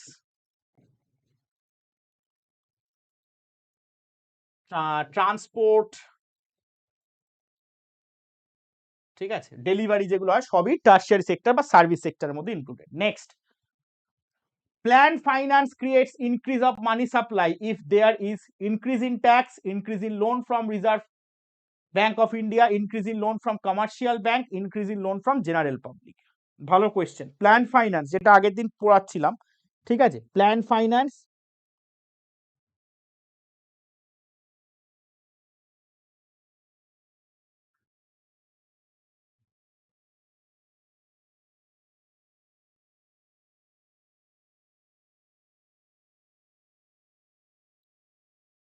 স্যার আপনি একটা ব্রেক নিন, মাথা খারাপ। आई एम स्टिल स्ट्रॉन्ग चंदन, अभी भी बहुत जान है इन हाथों में। ঠিক আছে, চলো, এখানে উত্তর কি এসছে? উত্তর এসছে ম্যাক্সিমাম কোন দিকে এসছে? পূর্ব, পশ্চিম, দক্ষিণ, উত্তর। আচ্ছা, এটা আগের উত্তরটা না, সরি আমি স্ক্রল করিনি, এই এক অভ্যাস আমার। একদমই right, increasing loan from commercial banks, absolutely. Plan finance, দেখ ইনক্রিজিং ট্যাক্সেস হলে সেটা গভর্নমেন্ট যদি অনেক সময় যেচে ইনক্রিজ করে ট্যাক্সেসে, সে ব্যাপারটা আলাদা। Loan from reserve bank of India, তাহলে তো সেটা ফাইন্যান্সের মধ্যে পড়বে না। কমার্শিয়াল ব্যাংক থেকে যখন গভর্নমেন্ট লোন করছে, কমার্শিয়াল ব্যাংক থেকে যখন গভর্নমেন্ট লোন করছে, তখন সেটা প্ল্যান ফাইন্যান্সের মধ্যে পড়বে। জেনারেল পাবলিকের থেকে জেনারেলি ওটা লোন হয় না, কারণ এখান থেকে গভর্নমেন্ট ট্যাক্স হিসেবে নেয়। ঠিক আছে, অতএব C is the correct answer. Next, in order to control inflationary price rise, Reserve Bank directs banks to, বলছে ইনফ্লেশন কন্ট্রোল করতে গেলে রিজার্ভ ব্যাংক ব্যাংকদের কি করতে বলে?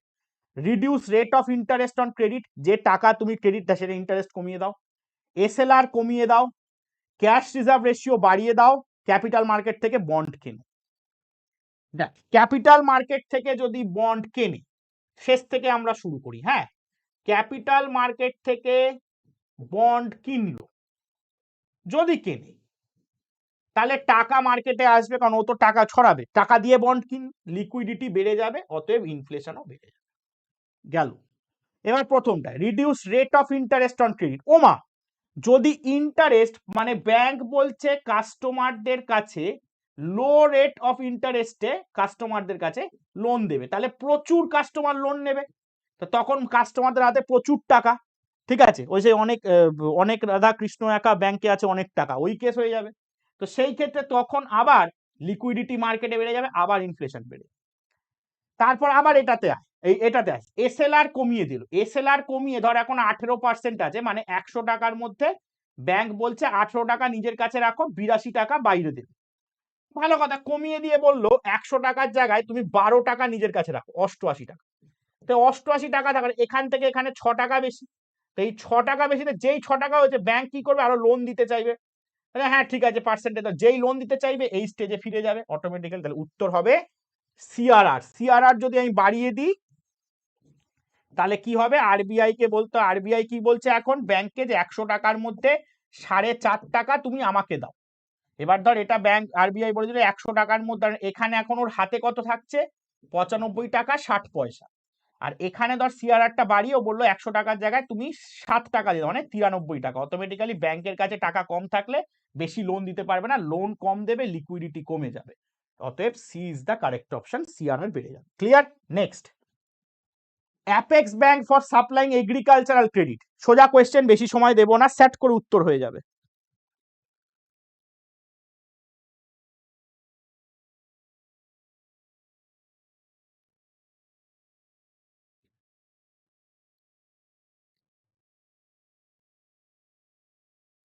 Apex bank for supplying agricultural credit, reserve bank of India, state bank of India, NABARD, B and C above. B and C, আচ্ছা না কোনো মতেই না, শুধু সি হবে। কারণ এখানে যখনই এগ্রিকালচারাল বলবে, রুরাল ক্রেডিট বা রুরাল ডেভেলপমেন্ট বলবে, চোখ বন্ধ করে নাবার্ড বলবে তুমি।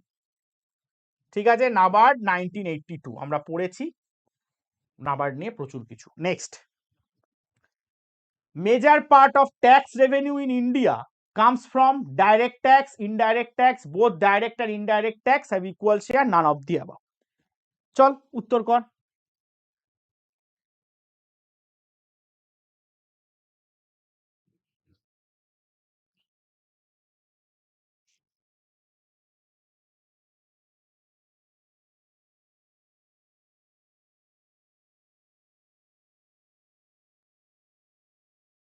Major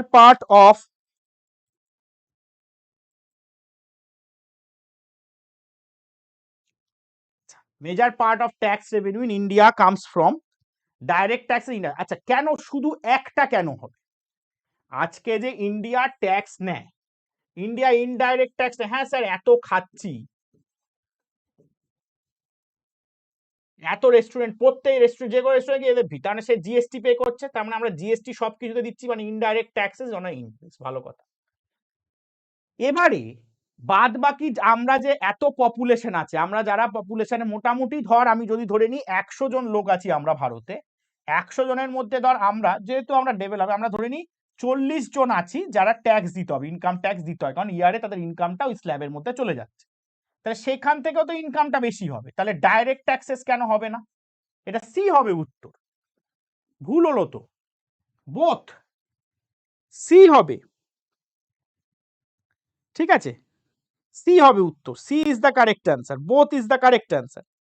এ বা ইয়ে হবে না তো, part of major part of tax revenue দুটো থেকেই কালেক্ট হচ্ছে, সি থেকেও মানে এ থেকেও কালেক্ট হচ্ছে, আমার মানে ডাইরেক্ট থেকেও কালেক্ট হচ্ছে, ইনডাইরেক্ট থেকেও কালেক্ট হচ্ছে। ঠিক আছে, সি হবে, এটা বাজে ভুল। Next, term loan for expansion of industries in India is mainly provided by commercial bank, development bank, reserve bank of India, cooperative bank. না ইকুয়াল ঠিক না, ঠিক আছে ইকুয়াল ঠিক না শতদ্রু, 50-50 না, বাট বোথের দুজনেরই আছে, দুজনেরই কন্ট্রিবিউশন আছে।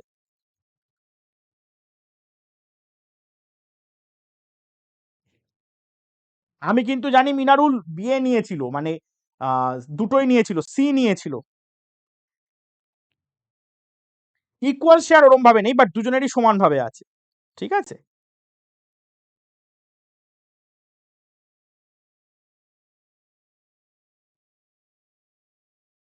আবার ভ্যারাইটি আসছে। টার্ম লোন, টার্ম লোন কে দেয়? Term loan expansion of industry. আচ্ছা ইন্ডাস্ট্রিকে, ইন্ডাস্ট্রি কি বলতে, ইন্ডাস্ট্রি হচ্ছে আমাদের একটা developing sector.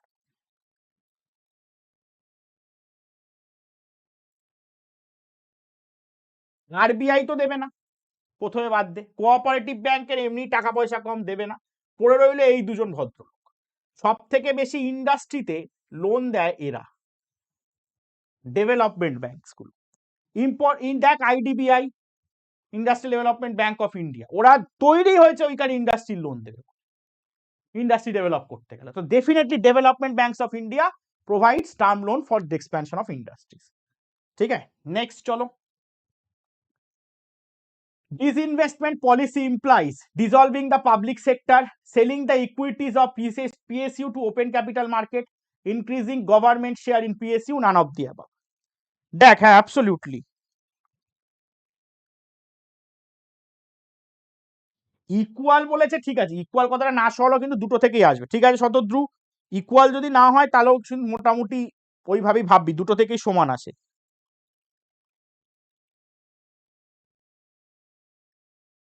Good, seed B মুদ্রা সবই বলেছে।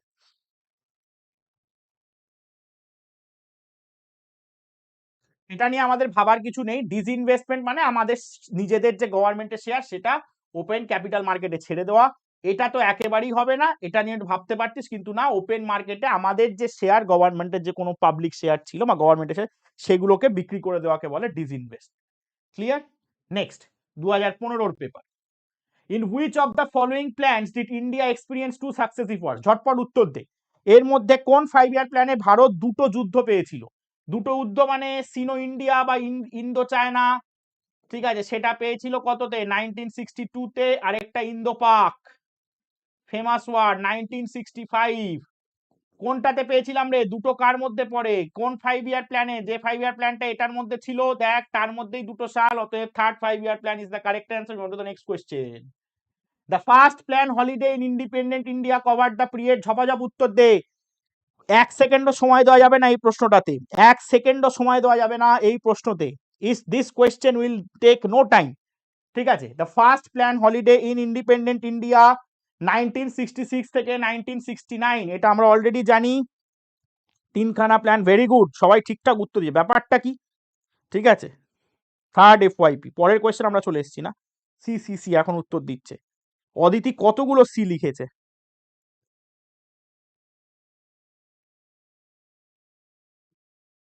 টুকু দত্ত, ভেরি গুড। টুকু আবার প্রীতি সেন ক্লাস করছে, মাঝখানে ছিল না তো, কোথায় একটা গেছিল বোধহয়, কাউকে ফোন টোন করে তাকে শান্ত করে বোধহয় এখন এসছে ক্লাস করতে, ভালো কথা। ঠিক আছে, টুকু দত্ত, টুকু দত্ত টুকি না মেরে দেয় আবার। Next, the new agricultural strategy was introduced in India in the decade of. এটা এখন আসে না, এটা বহু পুরনো কোয়েশ্চেন। 50-এর দশক, 60-এর দশক, 70-এর দশক। The new agricultural strategy was introduced,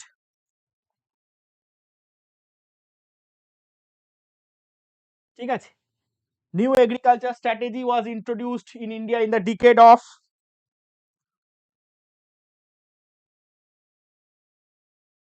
চলো, অ্যাবসলিউটলি রাইট। নতুন এগ্রিকালচার স্ট্র্যাটেজি, এটা কিভাবে পড়ে রাখতে পারিস? নতুন এগ্রিকালচার স্ট্র্যাটেজির মধ্যে মনে রাখার জন্য কিভাবে পড়বি? Green revolution. ঠিক আছে, এবার গ্রিন রেভলিউশন কোন দশকে এলো? গ্রিন রেভলিউশন এসেছিল ওই ইয়ের দশকে, 60-এর দশকের সময়টা। তো অবভিয়াসলি সেই সময় 1960s is the correct answer. ঠিক আছে,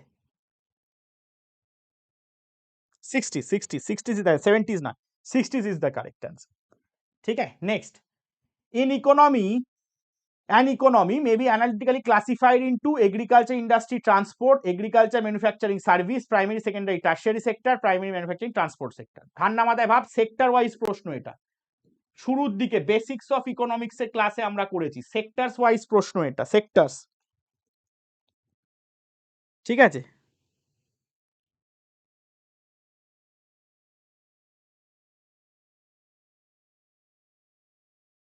চলো একদমই primary, secondary and tertiary sector. Primary হচ্ছে আমার এগ্রিকালচারাল সেক্টর বা কৃষি, সেকেন্ডারি হচ্ছে আমার ইন্ডাস্ট্রি, সব রকমের ইন্ডাস্ট্রি এর মধ্যে পড়বে, টার্সিয়ারি মানে হচ্ছে সার্ভিস, সেবা, সেবা খাত। ঠিক আছে, চলো নেক্সট যাব। Which of the following institutions of India is the chief advisory body on the distribution of tax revenue between center and state?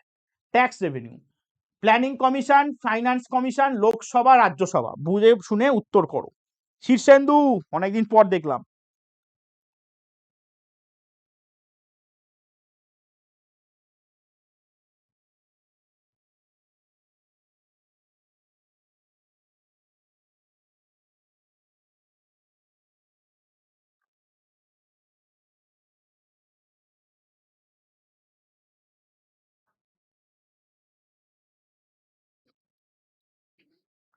ঠিক আছে, চলো, ট্যাক্স রেভিনিউ মানে হচ্ছে আমার ইনকাম। ঠিক আছে, ট্যাক্স রেভিনিউ ইনকাম, এবং সেন্টার আর স্টেটের মধ্যে যে আমাদের ডিস্ট্রিবিউশন, যখনই শুনবো আমি এটা ছাড়া কাউকে ভাববো না। ঠিক আছে, ডেফিনেটলি এ ছাড়া কেউ ডিস্ট্রিবিউট করে না। ঠিক আছে, বাড়িতে যেমন মাংস রান্না হলে মা ডিস্ট্রিবিউট করে দেয়, তেমনি টাকা পয়সা ডিস্ট্রিবিউট বা ইয়ে করার জন্য ফিনান্স কমিশন সবসময়। Next, the credit cooperative institution at the village level is called primary agriculture credit society, PACS যেটাকে বলে, প্যাক্স। ঠিক আছে, PSCS, rural agriculture credit society, agriculture loan society, rural bank. ঠিক আছে, তো এবার সেই ক্ষেত্রে প্যাক্স তো আমি বলে দিয়েছি, অতএব এ হবে কারেক্ট অ্যান্সার।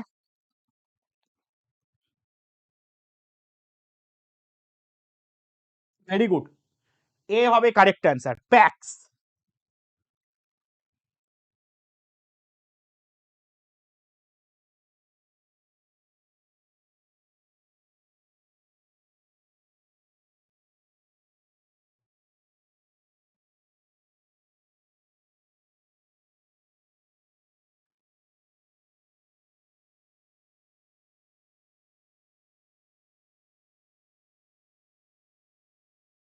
ठीक है, नेक्स्ट।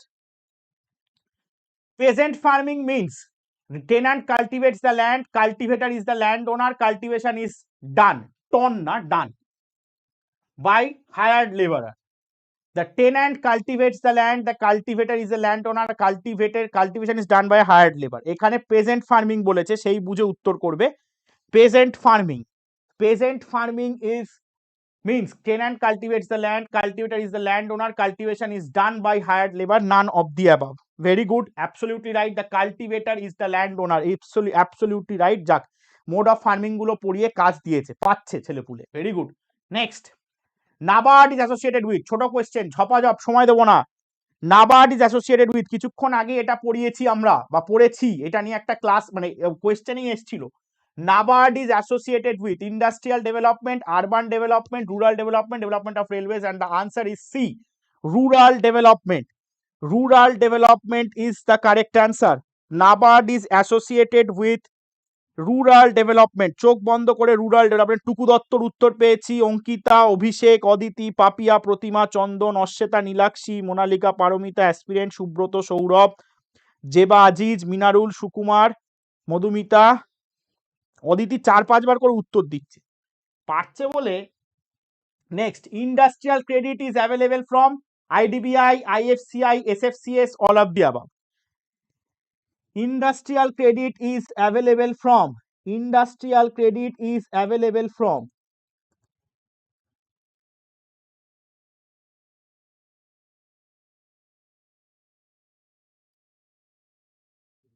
ঠিক আছে, industrial credit is associated from, এখানে সব কটা থেকে আমরা এই তিনটেই পড়েছি, IDBI থেকে সব, অল অফ দি অ্যাবাভ, আমরা প্রত্যেকেই জানি। IFC industrial financial corporation of India, এটা থেকে শুরু করে IDBI ব্যাংক থেকে শুরু করে সব, ঠিক আছে, ওকে। IDBI, এটা এবার একটা জিনিস এখানে রাখতে হবে, IDBI এর এস্টাবলিশড ইয়ারটা আসে 1964, ঠিক আছে। D will the correct answer, all we can obtain, সবকিছু, সবকিছু বলছি মানে ইন্ডাস্ট্রিয়াল ক্রেডিট এই সব কটা থেকেই অ্যাভেলেবেল থাকে, ঠিক আছে, সব কটা থেকে এটা অ্যাভেলেবেল থাকে। SFCs আমরা সবাই জানি, এখানে এসটা এরকম ভাবে দিয়েছে বলে এখানে এস ছোট হাতে থাকে, এটা স্টেট ফিনান্স কর্পোরেশনের মধ্যে পড়ে, but it is including all. Next, the railway budget of India, part of union budget, part of state budget, separate from union budget, naan of the above. Answer করো, railway budget এর মধ্যে কোনটা union বাজেটেরই একটা অংশ, state বাজেটের একটা অংশ, নাকি ইউনিয়ন বাজেট থেকে সেপারেটেড, নাকি নান অফ দি অ্যাবাভ, কোনোটাই না। ইউনিয়ন বাজেট, ইউনিয়ন বাজেট, এই sorry railway budget, part of the union budget, state budget, separate from union budget, ঠিক আছে। আচ্ছা, কত সালে সেটা লিখে দাও, কত সালে সেটা লিখে দাও, কত সালে সেটা লিখে দাও।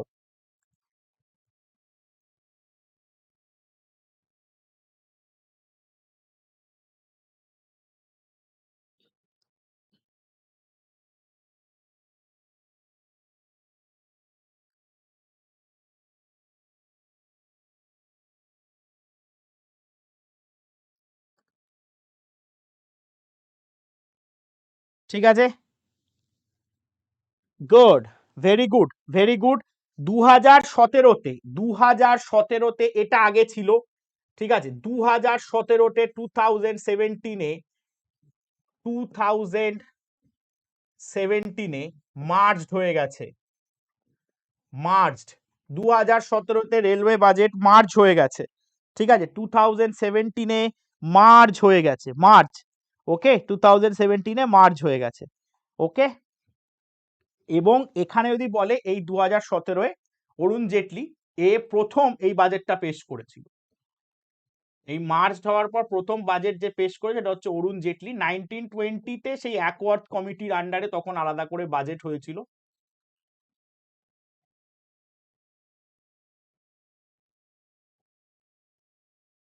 ঠিক আছে, অ্যাকওয়ার্ড কমিটির আন্ডারে, সে অনেক পুরোনো দিনের কথা।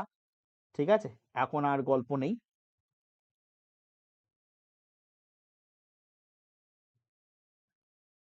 ওকে, চলো সাবাস, নেক্সট চাই। How many private banks were nationalized in 1969? How many private banks were nationalized in 1969? How many national private bank national 1969-এ ন্যাশনালাইজেশন হয়েছিল ইন্দিরা গান্ধীর আন্ডারে। ঠিক আছে, সেই সময় তোমার ক্রাইটেরিয়া ছিল যে মিনিমাম 50 বা 50 crore আমার ক্যাপিটাল থাকতে হবে, 50 crore আমার ক্যাপিটাল থাকতে হবে ডেফিনেটলি। এবং সেখানে 1969-এ 14টা ব্যাংক ন্যাশনালাইজড হয়, দ্যাট ইজ সি। 1980-তে হয় 6টা, টোটাল 20টা। এখন মার্চ হয়ে গিয়ে 11টা ব্যাংক, 12টা টোটাল পাবলিক সেক্টর ব্যাংক, কারণ 12 নম্বরে হচ্ছে আমার ইয়ে থাকবে, বলো মানে 11, এই 20টা থেকে 11টা হয়েছে, আর 1 নম্বর হচ্ছে ইয়ে আলাদা করে হচ্ছে SBI. Next, the monetary policy is framed by, এটা সময় দেবো না, ঝপাঝপ 1 সেকেন্ডও সময় দেবো না এটাতে। Monetary policy is framed by Reserve bank of India. Monetary policy মুদ্রাস্ফীতিকে আটকানোর জন্য, বা মুদ্রাস্ফীতি যাতে না হয়, প্রচন্ড জায়গায় না চলে যায়, তার জন্য রিজার্ভ ব্যাংক অফ ইন্ডিয়াকে আমি দেখব। হ্যাঁ, reserve bank of India frames monetary policy. Next, the first 5 year plan India was introduced in the year, first 5 year plan কবে এসছে, এটা নিয়েও আর সময় দেব না। 1951, 1951-এ ফার্স্ট 5 year প্ল্যান এসছে, 1951। ঠিক আছে, 1951-এ ফার্স্ট 5 year প্ল্যান এসছে, কি সোজা কোয়েশ্চেন। চলো নেক্সট যাই।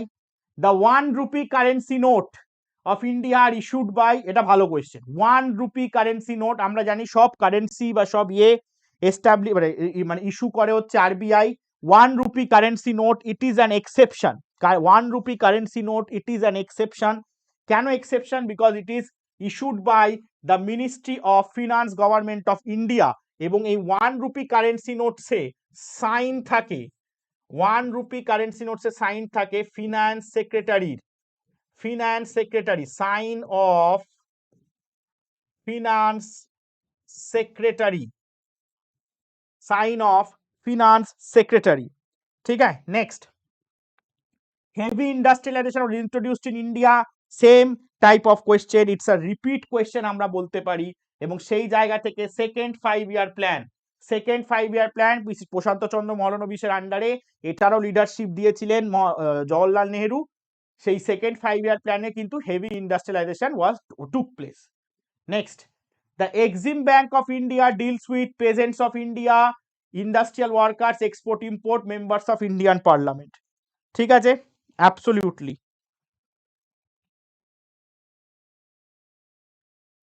চলো, the Exim bank of India deals with peasants of India, না ইন্ডাস্ট্রিয়াল ওয়ার্কারদের জন্য আমরা কি কি পড়েছি? আইডিবিআই আছে, সিডবি আছে, মুদ্রা আছে, অতএব এটা নয়। ইন্ডিয়ান পার্লামেন্ট এখানে কোনো অপশন, অতএব এক্সপোর্ট ব্যাংক, এক্সিম ব্যাংক 1982, 1982-তে এস্টাবলিশড এক্সিম ব্যাংক, সেটা ডিল করে হচ্ছে আমার এক্সপোর্ট আর ইম্পোর্টের সাথে, আদান প্রদান, এদিক ওদিক কি গেল না এলো। ঠিক আছে, next, marginal workers are people with less than 183 দিন কাজ, মোর দ্যান 183 দিন কাজ, শুধু 183 দিন কাজ, নাকি নান অফ দি অ্যাবাভ? মাঝখানে 1 hour ছিল, ভাবো সৌর্য, তুমি 1 ঘন্টা আগেও মানে যাকে দেখে গেছো সেই ভদ্রলোক আবার ক্লাস নিচ্ছে, কি বিরক্তিকর বলো তো আমি। ঠিক আছে, কি বিরক্তিকর। চলো, মার্জিনাল ওয়ার্কার্স কারা, এটা নিশ্চয়ই ম্যাডাম পড়িয়েছেন ওয়েস্ট বেঙ্গল জিওগ্রাফি, এটা পার্ট। এটা হচ্ছে less than 183 days of work. ঠিক আছে, যারা এর থেকে বেশি, তারা কখনোই মার্জিনাল ওয়ার্কার্স এর লিস্টে কোনোদিন পড়বে না। এবং মার্জিনাল ওয়ার্কার্স যখনই দেখবি সবসময় লেস থাকে, অনলি 183 ডেজ অফ ওয়ার্ক না, সে মার্জিনালের ক্যাটাগরি চলে এলো। 183 হচ্ছে ট্রেডমার্ক। ঠিক আছে, এক সেন্সাস ইয়ারে মানে 365 দিনে 183 হচ্ছে ট্রেডমার্ক। তো সেই জায়গা থেকে লেস দ্যান যেহেতু বলেছে, সেই জন্য তারা পড়ে যাবে মার্জিনাল ওয়ার্কার্স। যারা এর থেকে বেশি, তারা ডেফিনেটলি প্রলিফিক ওয়ার্কার্স। ঠিক আছে, থ্যাংক ইউ স্যার, কেন গো সঞ্জয় হঠাৎ কি হলো? থ্যাংক ইউ আসেনি এখনো। ষোলো, the planning commission of India had introduce the decentralised planning. এই আবার সোজা কোয়েশ্চেন দেখ, আবার রিপিট কোয়েশ্চেন এসছে 2016-তে, কিছুক্ষণ আগে আমরা এই কোয়েশ্চেনটা করেছি। হঠাৎ করে সঞ্জয় আমাকে থ্যাংক ইউ দিলে কেন ভাই, জানি না, যাই হোক নিলাম। 6 5 ইয়ার প্ল্যান 1985 থেকে 1990 এসছিল। 7 5 ইয়ার প্ল্যান বলো কত সালে এসছে? উত্তর হবে তো 7 5 ইয়ার প্ল্যান আমরা জানি, এবং এখানে মনে রাখবি জওয়াহার রোজগার যোজনা, ঠিক আছে। সরি 6 5 ইয়ার প্ল্যান তো 80 থেকে 85, মাথা গেছে, আর কাজ করছে না। এইটা হচ্ছে 85 থেকে 90, এবং এখানে মনে রাখবি জওয়াহার রোজগার যোজনা, এটা একটু আগেও প্রশ্ন এসেছিল 1989, ঠিক আছে। Always remember this, 1989, okay. 7 5 year plan, হ্যাঁ 1989, 1918, এটা 90 হবে, দেখতে 80 মতো লাগছে, ঠিক আছে। তারপর তো হলো 92 97, 97 থেকে 2002, 2002 থেকে 2007, 7 থেকে 12। Next, India took annual plans from 79 to 61, 66 to 69, 68 to 70, ঠিক আছে। এখান থেকে আমরা দেখতে পাচ্ছি যে 5 ইয়ার প্ল্যান্স টপিকটা কত ইম্পর্টেন্ট হয়ে যায়। ভুল লিখিনি রে ভাই, ওটা ওরকম লিখতে হয়ে গেছে, ঠিক। ও আচ্ছা, প্রথমটা, হ্যাঁ হ্যাঁ হ্যাঁ, ঠিক, গুলিয়ে ফেলিনি অ্যাকচুয়ালি, যা হয় বলা যেতে পারে। চলো, India took annual plans from 1966 to 1969, end of third FYP and beginning of fourth FYP তে আমরা এই 5 ইয়ার প্ল্যানটা দেখতে পাই, মানে সরি অ্যানুয়াল প্ল্যানসটা দেখতে পাই, যেটা 3 বছর ধরে চলেছিল। নেক্সট, আর কেন নেওয়া হয়েছিল? কারণ এই সময় তার আগে থার্ড 5 ইয়ার প্ল্যানটা ফেল করে, দুটো যুদ্ধ, ড্রাউট, অবস্থা খুব খারাপ, সেই জায়গা থেকে আমার এই জন্য এই প্ল্যানটা নেওয়া হয়েছিল। নেক্সট যাব আমরা, during first 5 year plan national income was increased by, একটু আগে এটা বলেছি, 5%, 10%, 18%। During first 5 year plan national income was increased by 5%, 10%, 18%।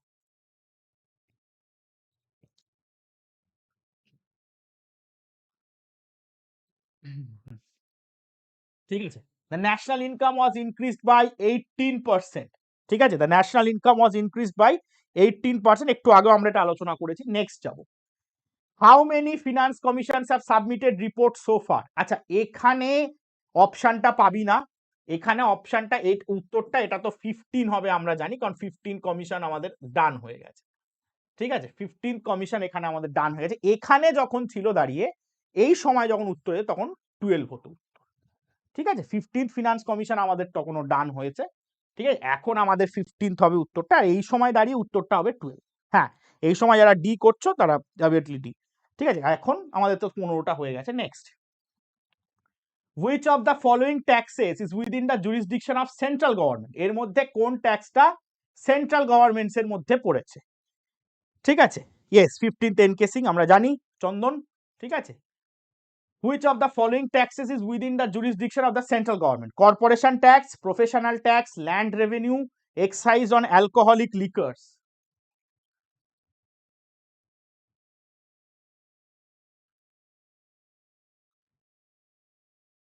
ঠিক আছে, একদমই, এই তিনটেই হচ্ছে আমার স্টেট ট্যাক্স, এই তিনটেই হচ্ছে আমার স্টেট ট্যাক্স, এটা হচ্ছে আমার সেন্ট্রাল ট্যাক্স, ঠিক আছে। অতএব corporation tax, definitely corporation tax. Next যাব, National development Council was set up in, এটার প্রতি আর সময় আমরা দেব না, 1952। We move on to the next question. আলাদাই একটা ভালো লাগা রয়েছে ডাব্লিউবিপিএসসির এনডিসির প্রতি, ঠিক আছে। 2017 paper, the service sector of India generates more than 33%, 40%, 42%, 50%। কোন এর জায়গায় চলে এসছিস, অত মানে অনেক, মানে আই মিন অনেকটা আমরা কভার করে ফেলেছি, কাছাকাছি চলে এসেছি আর কি। Service sector of India generates more than 33%, 40%, 42%, 50%। আমরা জানি যে 50% of GDP is shared by service sector. India post transition লাভ ট্রানজিশন লাভ মেরেছে ইন্ডিয়া। প্রাইমারি আমরা জানি কি, প্রাইমারি সেক্টর, প্রাইমারির পরে আসবে সেকেন্ডারি সেক্টর, সেকেন্ডারির পরে আসবে টার্সিয়ারি সেক্টর। তো প্রাইমারির পরে সেকেন্ডারি ডেভেলপ না করে ইন্ডিয়া ডাইরেক্ট টার্সিয়ারিতে লাভ মেরেছে, ট্রানজিশন ফেজ বা এটা টুক করে লাভটা মেরে দিয়েছে, ঠিক আছে। ঠিক আছে, D is the correct answer. একেবারেই 42% নয়, এক্স্যাক্টলি এখন যদি দেখতে চাও সৌর্য 58 বা 59 এর কাছাকাছি চলে গেছে। ঠিক আছে, এখন 62%, কোনো কোনো ক্ষেত্রে লাস্ট একটা জায়গায় রিপোর্ট পড়েছিলাম বলছে 62% এর কাছাকাছি চলে গেছে। Next, in the wake of the Stockholm Conference, the government of India set up National Committee on Environmental Planning and Coordination in the year, এ বাবা এটা তো ইভিএস এর কোশ্চেন। আচ্ছা, 72, 80, 85, 90, ঠিক আছে, at present more than 60, absolutely Sanjay. In the wake of the Stockholm Conference, the government of India set up the National Committee on Environmental Planning and Coordination in the year, এটা যদি EVS এর question, 72, 80, 85, 90,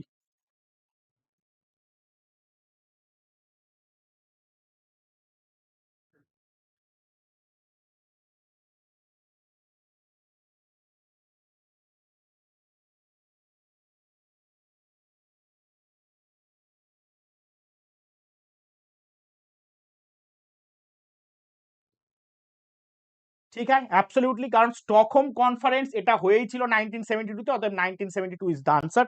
ঠিক আছে, next আমরা যাব, the human development index was first introduced in the year, same question আগেও এটা repeat হয়েছিল, অতএব আমরা এখান থেকে যদি কোয়েশ্চেনটা দেখি, সেম কোয়েশ্চেন আমাদের আগে রিপিট হয়েছে, so will not spend much time, it is in 1990, and আমরা জানি মাহবুব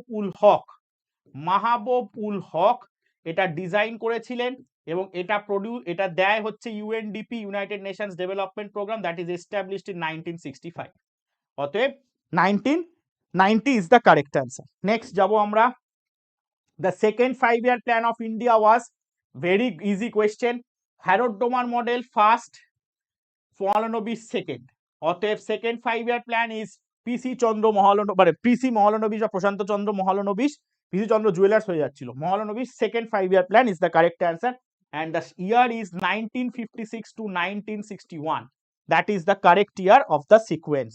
Okay, next যাই আমরা, the unorganized sector of India is characterized by, আমরা সেক্টর পড়েছিলাম, সেখানে অর্গানাইজড আর আনঅর্গানাইজড পড়েছিলাম, সেই অর্গানাইজড আর আনঅর্গানাইজড এর মধ্যে মনে করে দেখো কি ছিল, more currency transaction, more bank transaction, more barter transaction, more foreign transaction. Barter মানে এক্সচেঞ্জ, হ্যাঁ, ব্যাটার মানে এখানে বার্টার ঠিক না, এটা হচ্ছে ব্যাটার ঠিক না, এটা হবে বার্টার, এক্সচেঞ্জ, হ্যাঁ, মোর currency transaction, more foreign exchange transaction. দেখো প্রথমে এখানে আমরা যেটা দেখবো, ফরেন এক্সচেঞ্জ এখানে হবে না, আর জবে থেকে টাকা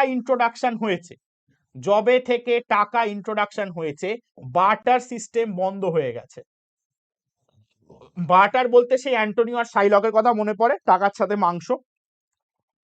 বার্টার সিস্টেম বন্ধ হয়ে গেছে। আনঅর্গানাইজ সেক্টর সেই হিসেবে ব্যাংকের সাথে কোনো রকম কিছু লেনদেন করে না, তাদের ব্যাংক অ্যাকাউন্টের ক্ষেত্রে, তাদের অনেক ক্ষেত্রে আনঅর্গানাইজ সেক্টরদের কোনো রকম কোনো ফিক্সড আওয়ার্স অফ ওয়ার্ক থাকে না।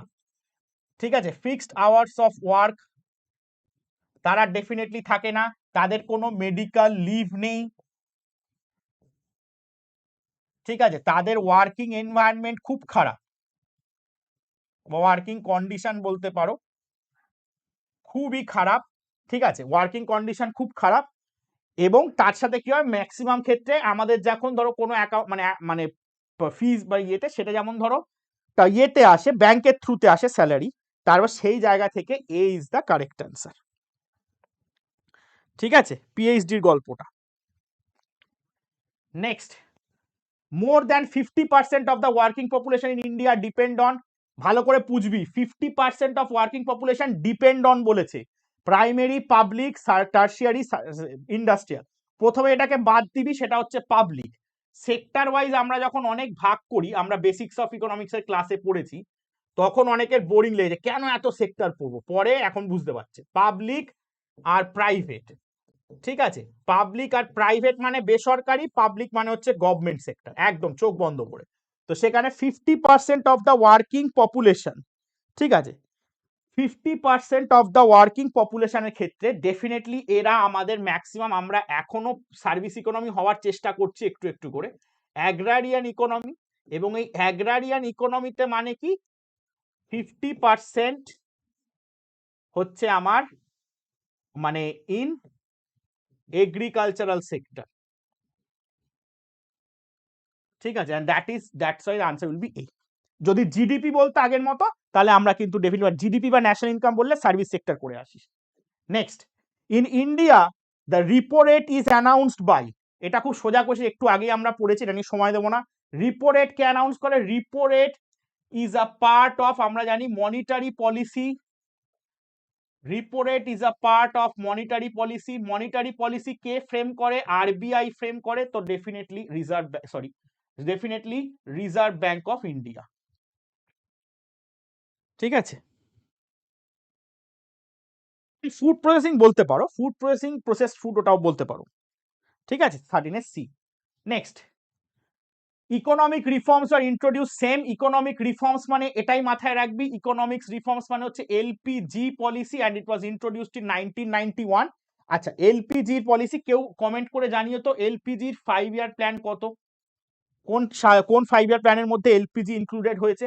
সো ডু মেনশন এলপিজির মানে ইন্ট্রোডিউসড ইন, মানে কবে, মানে এলপিজি ইকোনমিক রিফর্মস কবে আর কি ইন্ট্রোডিউসড হয়। ওকে, ডু ওটা মেনশন করো। সি 1991, এটা তো আমরা পড়েইছি, যে এটা হচ্ছে তোমার বাজপেয়ী আর নরসিমহা রাও। কোন 5 ইয়ার প্ল্যান কেউ বলতে পারি কিনা দেখি। Next, Agmark agricultural marketing, Agmark is related to agricultural marketing, Agmark is related to, ঠিক আছে, আগমার্ক ইজ রিলেটেড টু, ঠিক আছে। আচ্ছা, আগমার্ক যেটা হচ্ছে এফেক্টিভ, বলতে পারিস আগমার্ক এফেক্টিভ বা এস্টাবলিশড হতে পারে, মানে হয়েছিল 1937-এ, অ্যামেন্ডেড হয়েছে 1986-এ। এটা কি দেখে? এগ্রিকালচারাল গুডস না এগ্রিকালচারাল ফিনান্স? এখানেই লোকের গোলায়, কিন্তু ডেফিনেটলি সবাই ঠিক গোলায়নি আমার ছাত্রছাত্রীদের।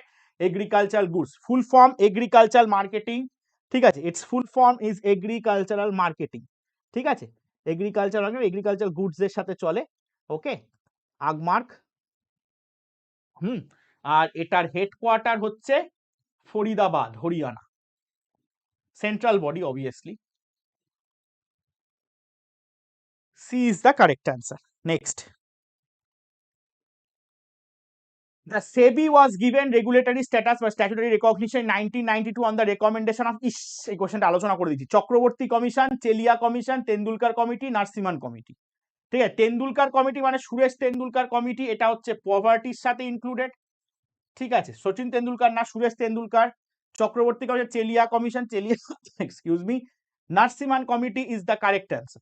নারসিমান committee 16, absolutely right. Madhurima, Uma, Chandan, Monalika, Nilakshi, Priti, Sourya, Ajay, সবাই একদম ঠিক উত্তর। পারমিতা, দেবদাসী, সবাই ঠিক উত্তর দিয়েছে। নেক্সট যাবো আমরা, the Reserve bank of India was established, কি সোজা কোয়েশ্চেন রে। The Reserve bank of India was established, 1 second আর সময় দেবো না, 1935। 1935-এ Reserve bank of India establish. প্রচুর কিছু ডিটেলস, প্রচুর কিছু পড়েছি, প্রচুর, তাও একবার হিল্টন ইয়াং কমিশনের সময়টা থেকে একটু ইয়ার গুলো জেনে যাস, হ্যাঁ, কোন সালে কি হয়েছিল না হয়েছিল এটা একটু জেনে যাস, ডেফিনেটলি তাহলে সুবিধা হবে। ঠিক, বাকিগুলো বলে দিন, মানে টুকু দত্ত কোনটা বলছো ভাই? বাকিগুলো, ও আচ্ছা, বাকিগুলো কমিটির ক্ষেত্রে, আচ্ছা আচ্ছা আচ্ছা, ঠিক আছে ঠিক আছে, এটা আনসার করো।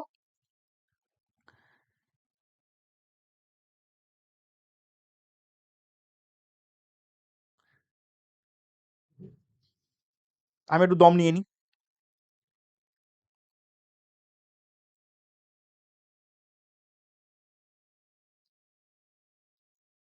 ঠিক আছে, আচ্ছা, দেখো, চেলিয়া কমিটি ট্যাক্স রিফর্ম, ঠিক আছে, Chelliah committee is tax reform, same সাল 1992। Okay, next, Reserve bank of India হয়ে গেছে, done. SEZ was passed by Indian parliament, এটাও বললাম, 2005 অ্যান্ড কেম এফেক্টিভ অন, 2005-এ পাস করলো, তারপর এফেক্টিভ কবে হলো? ঠিক আছে, 2005-এ পাস করলো, এফেক্টিভ কবে? আরবিআই অ্যাক্ট যদি আসে সেটা ডেফিনেটলি 1934 হবে।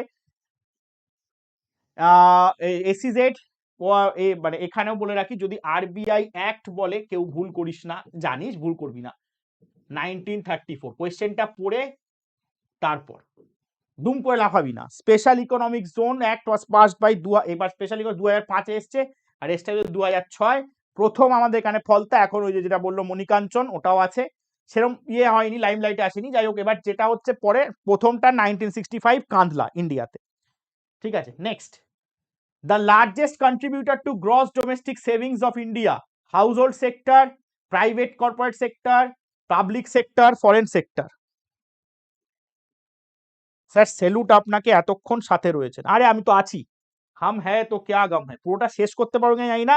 ওদিকে আবার ফিরোজের ক্লাস আছে 3:30 থেকে, কি করবো কে জানে, শেষ তো করেই ছাড়বো, ওর দেরি হলে একটু হবে, কি করা যাবে।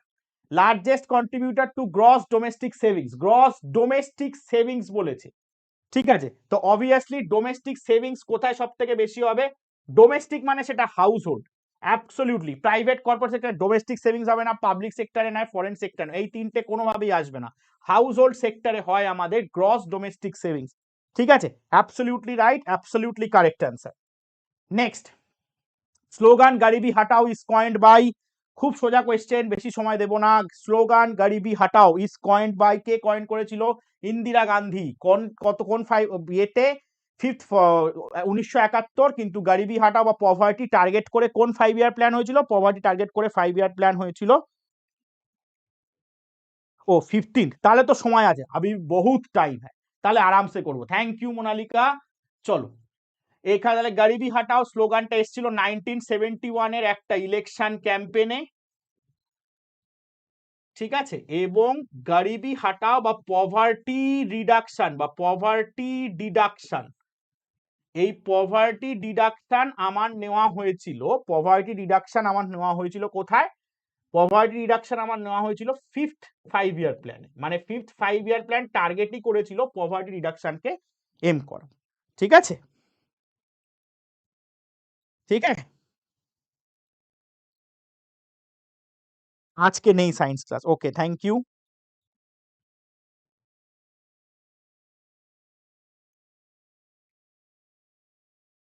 নেক্সট, আচ্ছা এর পরেরটা যাই। 2018 fiscal deficit is revenue received plus capital receipts, only recoveries of loans and other receipts minus total expenditure, budget deficit plus government's market borrowings and liabilities, primary deficit plus interest payments, all of the above.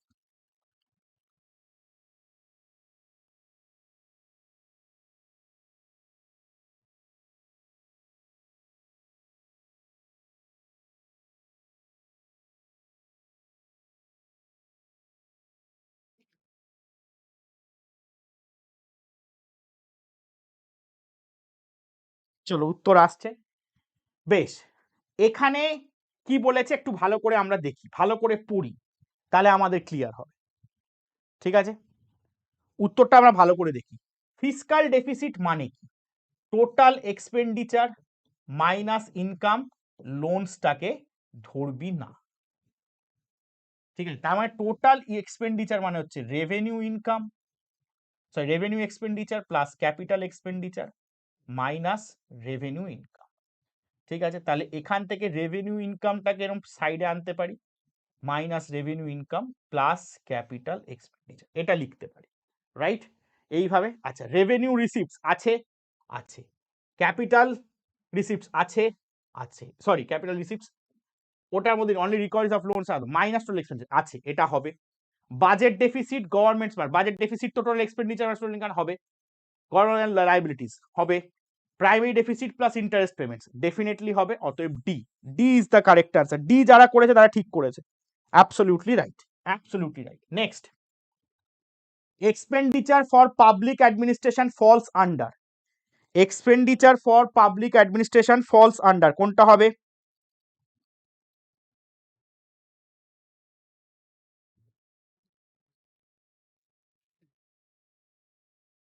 আচ্ছা, আবার 100 জনের ওপর লোকজন পেয়ে গেছি, মাঝখানে ঘুমটুম দিয়ে সবাই ফিরে এসছে, very good, welcome again two notebook.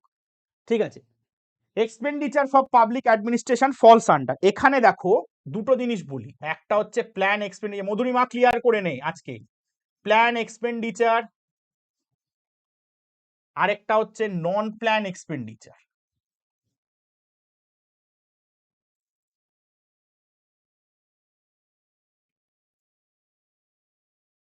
ঠিক আছে, প্ল্যান এক্সপেন্ডিচার আর নন প্ল্যান এক্সপেন্ডিচার, এটা ভালো করে ঠান্ডা মাথায় আগে বুঝে নে। ঠিক আছে, এখানে যে ডেফিনেশন বা যেটা ছিল আগের দিন ক্লাসে বলছিলাম সেটা চেঞ্জ হয়ে 2016-তে নতুন করে এটার সম্বন্ধে টার্মস নিয়ে করা হয়েছে। কিভাবে ভালো করে বোঝ, প্রথমে একটা সিম্পল হিন্ট দিই, সেটা আগে বোঝ। ঠিক আছে, প্ল্যান এক্সপেন্ডিচার মানে কি? প্ল্যান এক্সপেন্ডিচার মানে ভালো করে বোঝ। প্ল্যান এক্সপেন্ডিচার মানে আমার যেটা বলতে চাইছে, ঠিক আছে, সোজা কথা, কান্ট্রির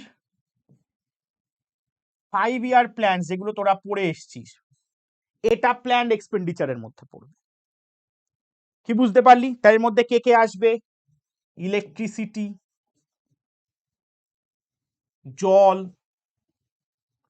স্যানিটেশন, ইচ অ্যান্ড এভরিথিং। এই অবধি ক্লিয়ার হলো কিনা বল? ক্লিয়ার কর, পরীক্ষা সামনে আসছে, ক্লিয়ার করাটা দরকার। Very good. ঠিক আছে, এবার নন প্ল্যান এক্সপেন্ডিচার, যেমন ধর যেগুলো এফওয়াইপির বাইরে, ঠিক আছে, এফওয়াইপির বাইরে, যেমন ধর ডিফেন্স, মনে হলো এটা আনতে হবে, এটা দরকার পড়ছে, আচ্ছা ঠিক আছে, কোনো অ্যাডমিনিস্ট্রেশনের জন্য কিছু, ঠিক আছে। এবার সেইখানে কেন নন প্ল্যান এক্সপেন্ডিচার দরকার? এটা দরকার for routine functioning of government.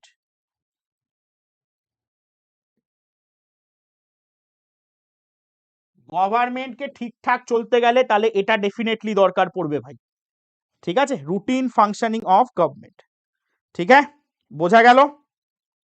Okay. R planned expenditure যেটা হচ্ছে, বলতে পারিস নন প্ল্যান্ড এক্সপেন্ডিচার হচ্ছে ডে টু ডে। আজকে এটা বাড়িতে হট করে মনে হলো আজকে আমার বিরিয়ানি বানাবো, আমাকে এই চালটা এনে দাও, সেটা নন প্ল্যান এক্সপেন্ডিচারের মধ্যে পড়বে। আমি যদি প্ল্যান্ড এক্সপেন্ডিচার দেখি, প্ল্যান্ড এক্সপেন্ডিচারের মধ্যে কোন জিনিসটা পড়বে? প্ল্যান্ড এক্সপেন্ডিচার পড়বে কি? এখন যে ডেভেলপমেন্ট চলছে, কারেন্ট ডেভেলপমেন্ট অ্যান্ড ইনভেস্টমেন্ট। ঠিক আছে, ক্লিয়ার হলো?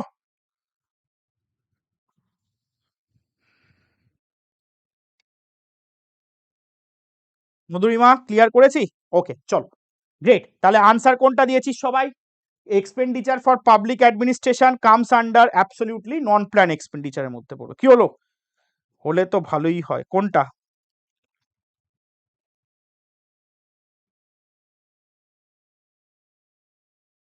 হলে তো ভালোই হয়, হলে আমাকে ডাকবি সূর্য। হ্যাঁ, next, which of the following is not required while considering GNP? এর মধ্যে কোনটা? এটা এটা রিপিট কোয়েশ্চেন করার দরকার নেই, এটা এটাই হবে উত্তর।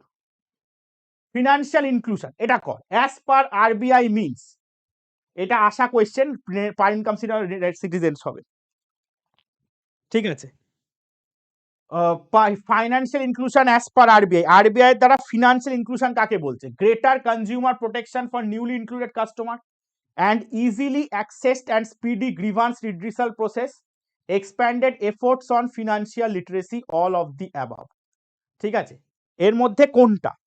ফিনান্সিয়াল ইনক্লুশন আমরা কি পড়েছিলাম? ফিনান্সিয়াল ইনক্লুশন যখন ওই ন্যাশনালাইজেশন হচ্ছে, ঠিক আছে, ন্যাশনালাইজেশন যখন হচ্ছিল, ন্যাশনালাইজেশনের একটা পার্ট ছিল ফিনান্সিয়াল ইনক্লুশন।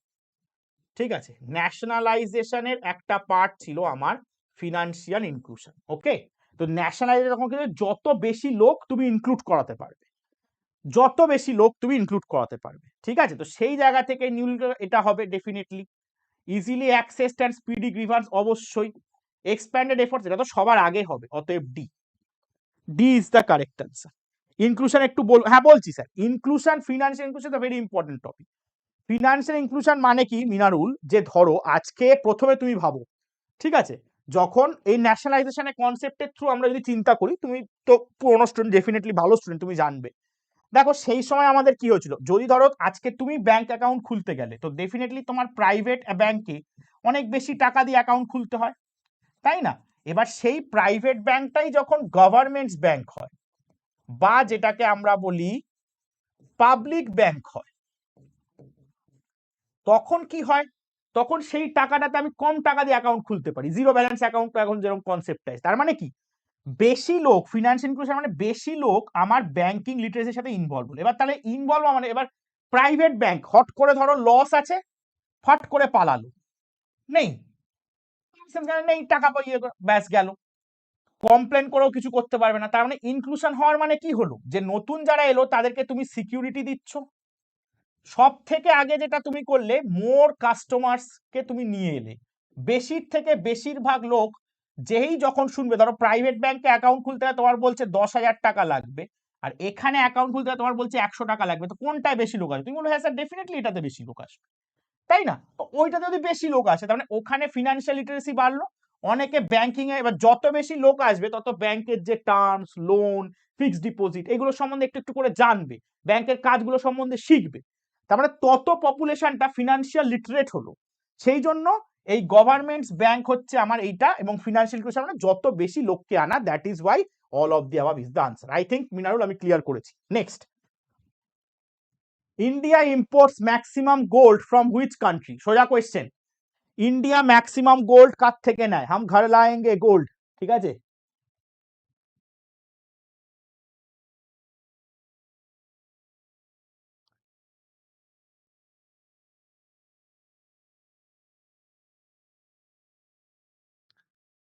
ঠিক আছে মিনারুল, আমি বলে দিয়েছি কিন্তু, clear now sir, okay sir.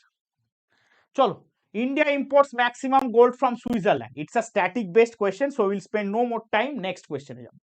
Development expenditure of the central government does not include defence expenditure, economic service, expenditure on social and community service, grant to state.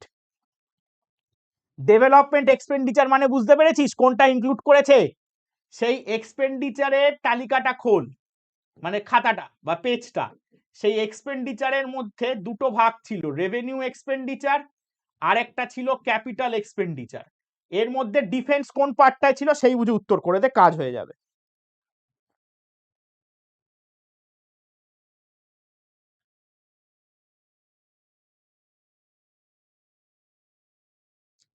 ঠিক আছে, A is the correct answer, absolutely defence, very good, very good. তার মানে ঠিক আছে, revenue expenditure, এখানে capital expenditure আমরা কি ছিল ডেভেলপমেন্ট বা ইয়েতে, তো সেই জন্য ডিফেন্স এক্সপেন্ডিচার পড়ে গেল, does not include defence expenditure, very good. ঠিক আছে, এই চারটার সাথে মিল পাবি। নেক্সট, 19-এর question, PCA stands for public current account, principles of corporate accounting, prompt corrective action, public channel agency.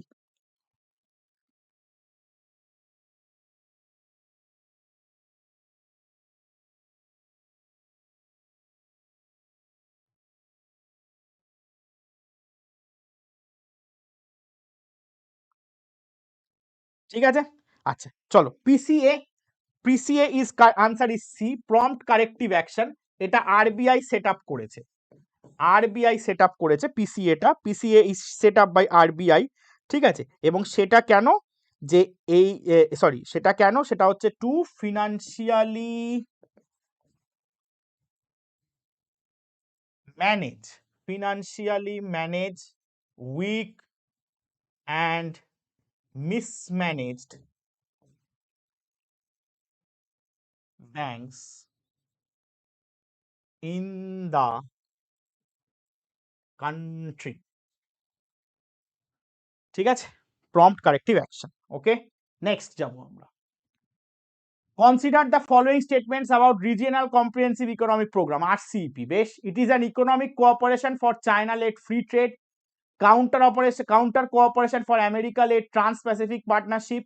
Countries involved in this cooperation, Indian professionals will have job market. Select the correct answers in the codes given below. RCEP, Regional Comprehensive Economic Program, ঠান্ডা মাথায় পড়ে দেন উত্তর কর।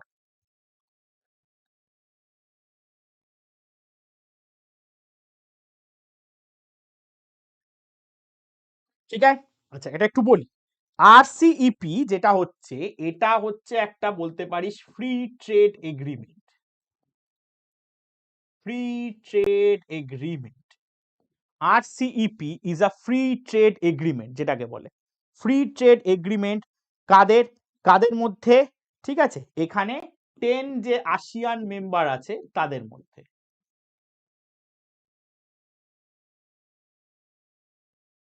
10 ASEAN members আছে তাদের মধ্যে, ঠিক আছে, এবং সেখানে উত্তর তোরা কি দিয়েছিস 2A, ঠিক আছে। আচ্ছা, প্রথমে in the countries involve this করে Indian professionals will have job market, তো প্রথমেই বাদ। Economic cooperation for the China let fit আছে, ASEAN আছে বলে দিতে পারি, ট্রান্স প্যাসিফিক এ 1 and 2 তে সি এ হবে আনসার, এ ম্যাক্সিমাম এ, এ সবাই এতে গেছে, ভেরি গুড, ঠিক আছে। নেক্সট যাব আমরা। What is ECF? Economic capital framework equity cash flow entity concept firm, ঠিক আছে।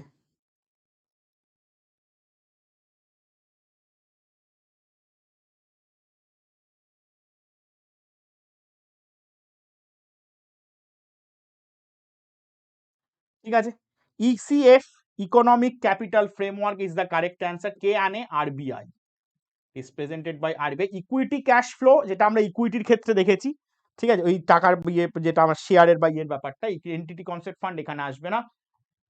ECF is economic capital framework and it is given by RBI, okay, RBI.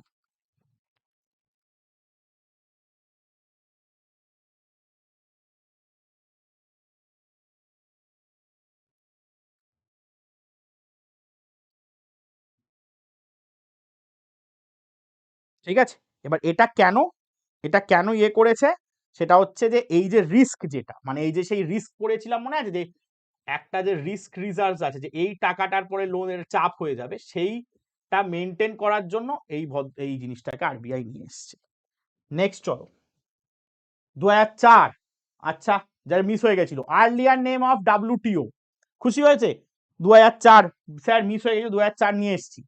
Earlier name of WTO, UNCTAD, GATT, UNTDO, OECD, ঠিক আছে। Earlier name of WTO World trade Organization 1995 এ আসে, ঠিক আছে। এর earlier নাম ছিল GATT, GATT, that was established in 1948। এইখানে যখন গ্যাট ছিল তখন শুধু গুডস ইনক্লুড করা হতো, এটা যখন চেঞ্জ হয়ে ডাব্লিউটিও হয়ে যায় তখন এখানে সার্ভিসেসও ইনক্লুড করা হয়, ঠিক আছে। General agreement on tariff and trade, ঠিক আছে, GATT, general agreement on tariff and trade, very good Ashweta, very good, ঠিক আছে। মৌপিয়া, শীর্ষেন্দু, বৈনক, সবাই general agreement on tariff and trade, very good. Next, those who benefit from inflation, এটা ভুল করে কিন্তু অনেকে, বেনিফিট ফ্রম ইনফ্লেশন বলেছে, কারা benefit? Creditors, debtors, wage earner, salaried class. Those who benefit from inflation, ঠিক আছে, those who benefit from inflation, those who benefit from inflation.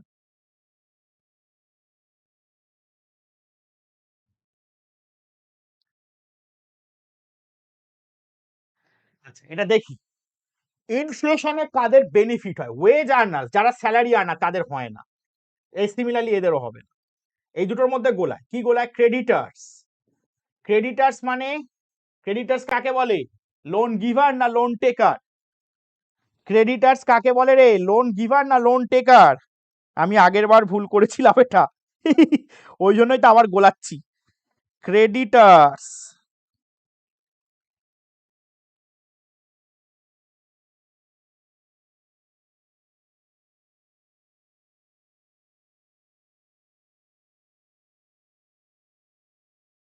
এটা কোনোদিন ভুলবো না স্যার, ঠিক আছে।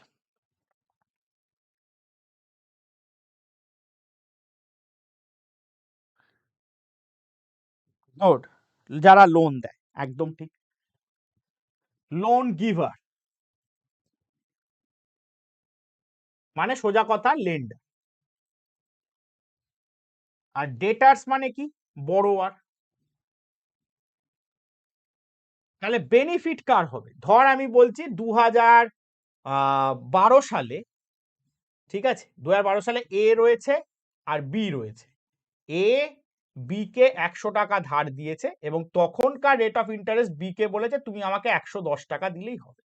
এবারে 2014 সালে দেখছে ওর সাথে তো কথা চুক্তি হয়ে গেছে 110 টাকা, 10 টাকা বেশি দিতে হবে।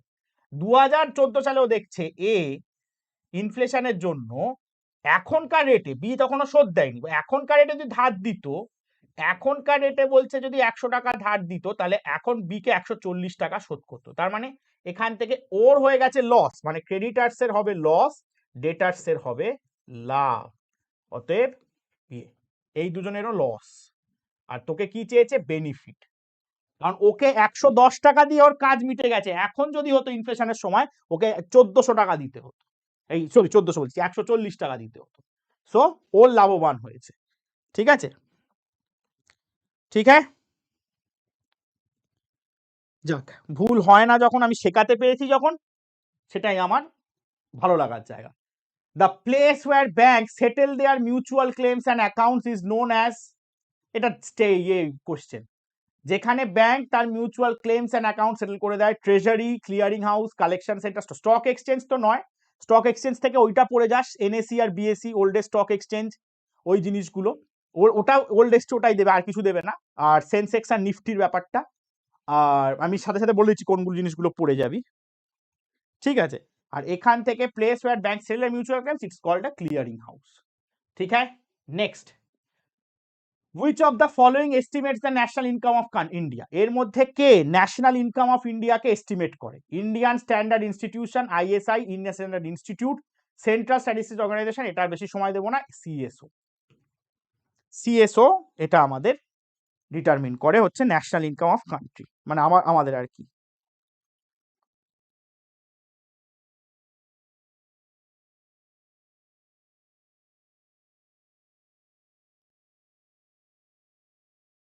ঠিক আছে, আর এখন তো আমরা জানি, এখন যদি প্রশ্নটা আছে সিএসও আর এনএসএসও এটা মার্জ হয়ে গেছে, এখন NSO.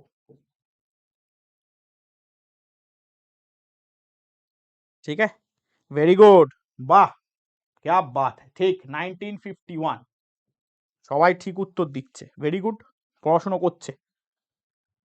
Next, the index of poverty is prepared on the basis of assets distribution, income, subsistence level of consumption, employment situation.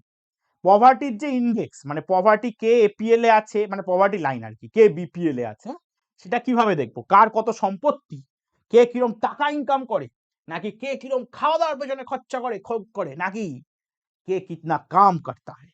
বলো জি স্যার, আর কত দেরি? ঠিক আছে, ওই তুমি ওই গানটা গাও, মতি ঠিক আছে, কত দূর আর কত দূর বলো মা। নেক্সট, সেটা সি হবে। ঠিক আছে, সাবসিস্টেন্স লেভেল, কারণ একটু আগে আমরা পড়েছি 2400 আর 2100 ক্যালোরির ব্যাপারটা। 2400 হচ্ছে আমার রুরালের জন্য, কেন? কারণ তারা ফিজিক্যাল ওয়ার্ক বেশি করে, আর 2100 ক্যালোরি হচ্ছে আমার কাদের? আরবানের জন্য। ঠিক আছে, C is the correct answer.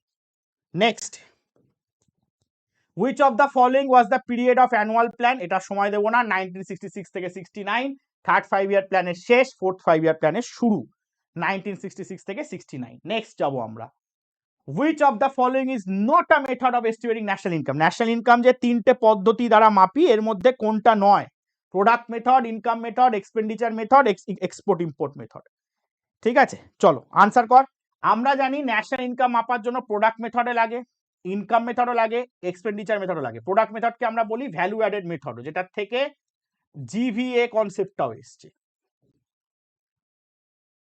ঠিক আছে, ভ্যালু অ্যাডেড মেথড, যেটা লাগে না সেটা হচ্ছে এক্সপোর্ট। অতএব এই ক্ষেত্রে এইটা হচ্ছে নয়, D, export import method. Good, D, national income থেকে বহুক্ষণ পরে। অঙ্কিতা বি নয়, একেবারেই না, ডি, এক্সপোর্ট ইম্পোর্ট মেথড কোথায়? নেক্সট যাই, 2020, কাছাকাছি চলে এসেছি আমরা। when Indian rupee gets depreciated vis-a-vis US dollar, it usually makes our heavy question: exports cheaper, imports costlier, imports cheaper, exports costlier, both exports and imports costlier, no effect on exports and import. এক্সপেন্ডিচারটা best নাকি কিসে বলো তো ভাই? না না, expenditure এখানে পেয়েছি। ও আচ্ছা, হ্যাঁ বলতে পারো। আচ্ছা, ইন্ডিয়ান রুপি ইন্ডিয়ান রুপির ভ্যালু কমেছে, ঠিক আছে, সেই আপেলের এক্সাম্পলটা ভাব। একটা আপেলের দাম যদি 50 টাকা হয়, এটা ধরে রাখি, ধর আমি বলছি $1 সমান যদি 50 টাকা থাকতো, তার মানে এই টাকার হিসেবে $1 খরচা করলে একটা আপেল পেয়ে যেতাম, রাইট? সরি, একটা আপেল। ওকে, তার মানে এবার ধর এর ভ্যালু আরো কমে গেল, $1 সমান সমান 100 টাকা হয়ে গেল, ঠিক আছে? তার মানে এখন $1 খরচা করলে এই রেটে আমি দুটো আপেল পাই, ঠিক আছে? দুটো আপেল পাবো।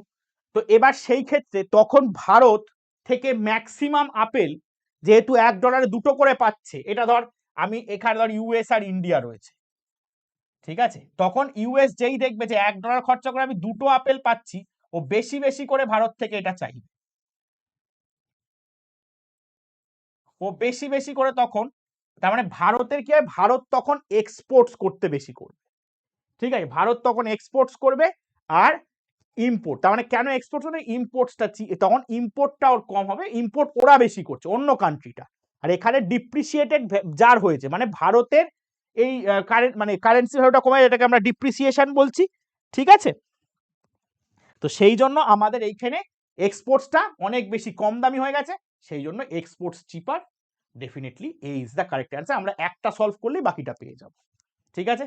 Next, economic reform measures in India was formally introduced in July 91, August 47, July January 1980, March 1990, July 1991। Economic reforms মানে এলপিজি রিফর্মস, এলপিজি রিফর্মস আমাদের ফর্মালি ইন্ট্রোডিউসড হয় জুলাই 1991, ঠিক আছে? 1991। Next, the largest producer of milk in the world, answer কর, largest producer of milk in the world.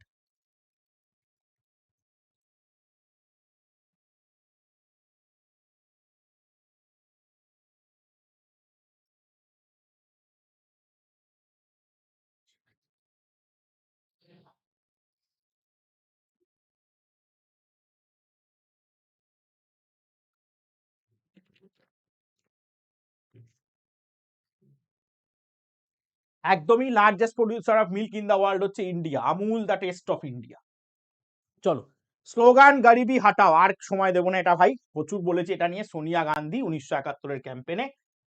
Non performing assets of Indian commercial banks আর buildings and land, loans not repaid within stipulated time, government securities, cash holding.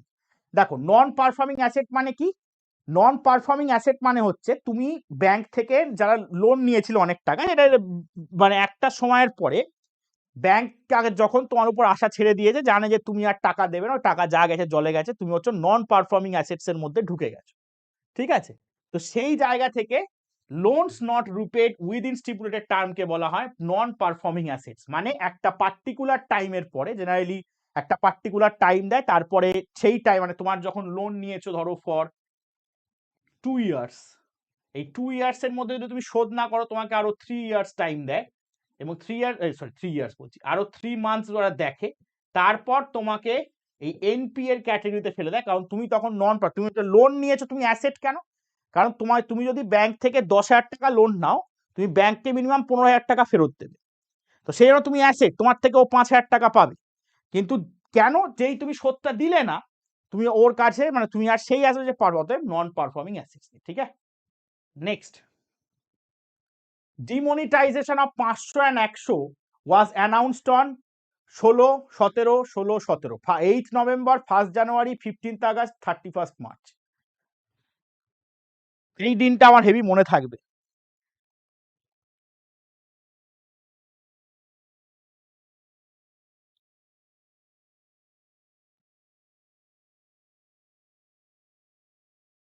Sonia গান্ধীতে ঠিক মেরেছি আমি?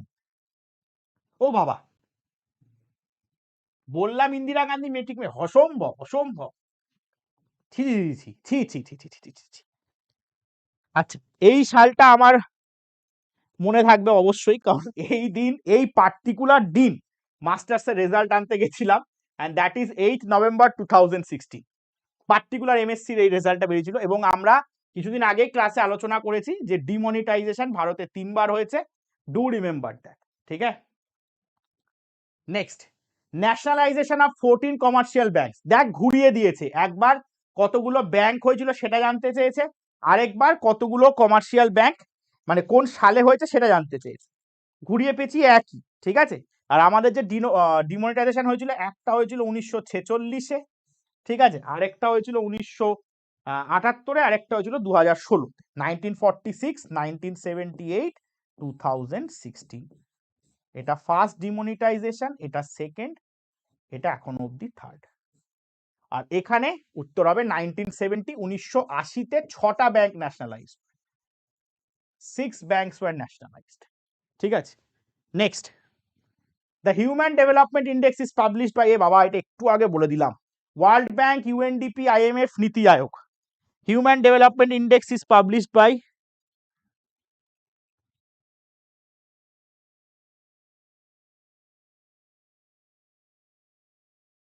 আমার masters 2015, তার মানে সৌর্য আমার থেকে বড়, সৌর্য দা হবে আমার, সৌর্যকে স্টুডেন্ট ভাবছিলাম এতক্ষণ, সৌর্য আমার teacher. Human development index is published by UNDP, এটা নিয়ে আর সময় দিচ্ছি না। আর কে ডিজাইন করেছিল, মাহবুবুল হক, সবাই জানি। 14, 100 rupee currency note in India is signed by, 100 rupee currency governor, reserve bank of India, secretary, ministry of finance, finance minister of India, prime minister of India. 100 currency rupee আমরা জানি, সব কারেন্সি রুপি নোট, সব currency rupee note, সেটাকে sign করে RBI এর governor, শুধু একটা ছাড়া, একটা ছাড়া, সেটা হচ্ছে রুপি 1 এর যে নোট থাকে সেইটা সাইন করে হচ্ছে ফিনান্স সেক্রেটারি,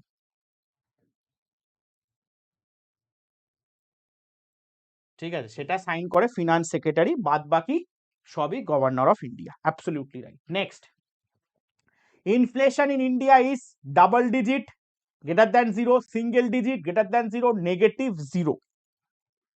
ইন্ডিয়া কোন ইনফ্লেশনের স্টেজে আসে, ইনফ্লেশন ইন্ডিয়ার কোন স্টেজে আসে, মানে আছে আর কি, মানে কোন স্টেজে ইনফ্লেশন আছে আর কি, সেটাই জানতে চাইছে।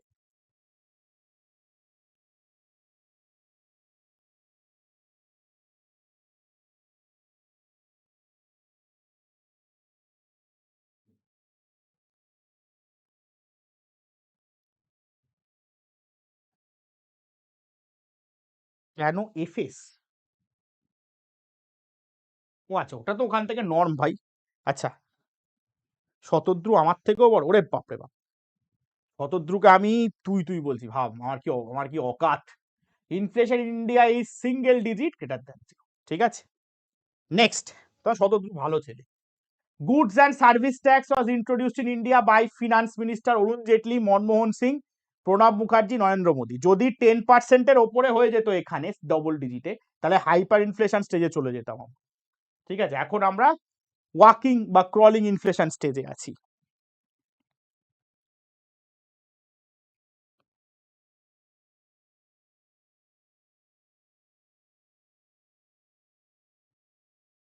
ঠিক আছে, চল, গুডস সার্ভিস অরুণ জেটলির সময় এসেছিল, এটা আমরা জানি, সেই সময়কার ফিনান্স মিনিস্টার। এবং একটু আগে এটা বললাম যে ওই যে কি বলে ওটাকে তোমার, আরে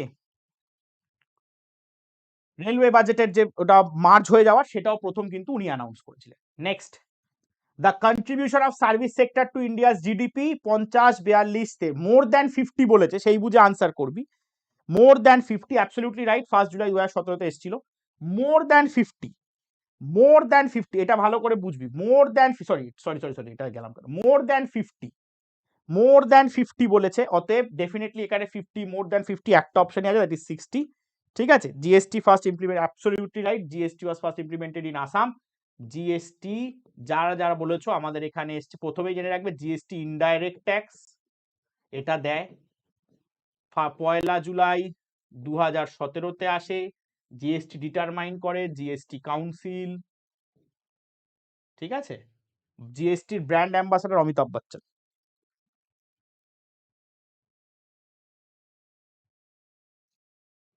ঠিক আছে। Next, farmer suicide in India is viewed as an outcome of agricultural distress, industrial stagnation, climate change and natural disaster, green revolution. Rajiv স্যারের ক্লাস, গুরুদেবের ক্লাস রাত 10টায় আছে, ঠিক আছে। তুমি যদি চাও গুরুদেবকে এখন আমি ডেকে দিতে পারি।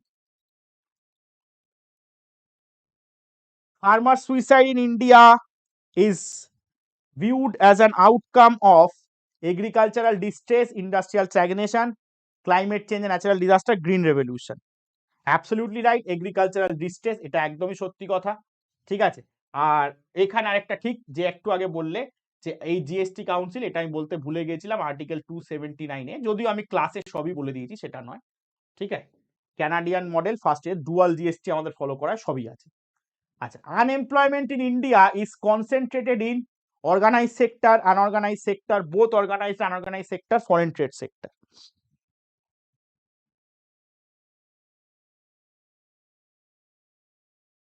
Unemployment in India is concentrated in unorganized sector, organized sector, না অর্গানাইজড আনঅর্গানাইজড দুটোই, নাকি foreign trade sector? Good, 14SC একদমই রাইট, কারণ আমরা দেখতে পাই আনঅর্গানাইজ সেক্টরও আনএমপ্লয়মেন্ট আছে। হ্যাঁ, রুরাল বা ওই সেক্টর গুলো তো আমরা দেখতে পাই যে গ্রামে ওখানে ওরা মাইগ্রেশন এখানে চলে আসে। আবার আমরা আমরা এখানে যারা অর্গানাইজ সেক্টরের মধ্যে রয়েছি তারাও আমরা এখানে অনেক রকমেরই আনএমপ্লয়মেন্ট দেখতে পাই। অতএব বোথ হবে answer, C both, yes absolutely. Next, head count ratio is widely used in, এটা ক্লাসে করানো question. HCR is widely used in India as a measure of poverty, inequality, income, population. ঠান্ডা মাথায়, ঠান্ডা মাথায়, ঠান্ডা মাথায় করবি, ঘরবর করবি না, হড়বড় করলে ভুল হবে।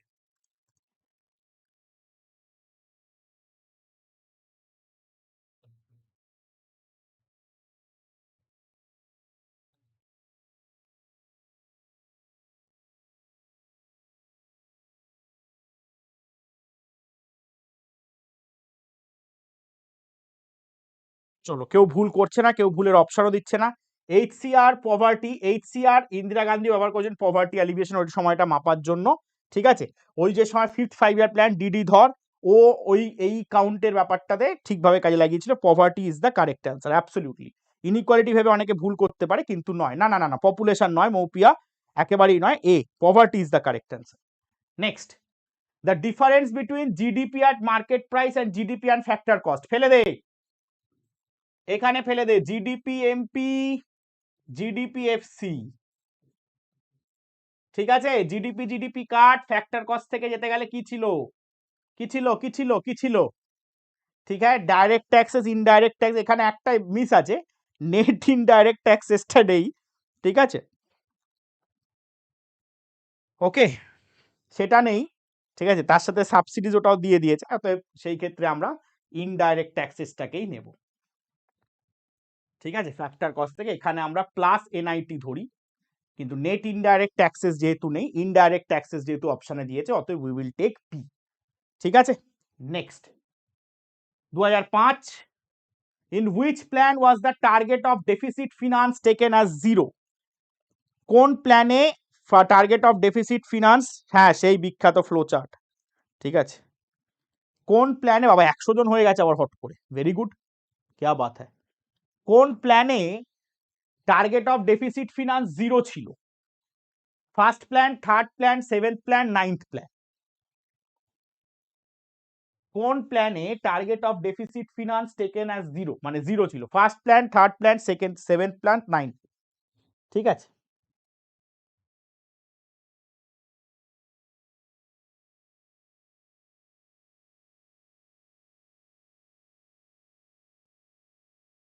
গুড, ভেরি গুড সবাই। সেভেন্থ প্ল্যান ডেফিসিট ফিনান্সকে টার্গেট করা হয়েছিল জিরো হবে, কারণ সেই ক্ষেত্রে যে ডেফিসিট ফিনান্স মানে যে ডেফিসিট ফাইন্যান্সিং বলছিস, ওইখানে ধরা হয়েছিল যে যেহেতু তার আগে একটু চাপ হয়েছে, আমরা ব্যালেন্সড বাজেট ভেবে চলবো, কিন্তু তা আলটিমেটলি টার্গেট করা হলো সেই মতো হয়নি, যাকগে সেটা পরের কথা। Next, from which year the policy of globalisation, এটা একই জিনিস বারবার দিয়েছে, globalisation has been followed and it is again 1991 LPG policy. ঠিক আছে, next, which one of out of the following is not the objective of Indian planning, এর মধ্যে কোনটা ইন্ডিয়ান প্ল্যানিং এর যে কনসেপ্ট সেটার অবজেক্টিভ বা লক্ষ্যমাত্রা নয়? Industrial growth, population growth, self reliance, productive employment generation. পজিটিভটা দেয়, পজিটিভ দিকগুলো দেখি, সেটাই হতে পারে industrial growth positive, self reliance positive, productive growth, population growth negative. ঠিক আছে, ইন্ডিয়ান প্ল্যানিং কখনোই বলেনি যে এক্সারসাইজ বাড়িয়ে দাও। ঠিক আছে, রাত্রিবেলা এক্সারসাইজ বাড়িয়ে দাও, দিয়ে বাড়িয়ে দাও, চমকপ্রদভাবে দুম দুম দুম দুম করে ইনক্রিজ করে দাও, একেবারেই না। ঠিক আছে, প্ল্যানিং ইন্ডাস্ট্রি বাড়াতে বলেছে, সেলফ রিলায়েন্ট হতেই অবশ্য প্ল্যানিং লাগে, যার জন্য 5 ইয়ার প্ল্যান ইমপ্লিমেন্টেড হয়েছে, এবং productive employment generation, definitely population growth নয়। Next, the Indian planning commission was formed in the year 47, 49, 50, 51। 1947 আমাদের ইন্ডিপেন্ডেন্স, 51-তে আমাদের ফার্স্ট FYP আসে, আর 50-তে হচ্ছে আমাদের Indian planning commission. Indian planning commission was formed in the year 1950। ঠিক আছে,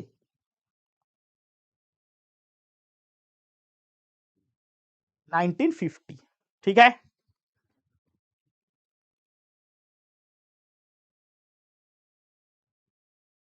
next, in India 14 major commercial banks were nationalised in the year. আবার একই কোয়েশ্চেন, আর সময় দিচ্ছি না, 1969। এখানে জাস্ট 14টাকে এরকম ভাবে লেখা, দেখ একই জিনিসগুলো ঘুরিয়ে ফিরিয়ে আসে, অতএব চাপ খাওয়ার দরকার নেই। Again, in the second industrial policy of 1956 industry war divided into, এটা করিয়েছিলাম ক্লাসে, ছকটা ভাব, তিনটে মানে ভাগ করে দিয়েছিলাম, যেটা সেকেন্ড ইন্ডাস্ট্রিয়াল পলিসি মানে 1956। মনে রাখবি এটাকে ইকোনমিক কনস্টিটিউশন অফ ইন্ডিয়াও বলে, economic constitution of India, economic constitution of India. ঠিক আছে, ঠিক আছে, অ্যাবসলিউটলি 3 ক্লাসেস বলেই দিলাম, 3টে বেরিয়ে গেছিল মুখ থেকে। হ্যাঁ, 3টে ক্লাস কি কি, একটা ছিল পাবলিক শিডিউল এ, শিডিউল বি আর শিডিউল সির মধ্যে ছিল 3টে ক্লাস ভেঙে। ঠিক আছে, তো সেইখান থেকে একটা শিডিউল এতে একটা ছিল পাবলিক সেক্টর, একটা ছিল মানে মিক্স সেক্টর, আর বাকিগুলোকে প্রাইভেট সেক্টরের মধ্যে রাখা হয়েছিল। ঠিক আছে, মুখ ফসকে বেরিয়ে গেছিল উত্তরটা, যাই হোক। Which out of the following can be levied by the state government, মানে এর মধ্যে সোজা কথা কোনটা state tax? Income tax, wealth tax, profession tax, capital gains tax. প্রত্যেকটা ট্যাক্স সম্বন্ধে তোর আইডিয়া আছে। দেখ এই আমার ভালো লাগছে কোথায় অপশনগুলো যেগুলো আমরা দেখছি, তাই না? যারা ক্লাস করছিস তারা রেসপন্স করবি, অপশনগুলো যেখানে আমরা পড়ছি, এই অপশনগুলো সম্বন্ধে আমরা ডিটেলস জানি। তার মানে মানে শিক্ষার জায়গাটা, মানে শেখার জায়গাটা ভালো জায়গায় পৌঁছেছে। ইনকাম ট্যাক্স তো central, wealth tax central, capital gain tax central. So definitely tax on professional tax is state tax. ঠিক আছে, সো সেই জায়গাটা মানে এটা হচ্ছে ভালো জায়গা, যে আমরা বাকি ট্যাক্স গুলো সম্বন্ধে অপশন গুলো আমি অ্যানালিসিস করে ফেলতে পারবো নিজে নিজে। ঠিক আছে, এটা একটা সার্থকতা। Government of India has started selling share of selected public sector from the year. ঠিক আছে, যে 1992, 1996, 1994, 1997 দেখ বলছে স্টার্টেড সেলিং অফ সিলেক্টেড, মানে ডিসইনভেস্টমেন্ট। এবার সেলিং গভর্নমেন্ট, দেখ সেক্টর দুটো, সেক্টর হচ্ছে আমার কটা, সেক্টর যদি এমনি ভাবে ভাগ করি ওনারশিপ অনুযায়ী, পাবলিক আর প্রাইভেট, এই দুটো হলো আমার সেক্টর। তাহলে এই ডিসইনভেস্টমেন্ট মানে কি, আমি পাবলিক শেয়ার সেল করে দিচ্ছি। তা সেল করলে পাবলিকের যে শেয়ার ছিল, ধর এই শেয়ার গুলো পাবলিকে ছিল, তো এটা সেল করছে, কে কিনবে? অবভিয়াসলি প্রাইভেট কিনবে। তো এই পলিসিটাই যদি 1991-এ আসে, তাহলে আমি শুরু কোথা থেকে করব? ডেফিনেটলি তারপর থেকে, 1991-এর পর থেকে, 1996 থেকে। ঠিক আছে, কিভাবে অ্যানালিসিস করে পড়বে। ওকে, নেক্সট, অপারেশন বর্গা রেফার্স টু, বর্গাদারদের নিয়ে যেটা, a program of universal registration of tenants, recognition of sharing of outputs between landlords and sharecroppers, recognition of sharecroppers' rights to cultivate lands of absentee landlords, equal distribution of lands.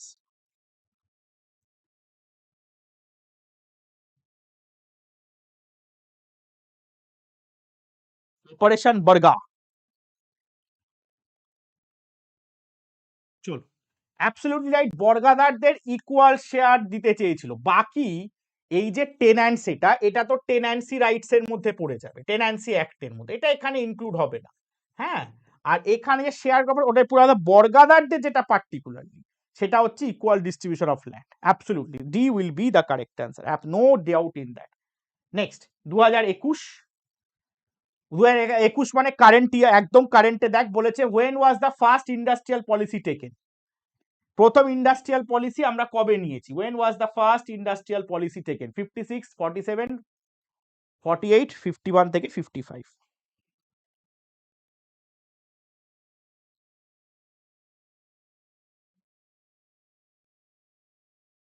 আমি একটা add দেখ, কারণ আমি add ইউটিউবে দেখতে পাই না, কারণ আমার ইউটিউব প্রিমিয়াম নেওয়া, অতএব আমি অ্যাড দেখতে পাই না ভাই, এমনিও দেখতে পাচ্ছি না। যাই হোক,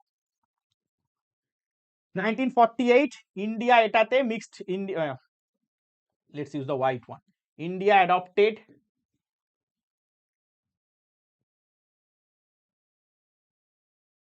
মিক্সড ইকোনমি।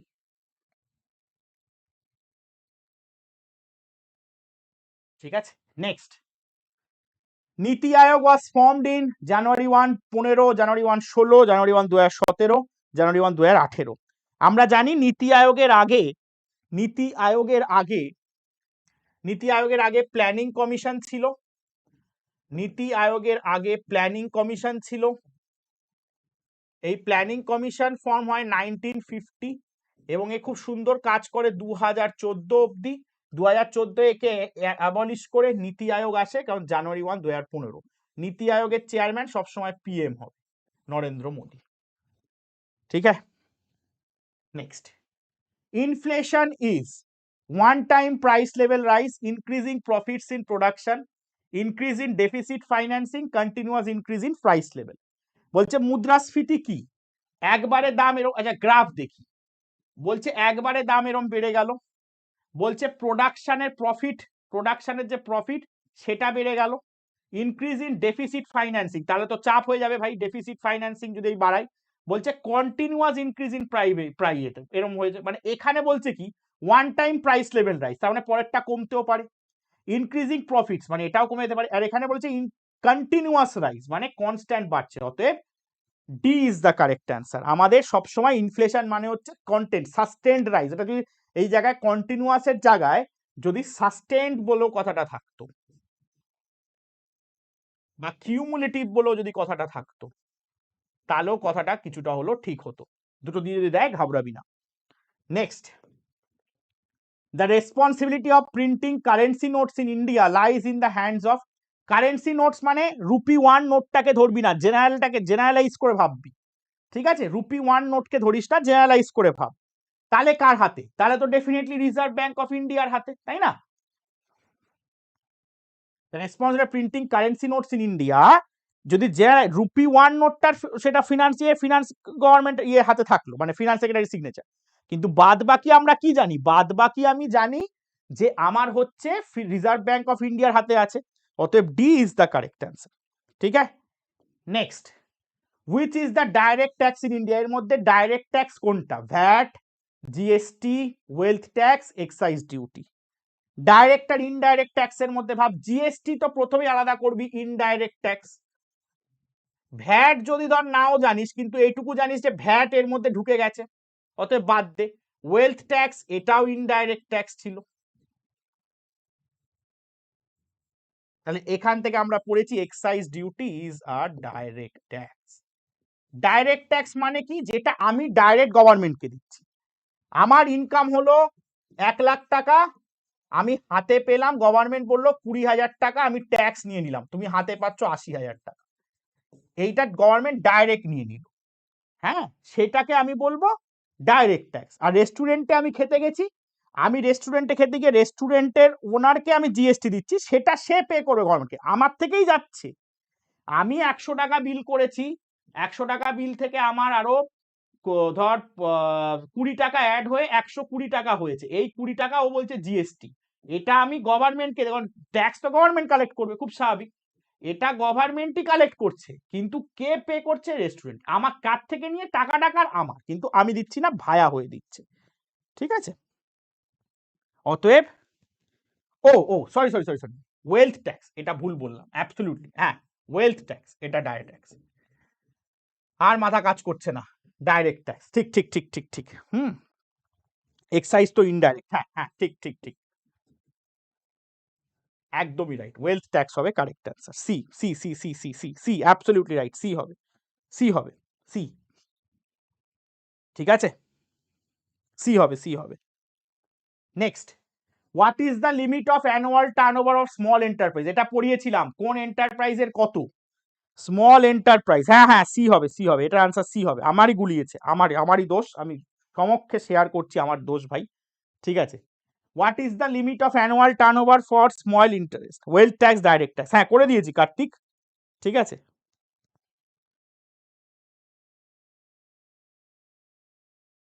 হ্যাঁ আমারই গুলি ছিল। 5 থেকে 50 কোটি, 5 কোটির কম, 75 থেকে 150 কোটি, 150 থেকে 200 কোটি। তো অবভিয়াসলি স্মল এন্টার, এখানে এমএসএমই যেটা আছে, ঠিক আছে, এখানে ওরা ক্লাস করেছে, ওরা জানে মাইক্রো হচ্ছে লেস দ্যান 5 কোটি। ঠিক আছে, স্মল হচ্ছে 5 কোটি থেকে, সরি 5 কোটি থেকে 50 কোটি। তারপর মিডিয়াম হচ্ছে তো 50 থেকে তারপর অ্যাবাভ। তো অবভিয়াসলি এটা হবে এ। ঠিক আছে, নেক্সট 2022, একদম কারেন্ট ইয়ারে এসে গেছি। The name of Prasanta Chandra Mahalanobis is associated with, এটা প্রীতি পারেনি, এটা আমাকে জানিয়েছিল। ঠিক আছে, the name of PC Mahalanobis is associated with first FYP, second FYP, third FYP, fourth এফওয়াইপি।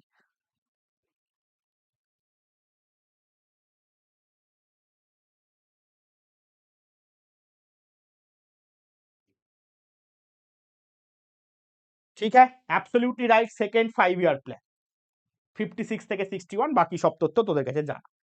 Next, the earlier name of WTO, এটা আমরা একটু আগে করেছি। ডাব্লিউটিওর আগের নাম কি ছিল রে? গ্যাট। দেখ পুরোনো কোয়েশ্চেন রিপিটও হয়, 1948। ঠিক আছে, নেক্সট, এখনো যদি ভুল করে খুব পিটবো। সেবির ফুল ফর্ম কি? 2022-এর কোয়েশ্চেন, ভাব আগের বছর। সেবির ফুল ফর্ম কি? সেবির ফুল ফর্ম, আর আমি গ্যাট পাই, এবারে যদি গ্যাট না পারিস, গাটটা রেডি।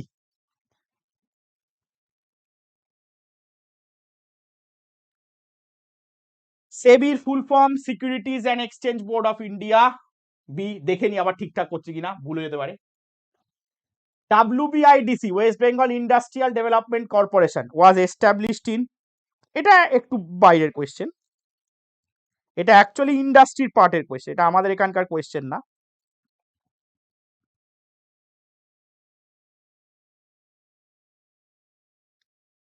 ঠিক আছে, WBIDC, অ্যাকচুয়ালি WBIDC এস্টাবলিশড হয়েছিল 1967-তে কোম্পানিজ অ্যাক্টের আন্ডার। ঠিক আছে, কোম্পানিজ অ্যাক্টের আন্ডারে WBIDC এস্টাবলিশড হয়েছিল। ঠিক আছে, ওকে, ক্যামাক স্ট্রিটে অফিস এটার এখন, আবার 103 জন হয়ে গেছে, বাহ সাবাস, শেষ বেলা। আরবিআই ওয়াজ এস্টাবলিশড, ভাবো 2022-এর কোয়েশ্চেনে দাঁড়িয়ে আমরা শেষ বেলায় এসে গেছি।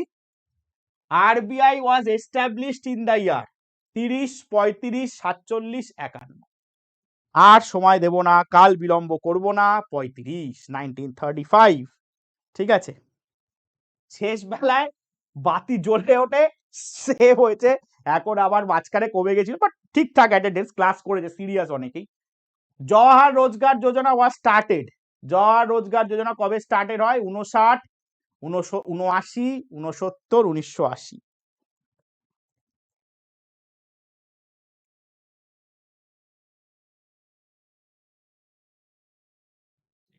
4 ঘন্টা ক্লাস হয়ে গেছে, ওই জন্য পার সাথ দিচ্ছে না।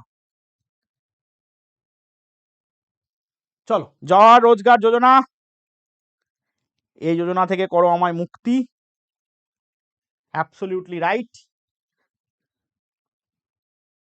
1979। গুড, ঠিক আছে, 1979। এবার ব্যাপারটা হচ্ছে কি, এখানে অপশানের একটা গন্ডগোল আছে। কেন এটা দিলাম বা এটা কেন, এটা অ্যাকচুয়ালি হওয়া উচিত ছিল 1989।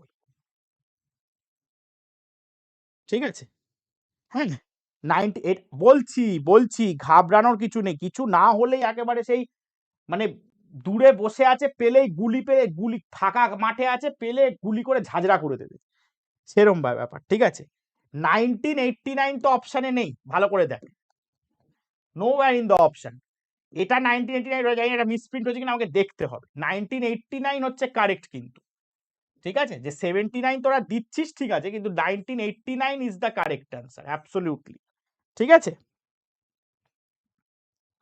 2023-এরটা করাবো, আচ্ছা সেটাই বাকি আছে পরের বছর শতদ্রু। চলো last question of the day, last question of the day, which of the following is within the jurisdiction of central government? Central গভর্নমেন্টের মধ্যে, এর মধ্যে কোন ট্যাক্স, ঠিক আছে? Corporation, professional, land revenue, excise on liquors. এটা তো কোনো সময় ছাড়া যাবে না, এটা কেউ ছাড়তে চাইবে না, এটা স্টেট সবার আগে এটা নেবে, কারণ এখান থেকে সব থেকে বেশি ইনকাম, আবগারি ওয়েদার, ঠিক আছে? এটা সব থেকে বেশি নেবে স্টেট। তারপর আরেকটা নেবে সেটা হচ্ছে এটা, তারপর আরেকটা নেবে সেটা হচ্ছে এটা, পড়ে থাকবে এটা, অতএব এ, ঠিক আছে? চলো, আচ্ছা এবারে যদি কটা ইম্পর্টেন্ট টপিক বলে দিই যেখান থেকে কোয়েশ্চেন আসেনি বাট আসবে। পড়ে যাবি বাজেট, ঠিক আছে? ইন্ডাস্ট্রিতে মহারত্ন নবরত্ন ওগুলো খুব ভালো করে দেখে যাবি, বিশেষ করে কতগুলো মহারত্ন আছে, কতগুলো নবরত্ন আছে, উইথ তাদের সাল, তার এটা ভালো করে দেখে যাবি। এই দুটো জিনিস থেকে সেরকম কোয়েশ্চেন আসেনি, তাই বললাম এই দুটো খুব ভালো করে দেখে যাস। এবং অবশ্যই স্ট্যাটিক জিকের পার্ট থেকে স্কিমস, স্ট্যাটিক জিকে এবং দিদির পড়ানো স্কিমস গুলো, ঠিক আছে? এইগুলো খুব ভালো করে দেখে যাবি, খুব ভালো করে, ওকে? আর 11 5 ইয়ার প্ল্যানটা ওটা সম্ভবত আরেকদিন যদি ক্লাস থাকে বা আমি গ্রুপে ডিসকাস করে দেবো, ঠিক আছে? চলো তাহলে আজ আমাদের গল্প এখানেই শেষ। It was the first economics marathon with you, ঠিক আছে? স্যার টোটাল কতগুলো কোয়েশ্চেন ছিল? মোর দ্যান 200 ছিল, বাড়ি গিয়ে দেখতে হবে, ঠিক আছে? চলো, ভালো থেকো, সুস্থ থেকো, শরীর সুস্থ রাখো, ঠান্ডা মাথায় পরীক্ষা দাও, ঠিক আছে? 4 hours 12 minutes, হ্যাঁ 4 hours 12 minutes ধরে দাঁড়িয়ে আছি, পায়ের অবস্থা খারাপ, ঠিক আছে? ভালোভাবে ঠান্ডা মাথায় পরীক্ষা দাও, খুব ভালো হবে, ডোন্ট ওয়ারি। এখান থেকে পড়ে নিশ্চয়ই দেখতে, আচ্ছা এখান যাওয়ার আগে জানে সে পেলে, এখান থেকে পড়ে একটা কনফিডেন্স কিন্তু তোদের মনে আসা উচিত এইটুকু, যে স্যার আমাদের পড়ার বাইরে থেকে খুব একটা আসেনি, এসছে কি? ভালো করে ভেবে বল।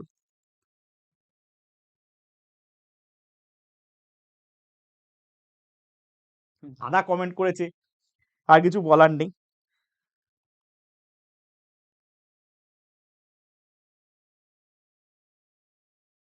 ঠিক আছে? তো এখান থেকে আমরা ক্লাসে যা করেছি, এত দিনের আমাদের যা প্র্যাকটিস সেশন বা বল, সেখান থেকে আমরা ম্যাক্সিমাম দেখেছি কি, যে আমাদের ম্যাক্সিমাম এখান থেকে আমাদের কমন ছিল, আমরা কোয়েশ্চেন, রাইট? আমরা প্রচুর কোয়েশ্চেন্স আমরা কমন পেয়েছি, ঠিক আছে? সেই জায়গা থেকে আমরা দেখতে পাচ্ছি যে we have a high chance of doing good. এবং যারা 2023-এর সাথে 2024-এরও ক্লাসেসগুলো করেছে, তারা ডেফিনেটলি আরো প্রচুর ইনফরমেশন এক্সট্রা পেয়েছে। এবং সেই জায়গা থেকে আমরা শুধু দেখলাম যে ম্যাক্সিমাম কোয়েশ্চেন্স আমরা কমন পেয়েছি। 5 ইয়ার প্ল্যানস প্রচুর এসছে, এনডিসি কে খুব ভালোবেসেছে ডাব্লিউবিপিএসসি। অ্যাডিশনাল যেগুলো বললাম এই তিনটে জিনিস আগে এটা লিখেছি, এইগুলো থেকে প্রশ্ন আসতে পারে, প্রশ্ন দেয় ডেফিনেটলি। মিনি রত্ন মনে থাকবে না, মিনি রত্নটা অনেকগুলো, কিন্তু যদি কারেন্ট অ্যাফেয়ার্সে এরকম কোনো কোয়েশ্চেন আসে যে এইটা এটার থেকে জাম্প হয়েছে, বা এই কোম্পানিটা এর স্ট্যাটাস হারিয়েছে, তো এই পার্টিকুলার জিনিসটা, তো ক্ষেত্রে সেই ক্ষেত্রে তোমরা ঠান্ডা মাথায় এই জিনিসটা মহারত্ন ওটা কিন্তু খুব ভালো করে পড়ে যেও, পিডিএফ দেওয়া আছে, ডেফিনেটলি খুব ভালো করে পড়ে যেও। বাদ বাকি হাই চান্সেস, আমি কখনো ওরকম দাবি করি না ক্লাসে বাইরে যে 100% কমন পাইয়ে দেবো, বাট তোমরা পারবে, কারণ তোমরা অপশন টেস্ট করে দেখছো, বাকি অপশনগুলো সুন্দরভাবে তোমরা অ্যানালিসিস করতে পারো, বাকি অপশনগুলো তোমরা জানো, ওকে? ঠিক আছে, টিল দেন ভালো থেকো, সুস্থ থেকো, শরীর সুস্থ রাখো, ঠান্ডা মাথায় এক্সাম দিও, কোয়েশ্চেনটা ভালো করে পড়ে এক্সাম দিও, শুধু আমার সাবজেক্ট না, যে কোনো সাবজেক্ট পড়াশুনো, এই মানে সেটা যে কোনো অঙ্ক থেকে শুরু করে হোয়াট এভার মেবি, ঠান্ডা মাথায় ভেবে দিও, ডেফিনেটলি ডেফিনেটলি ডেফিনেটলি সাকসেস পাবে, ঠিক আছে? আশীর্বাদ সব সময় রয়েছে, ভালোবাসা আশীর্বাদ সব সময় দিয়ে রেখেছি, ডেফিনেটলি ভালো হবে। টিল দেন, ও আচ্ছা আচ্ছা, ঠিক আছে তাহলে যে টাটা, ভালো থাকিস, ভালো থাকবেন, ভালো থেকো, অল দ্য ভেরি বেস্ট। ঠিক আছে, আর যদি ক্লাসটা ভালো লেগে থাকে একটু লাইক শেয়ার আর একটু কমেন্ট করে দিও, এত খাটনির পরিশ্রম ভালো লাগবে আর কি দেখার। ঠিক আছে, একটু কমেন্টসে জানিও কেমন লাগলো, ভালো লাগবে। টাটা, দাদা ডাকছে, বাই।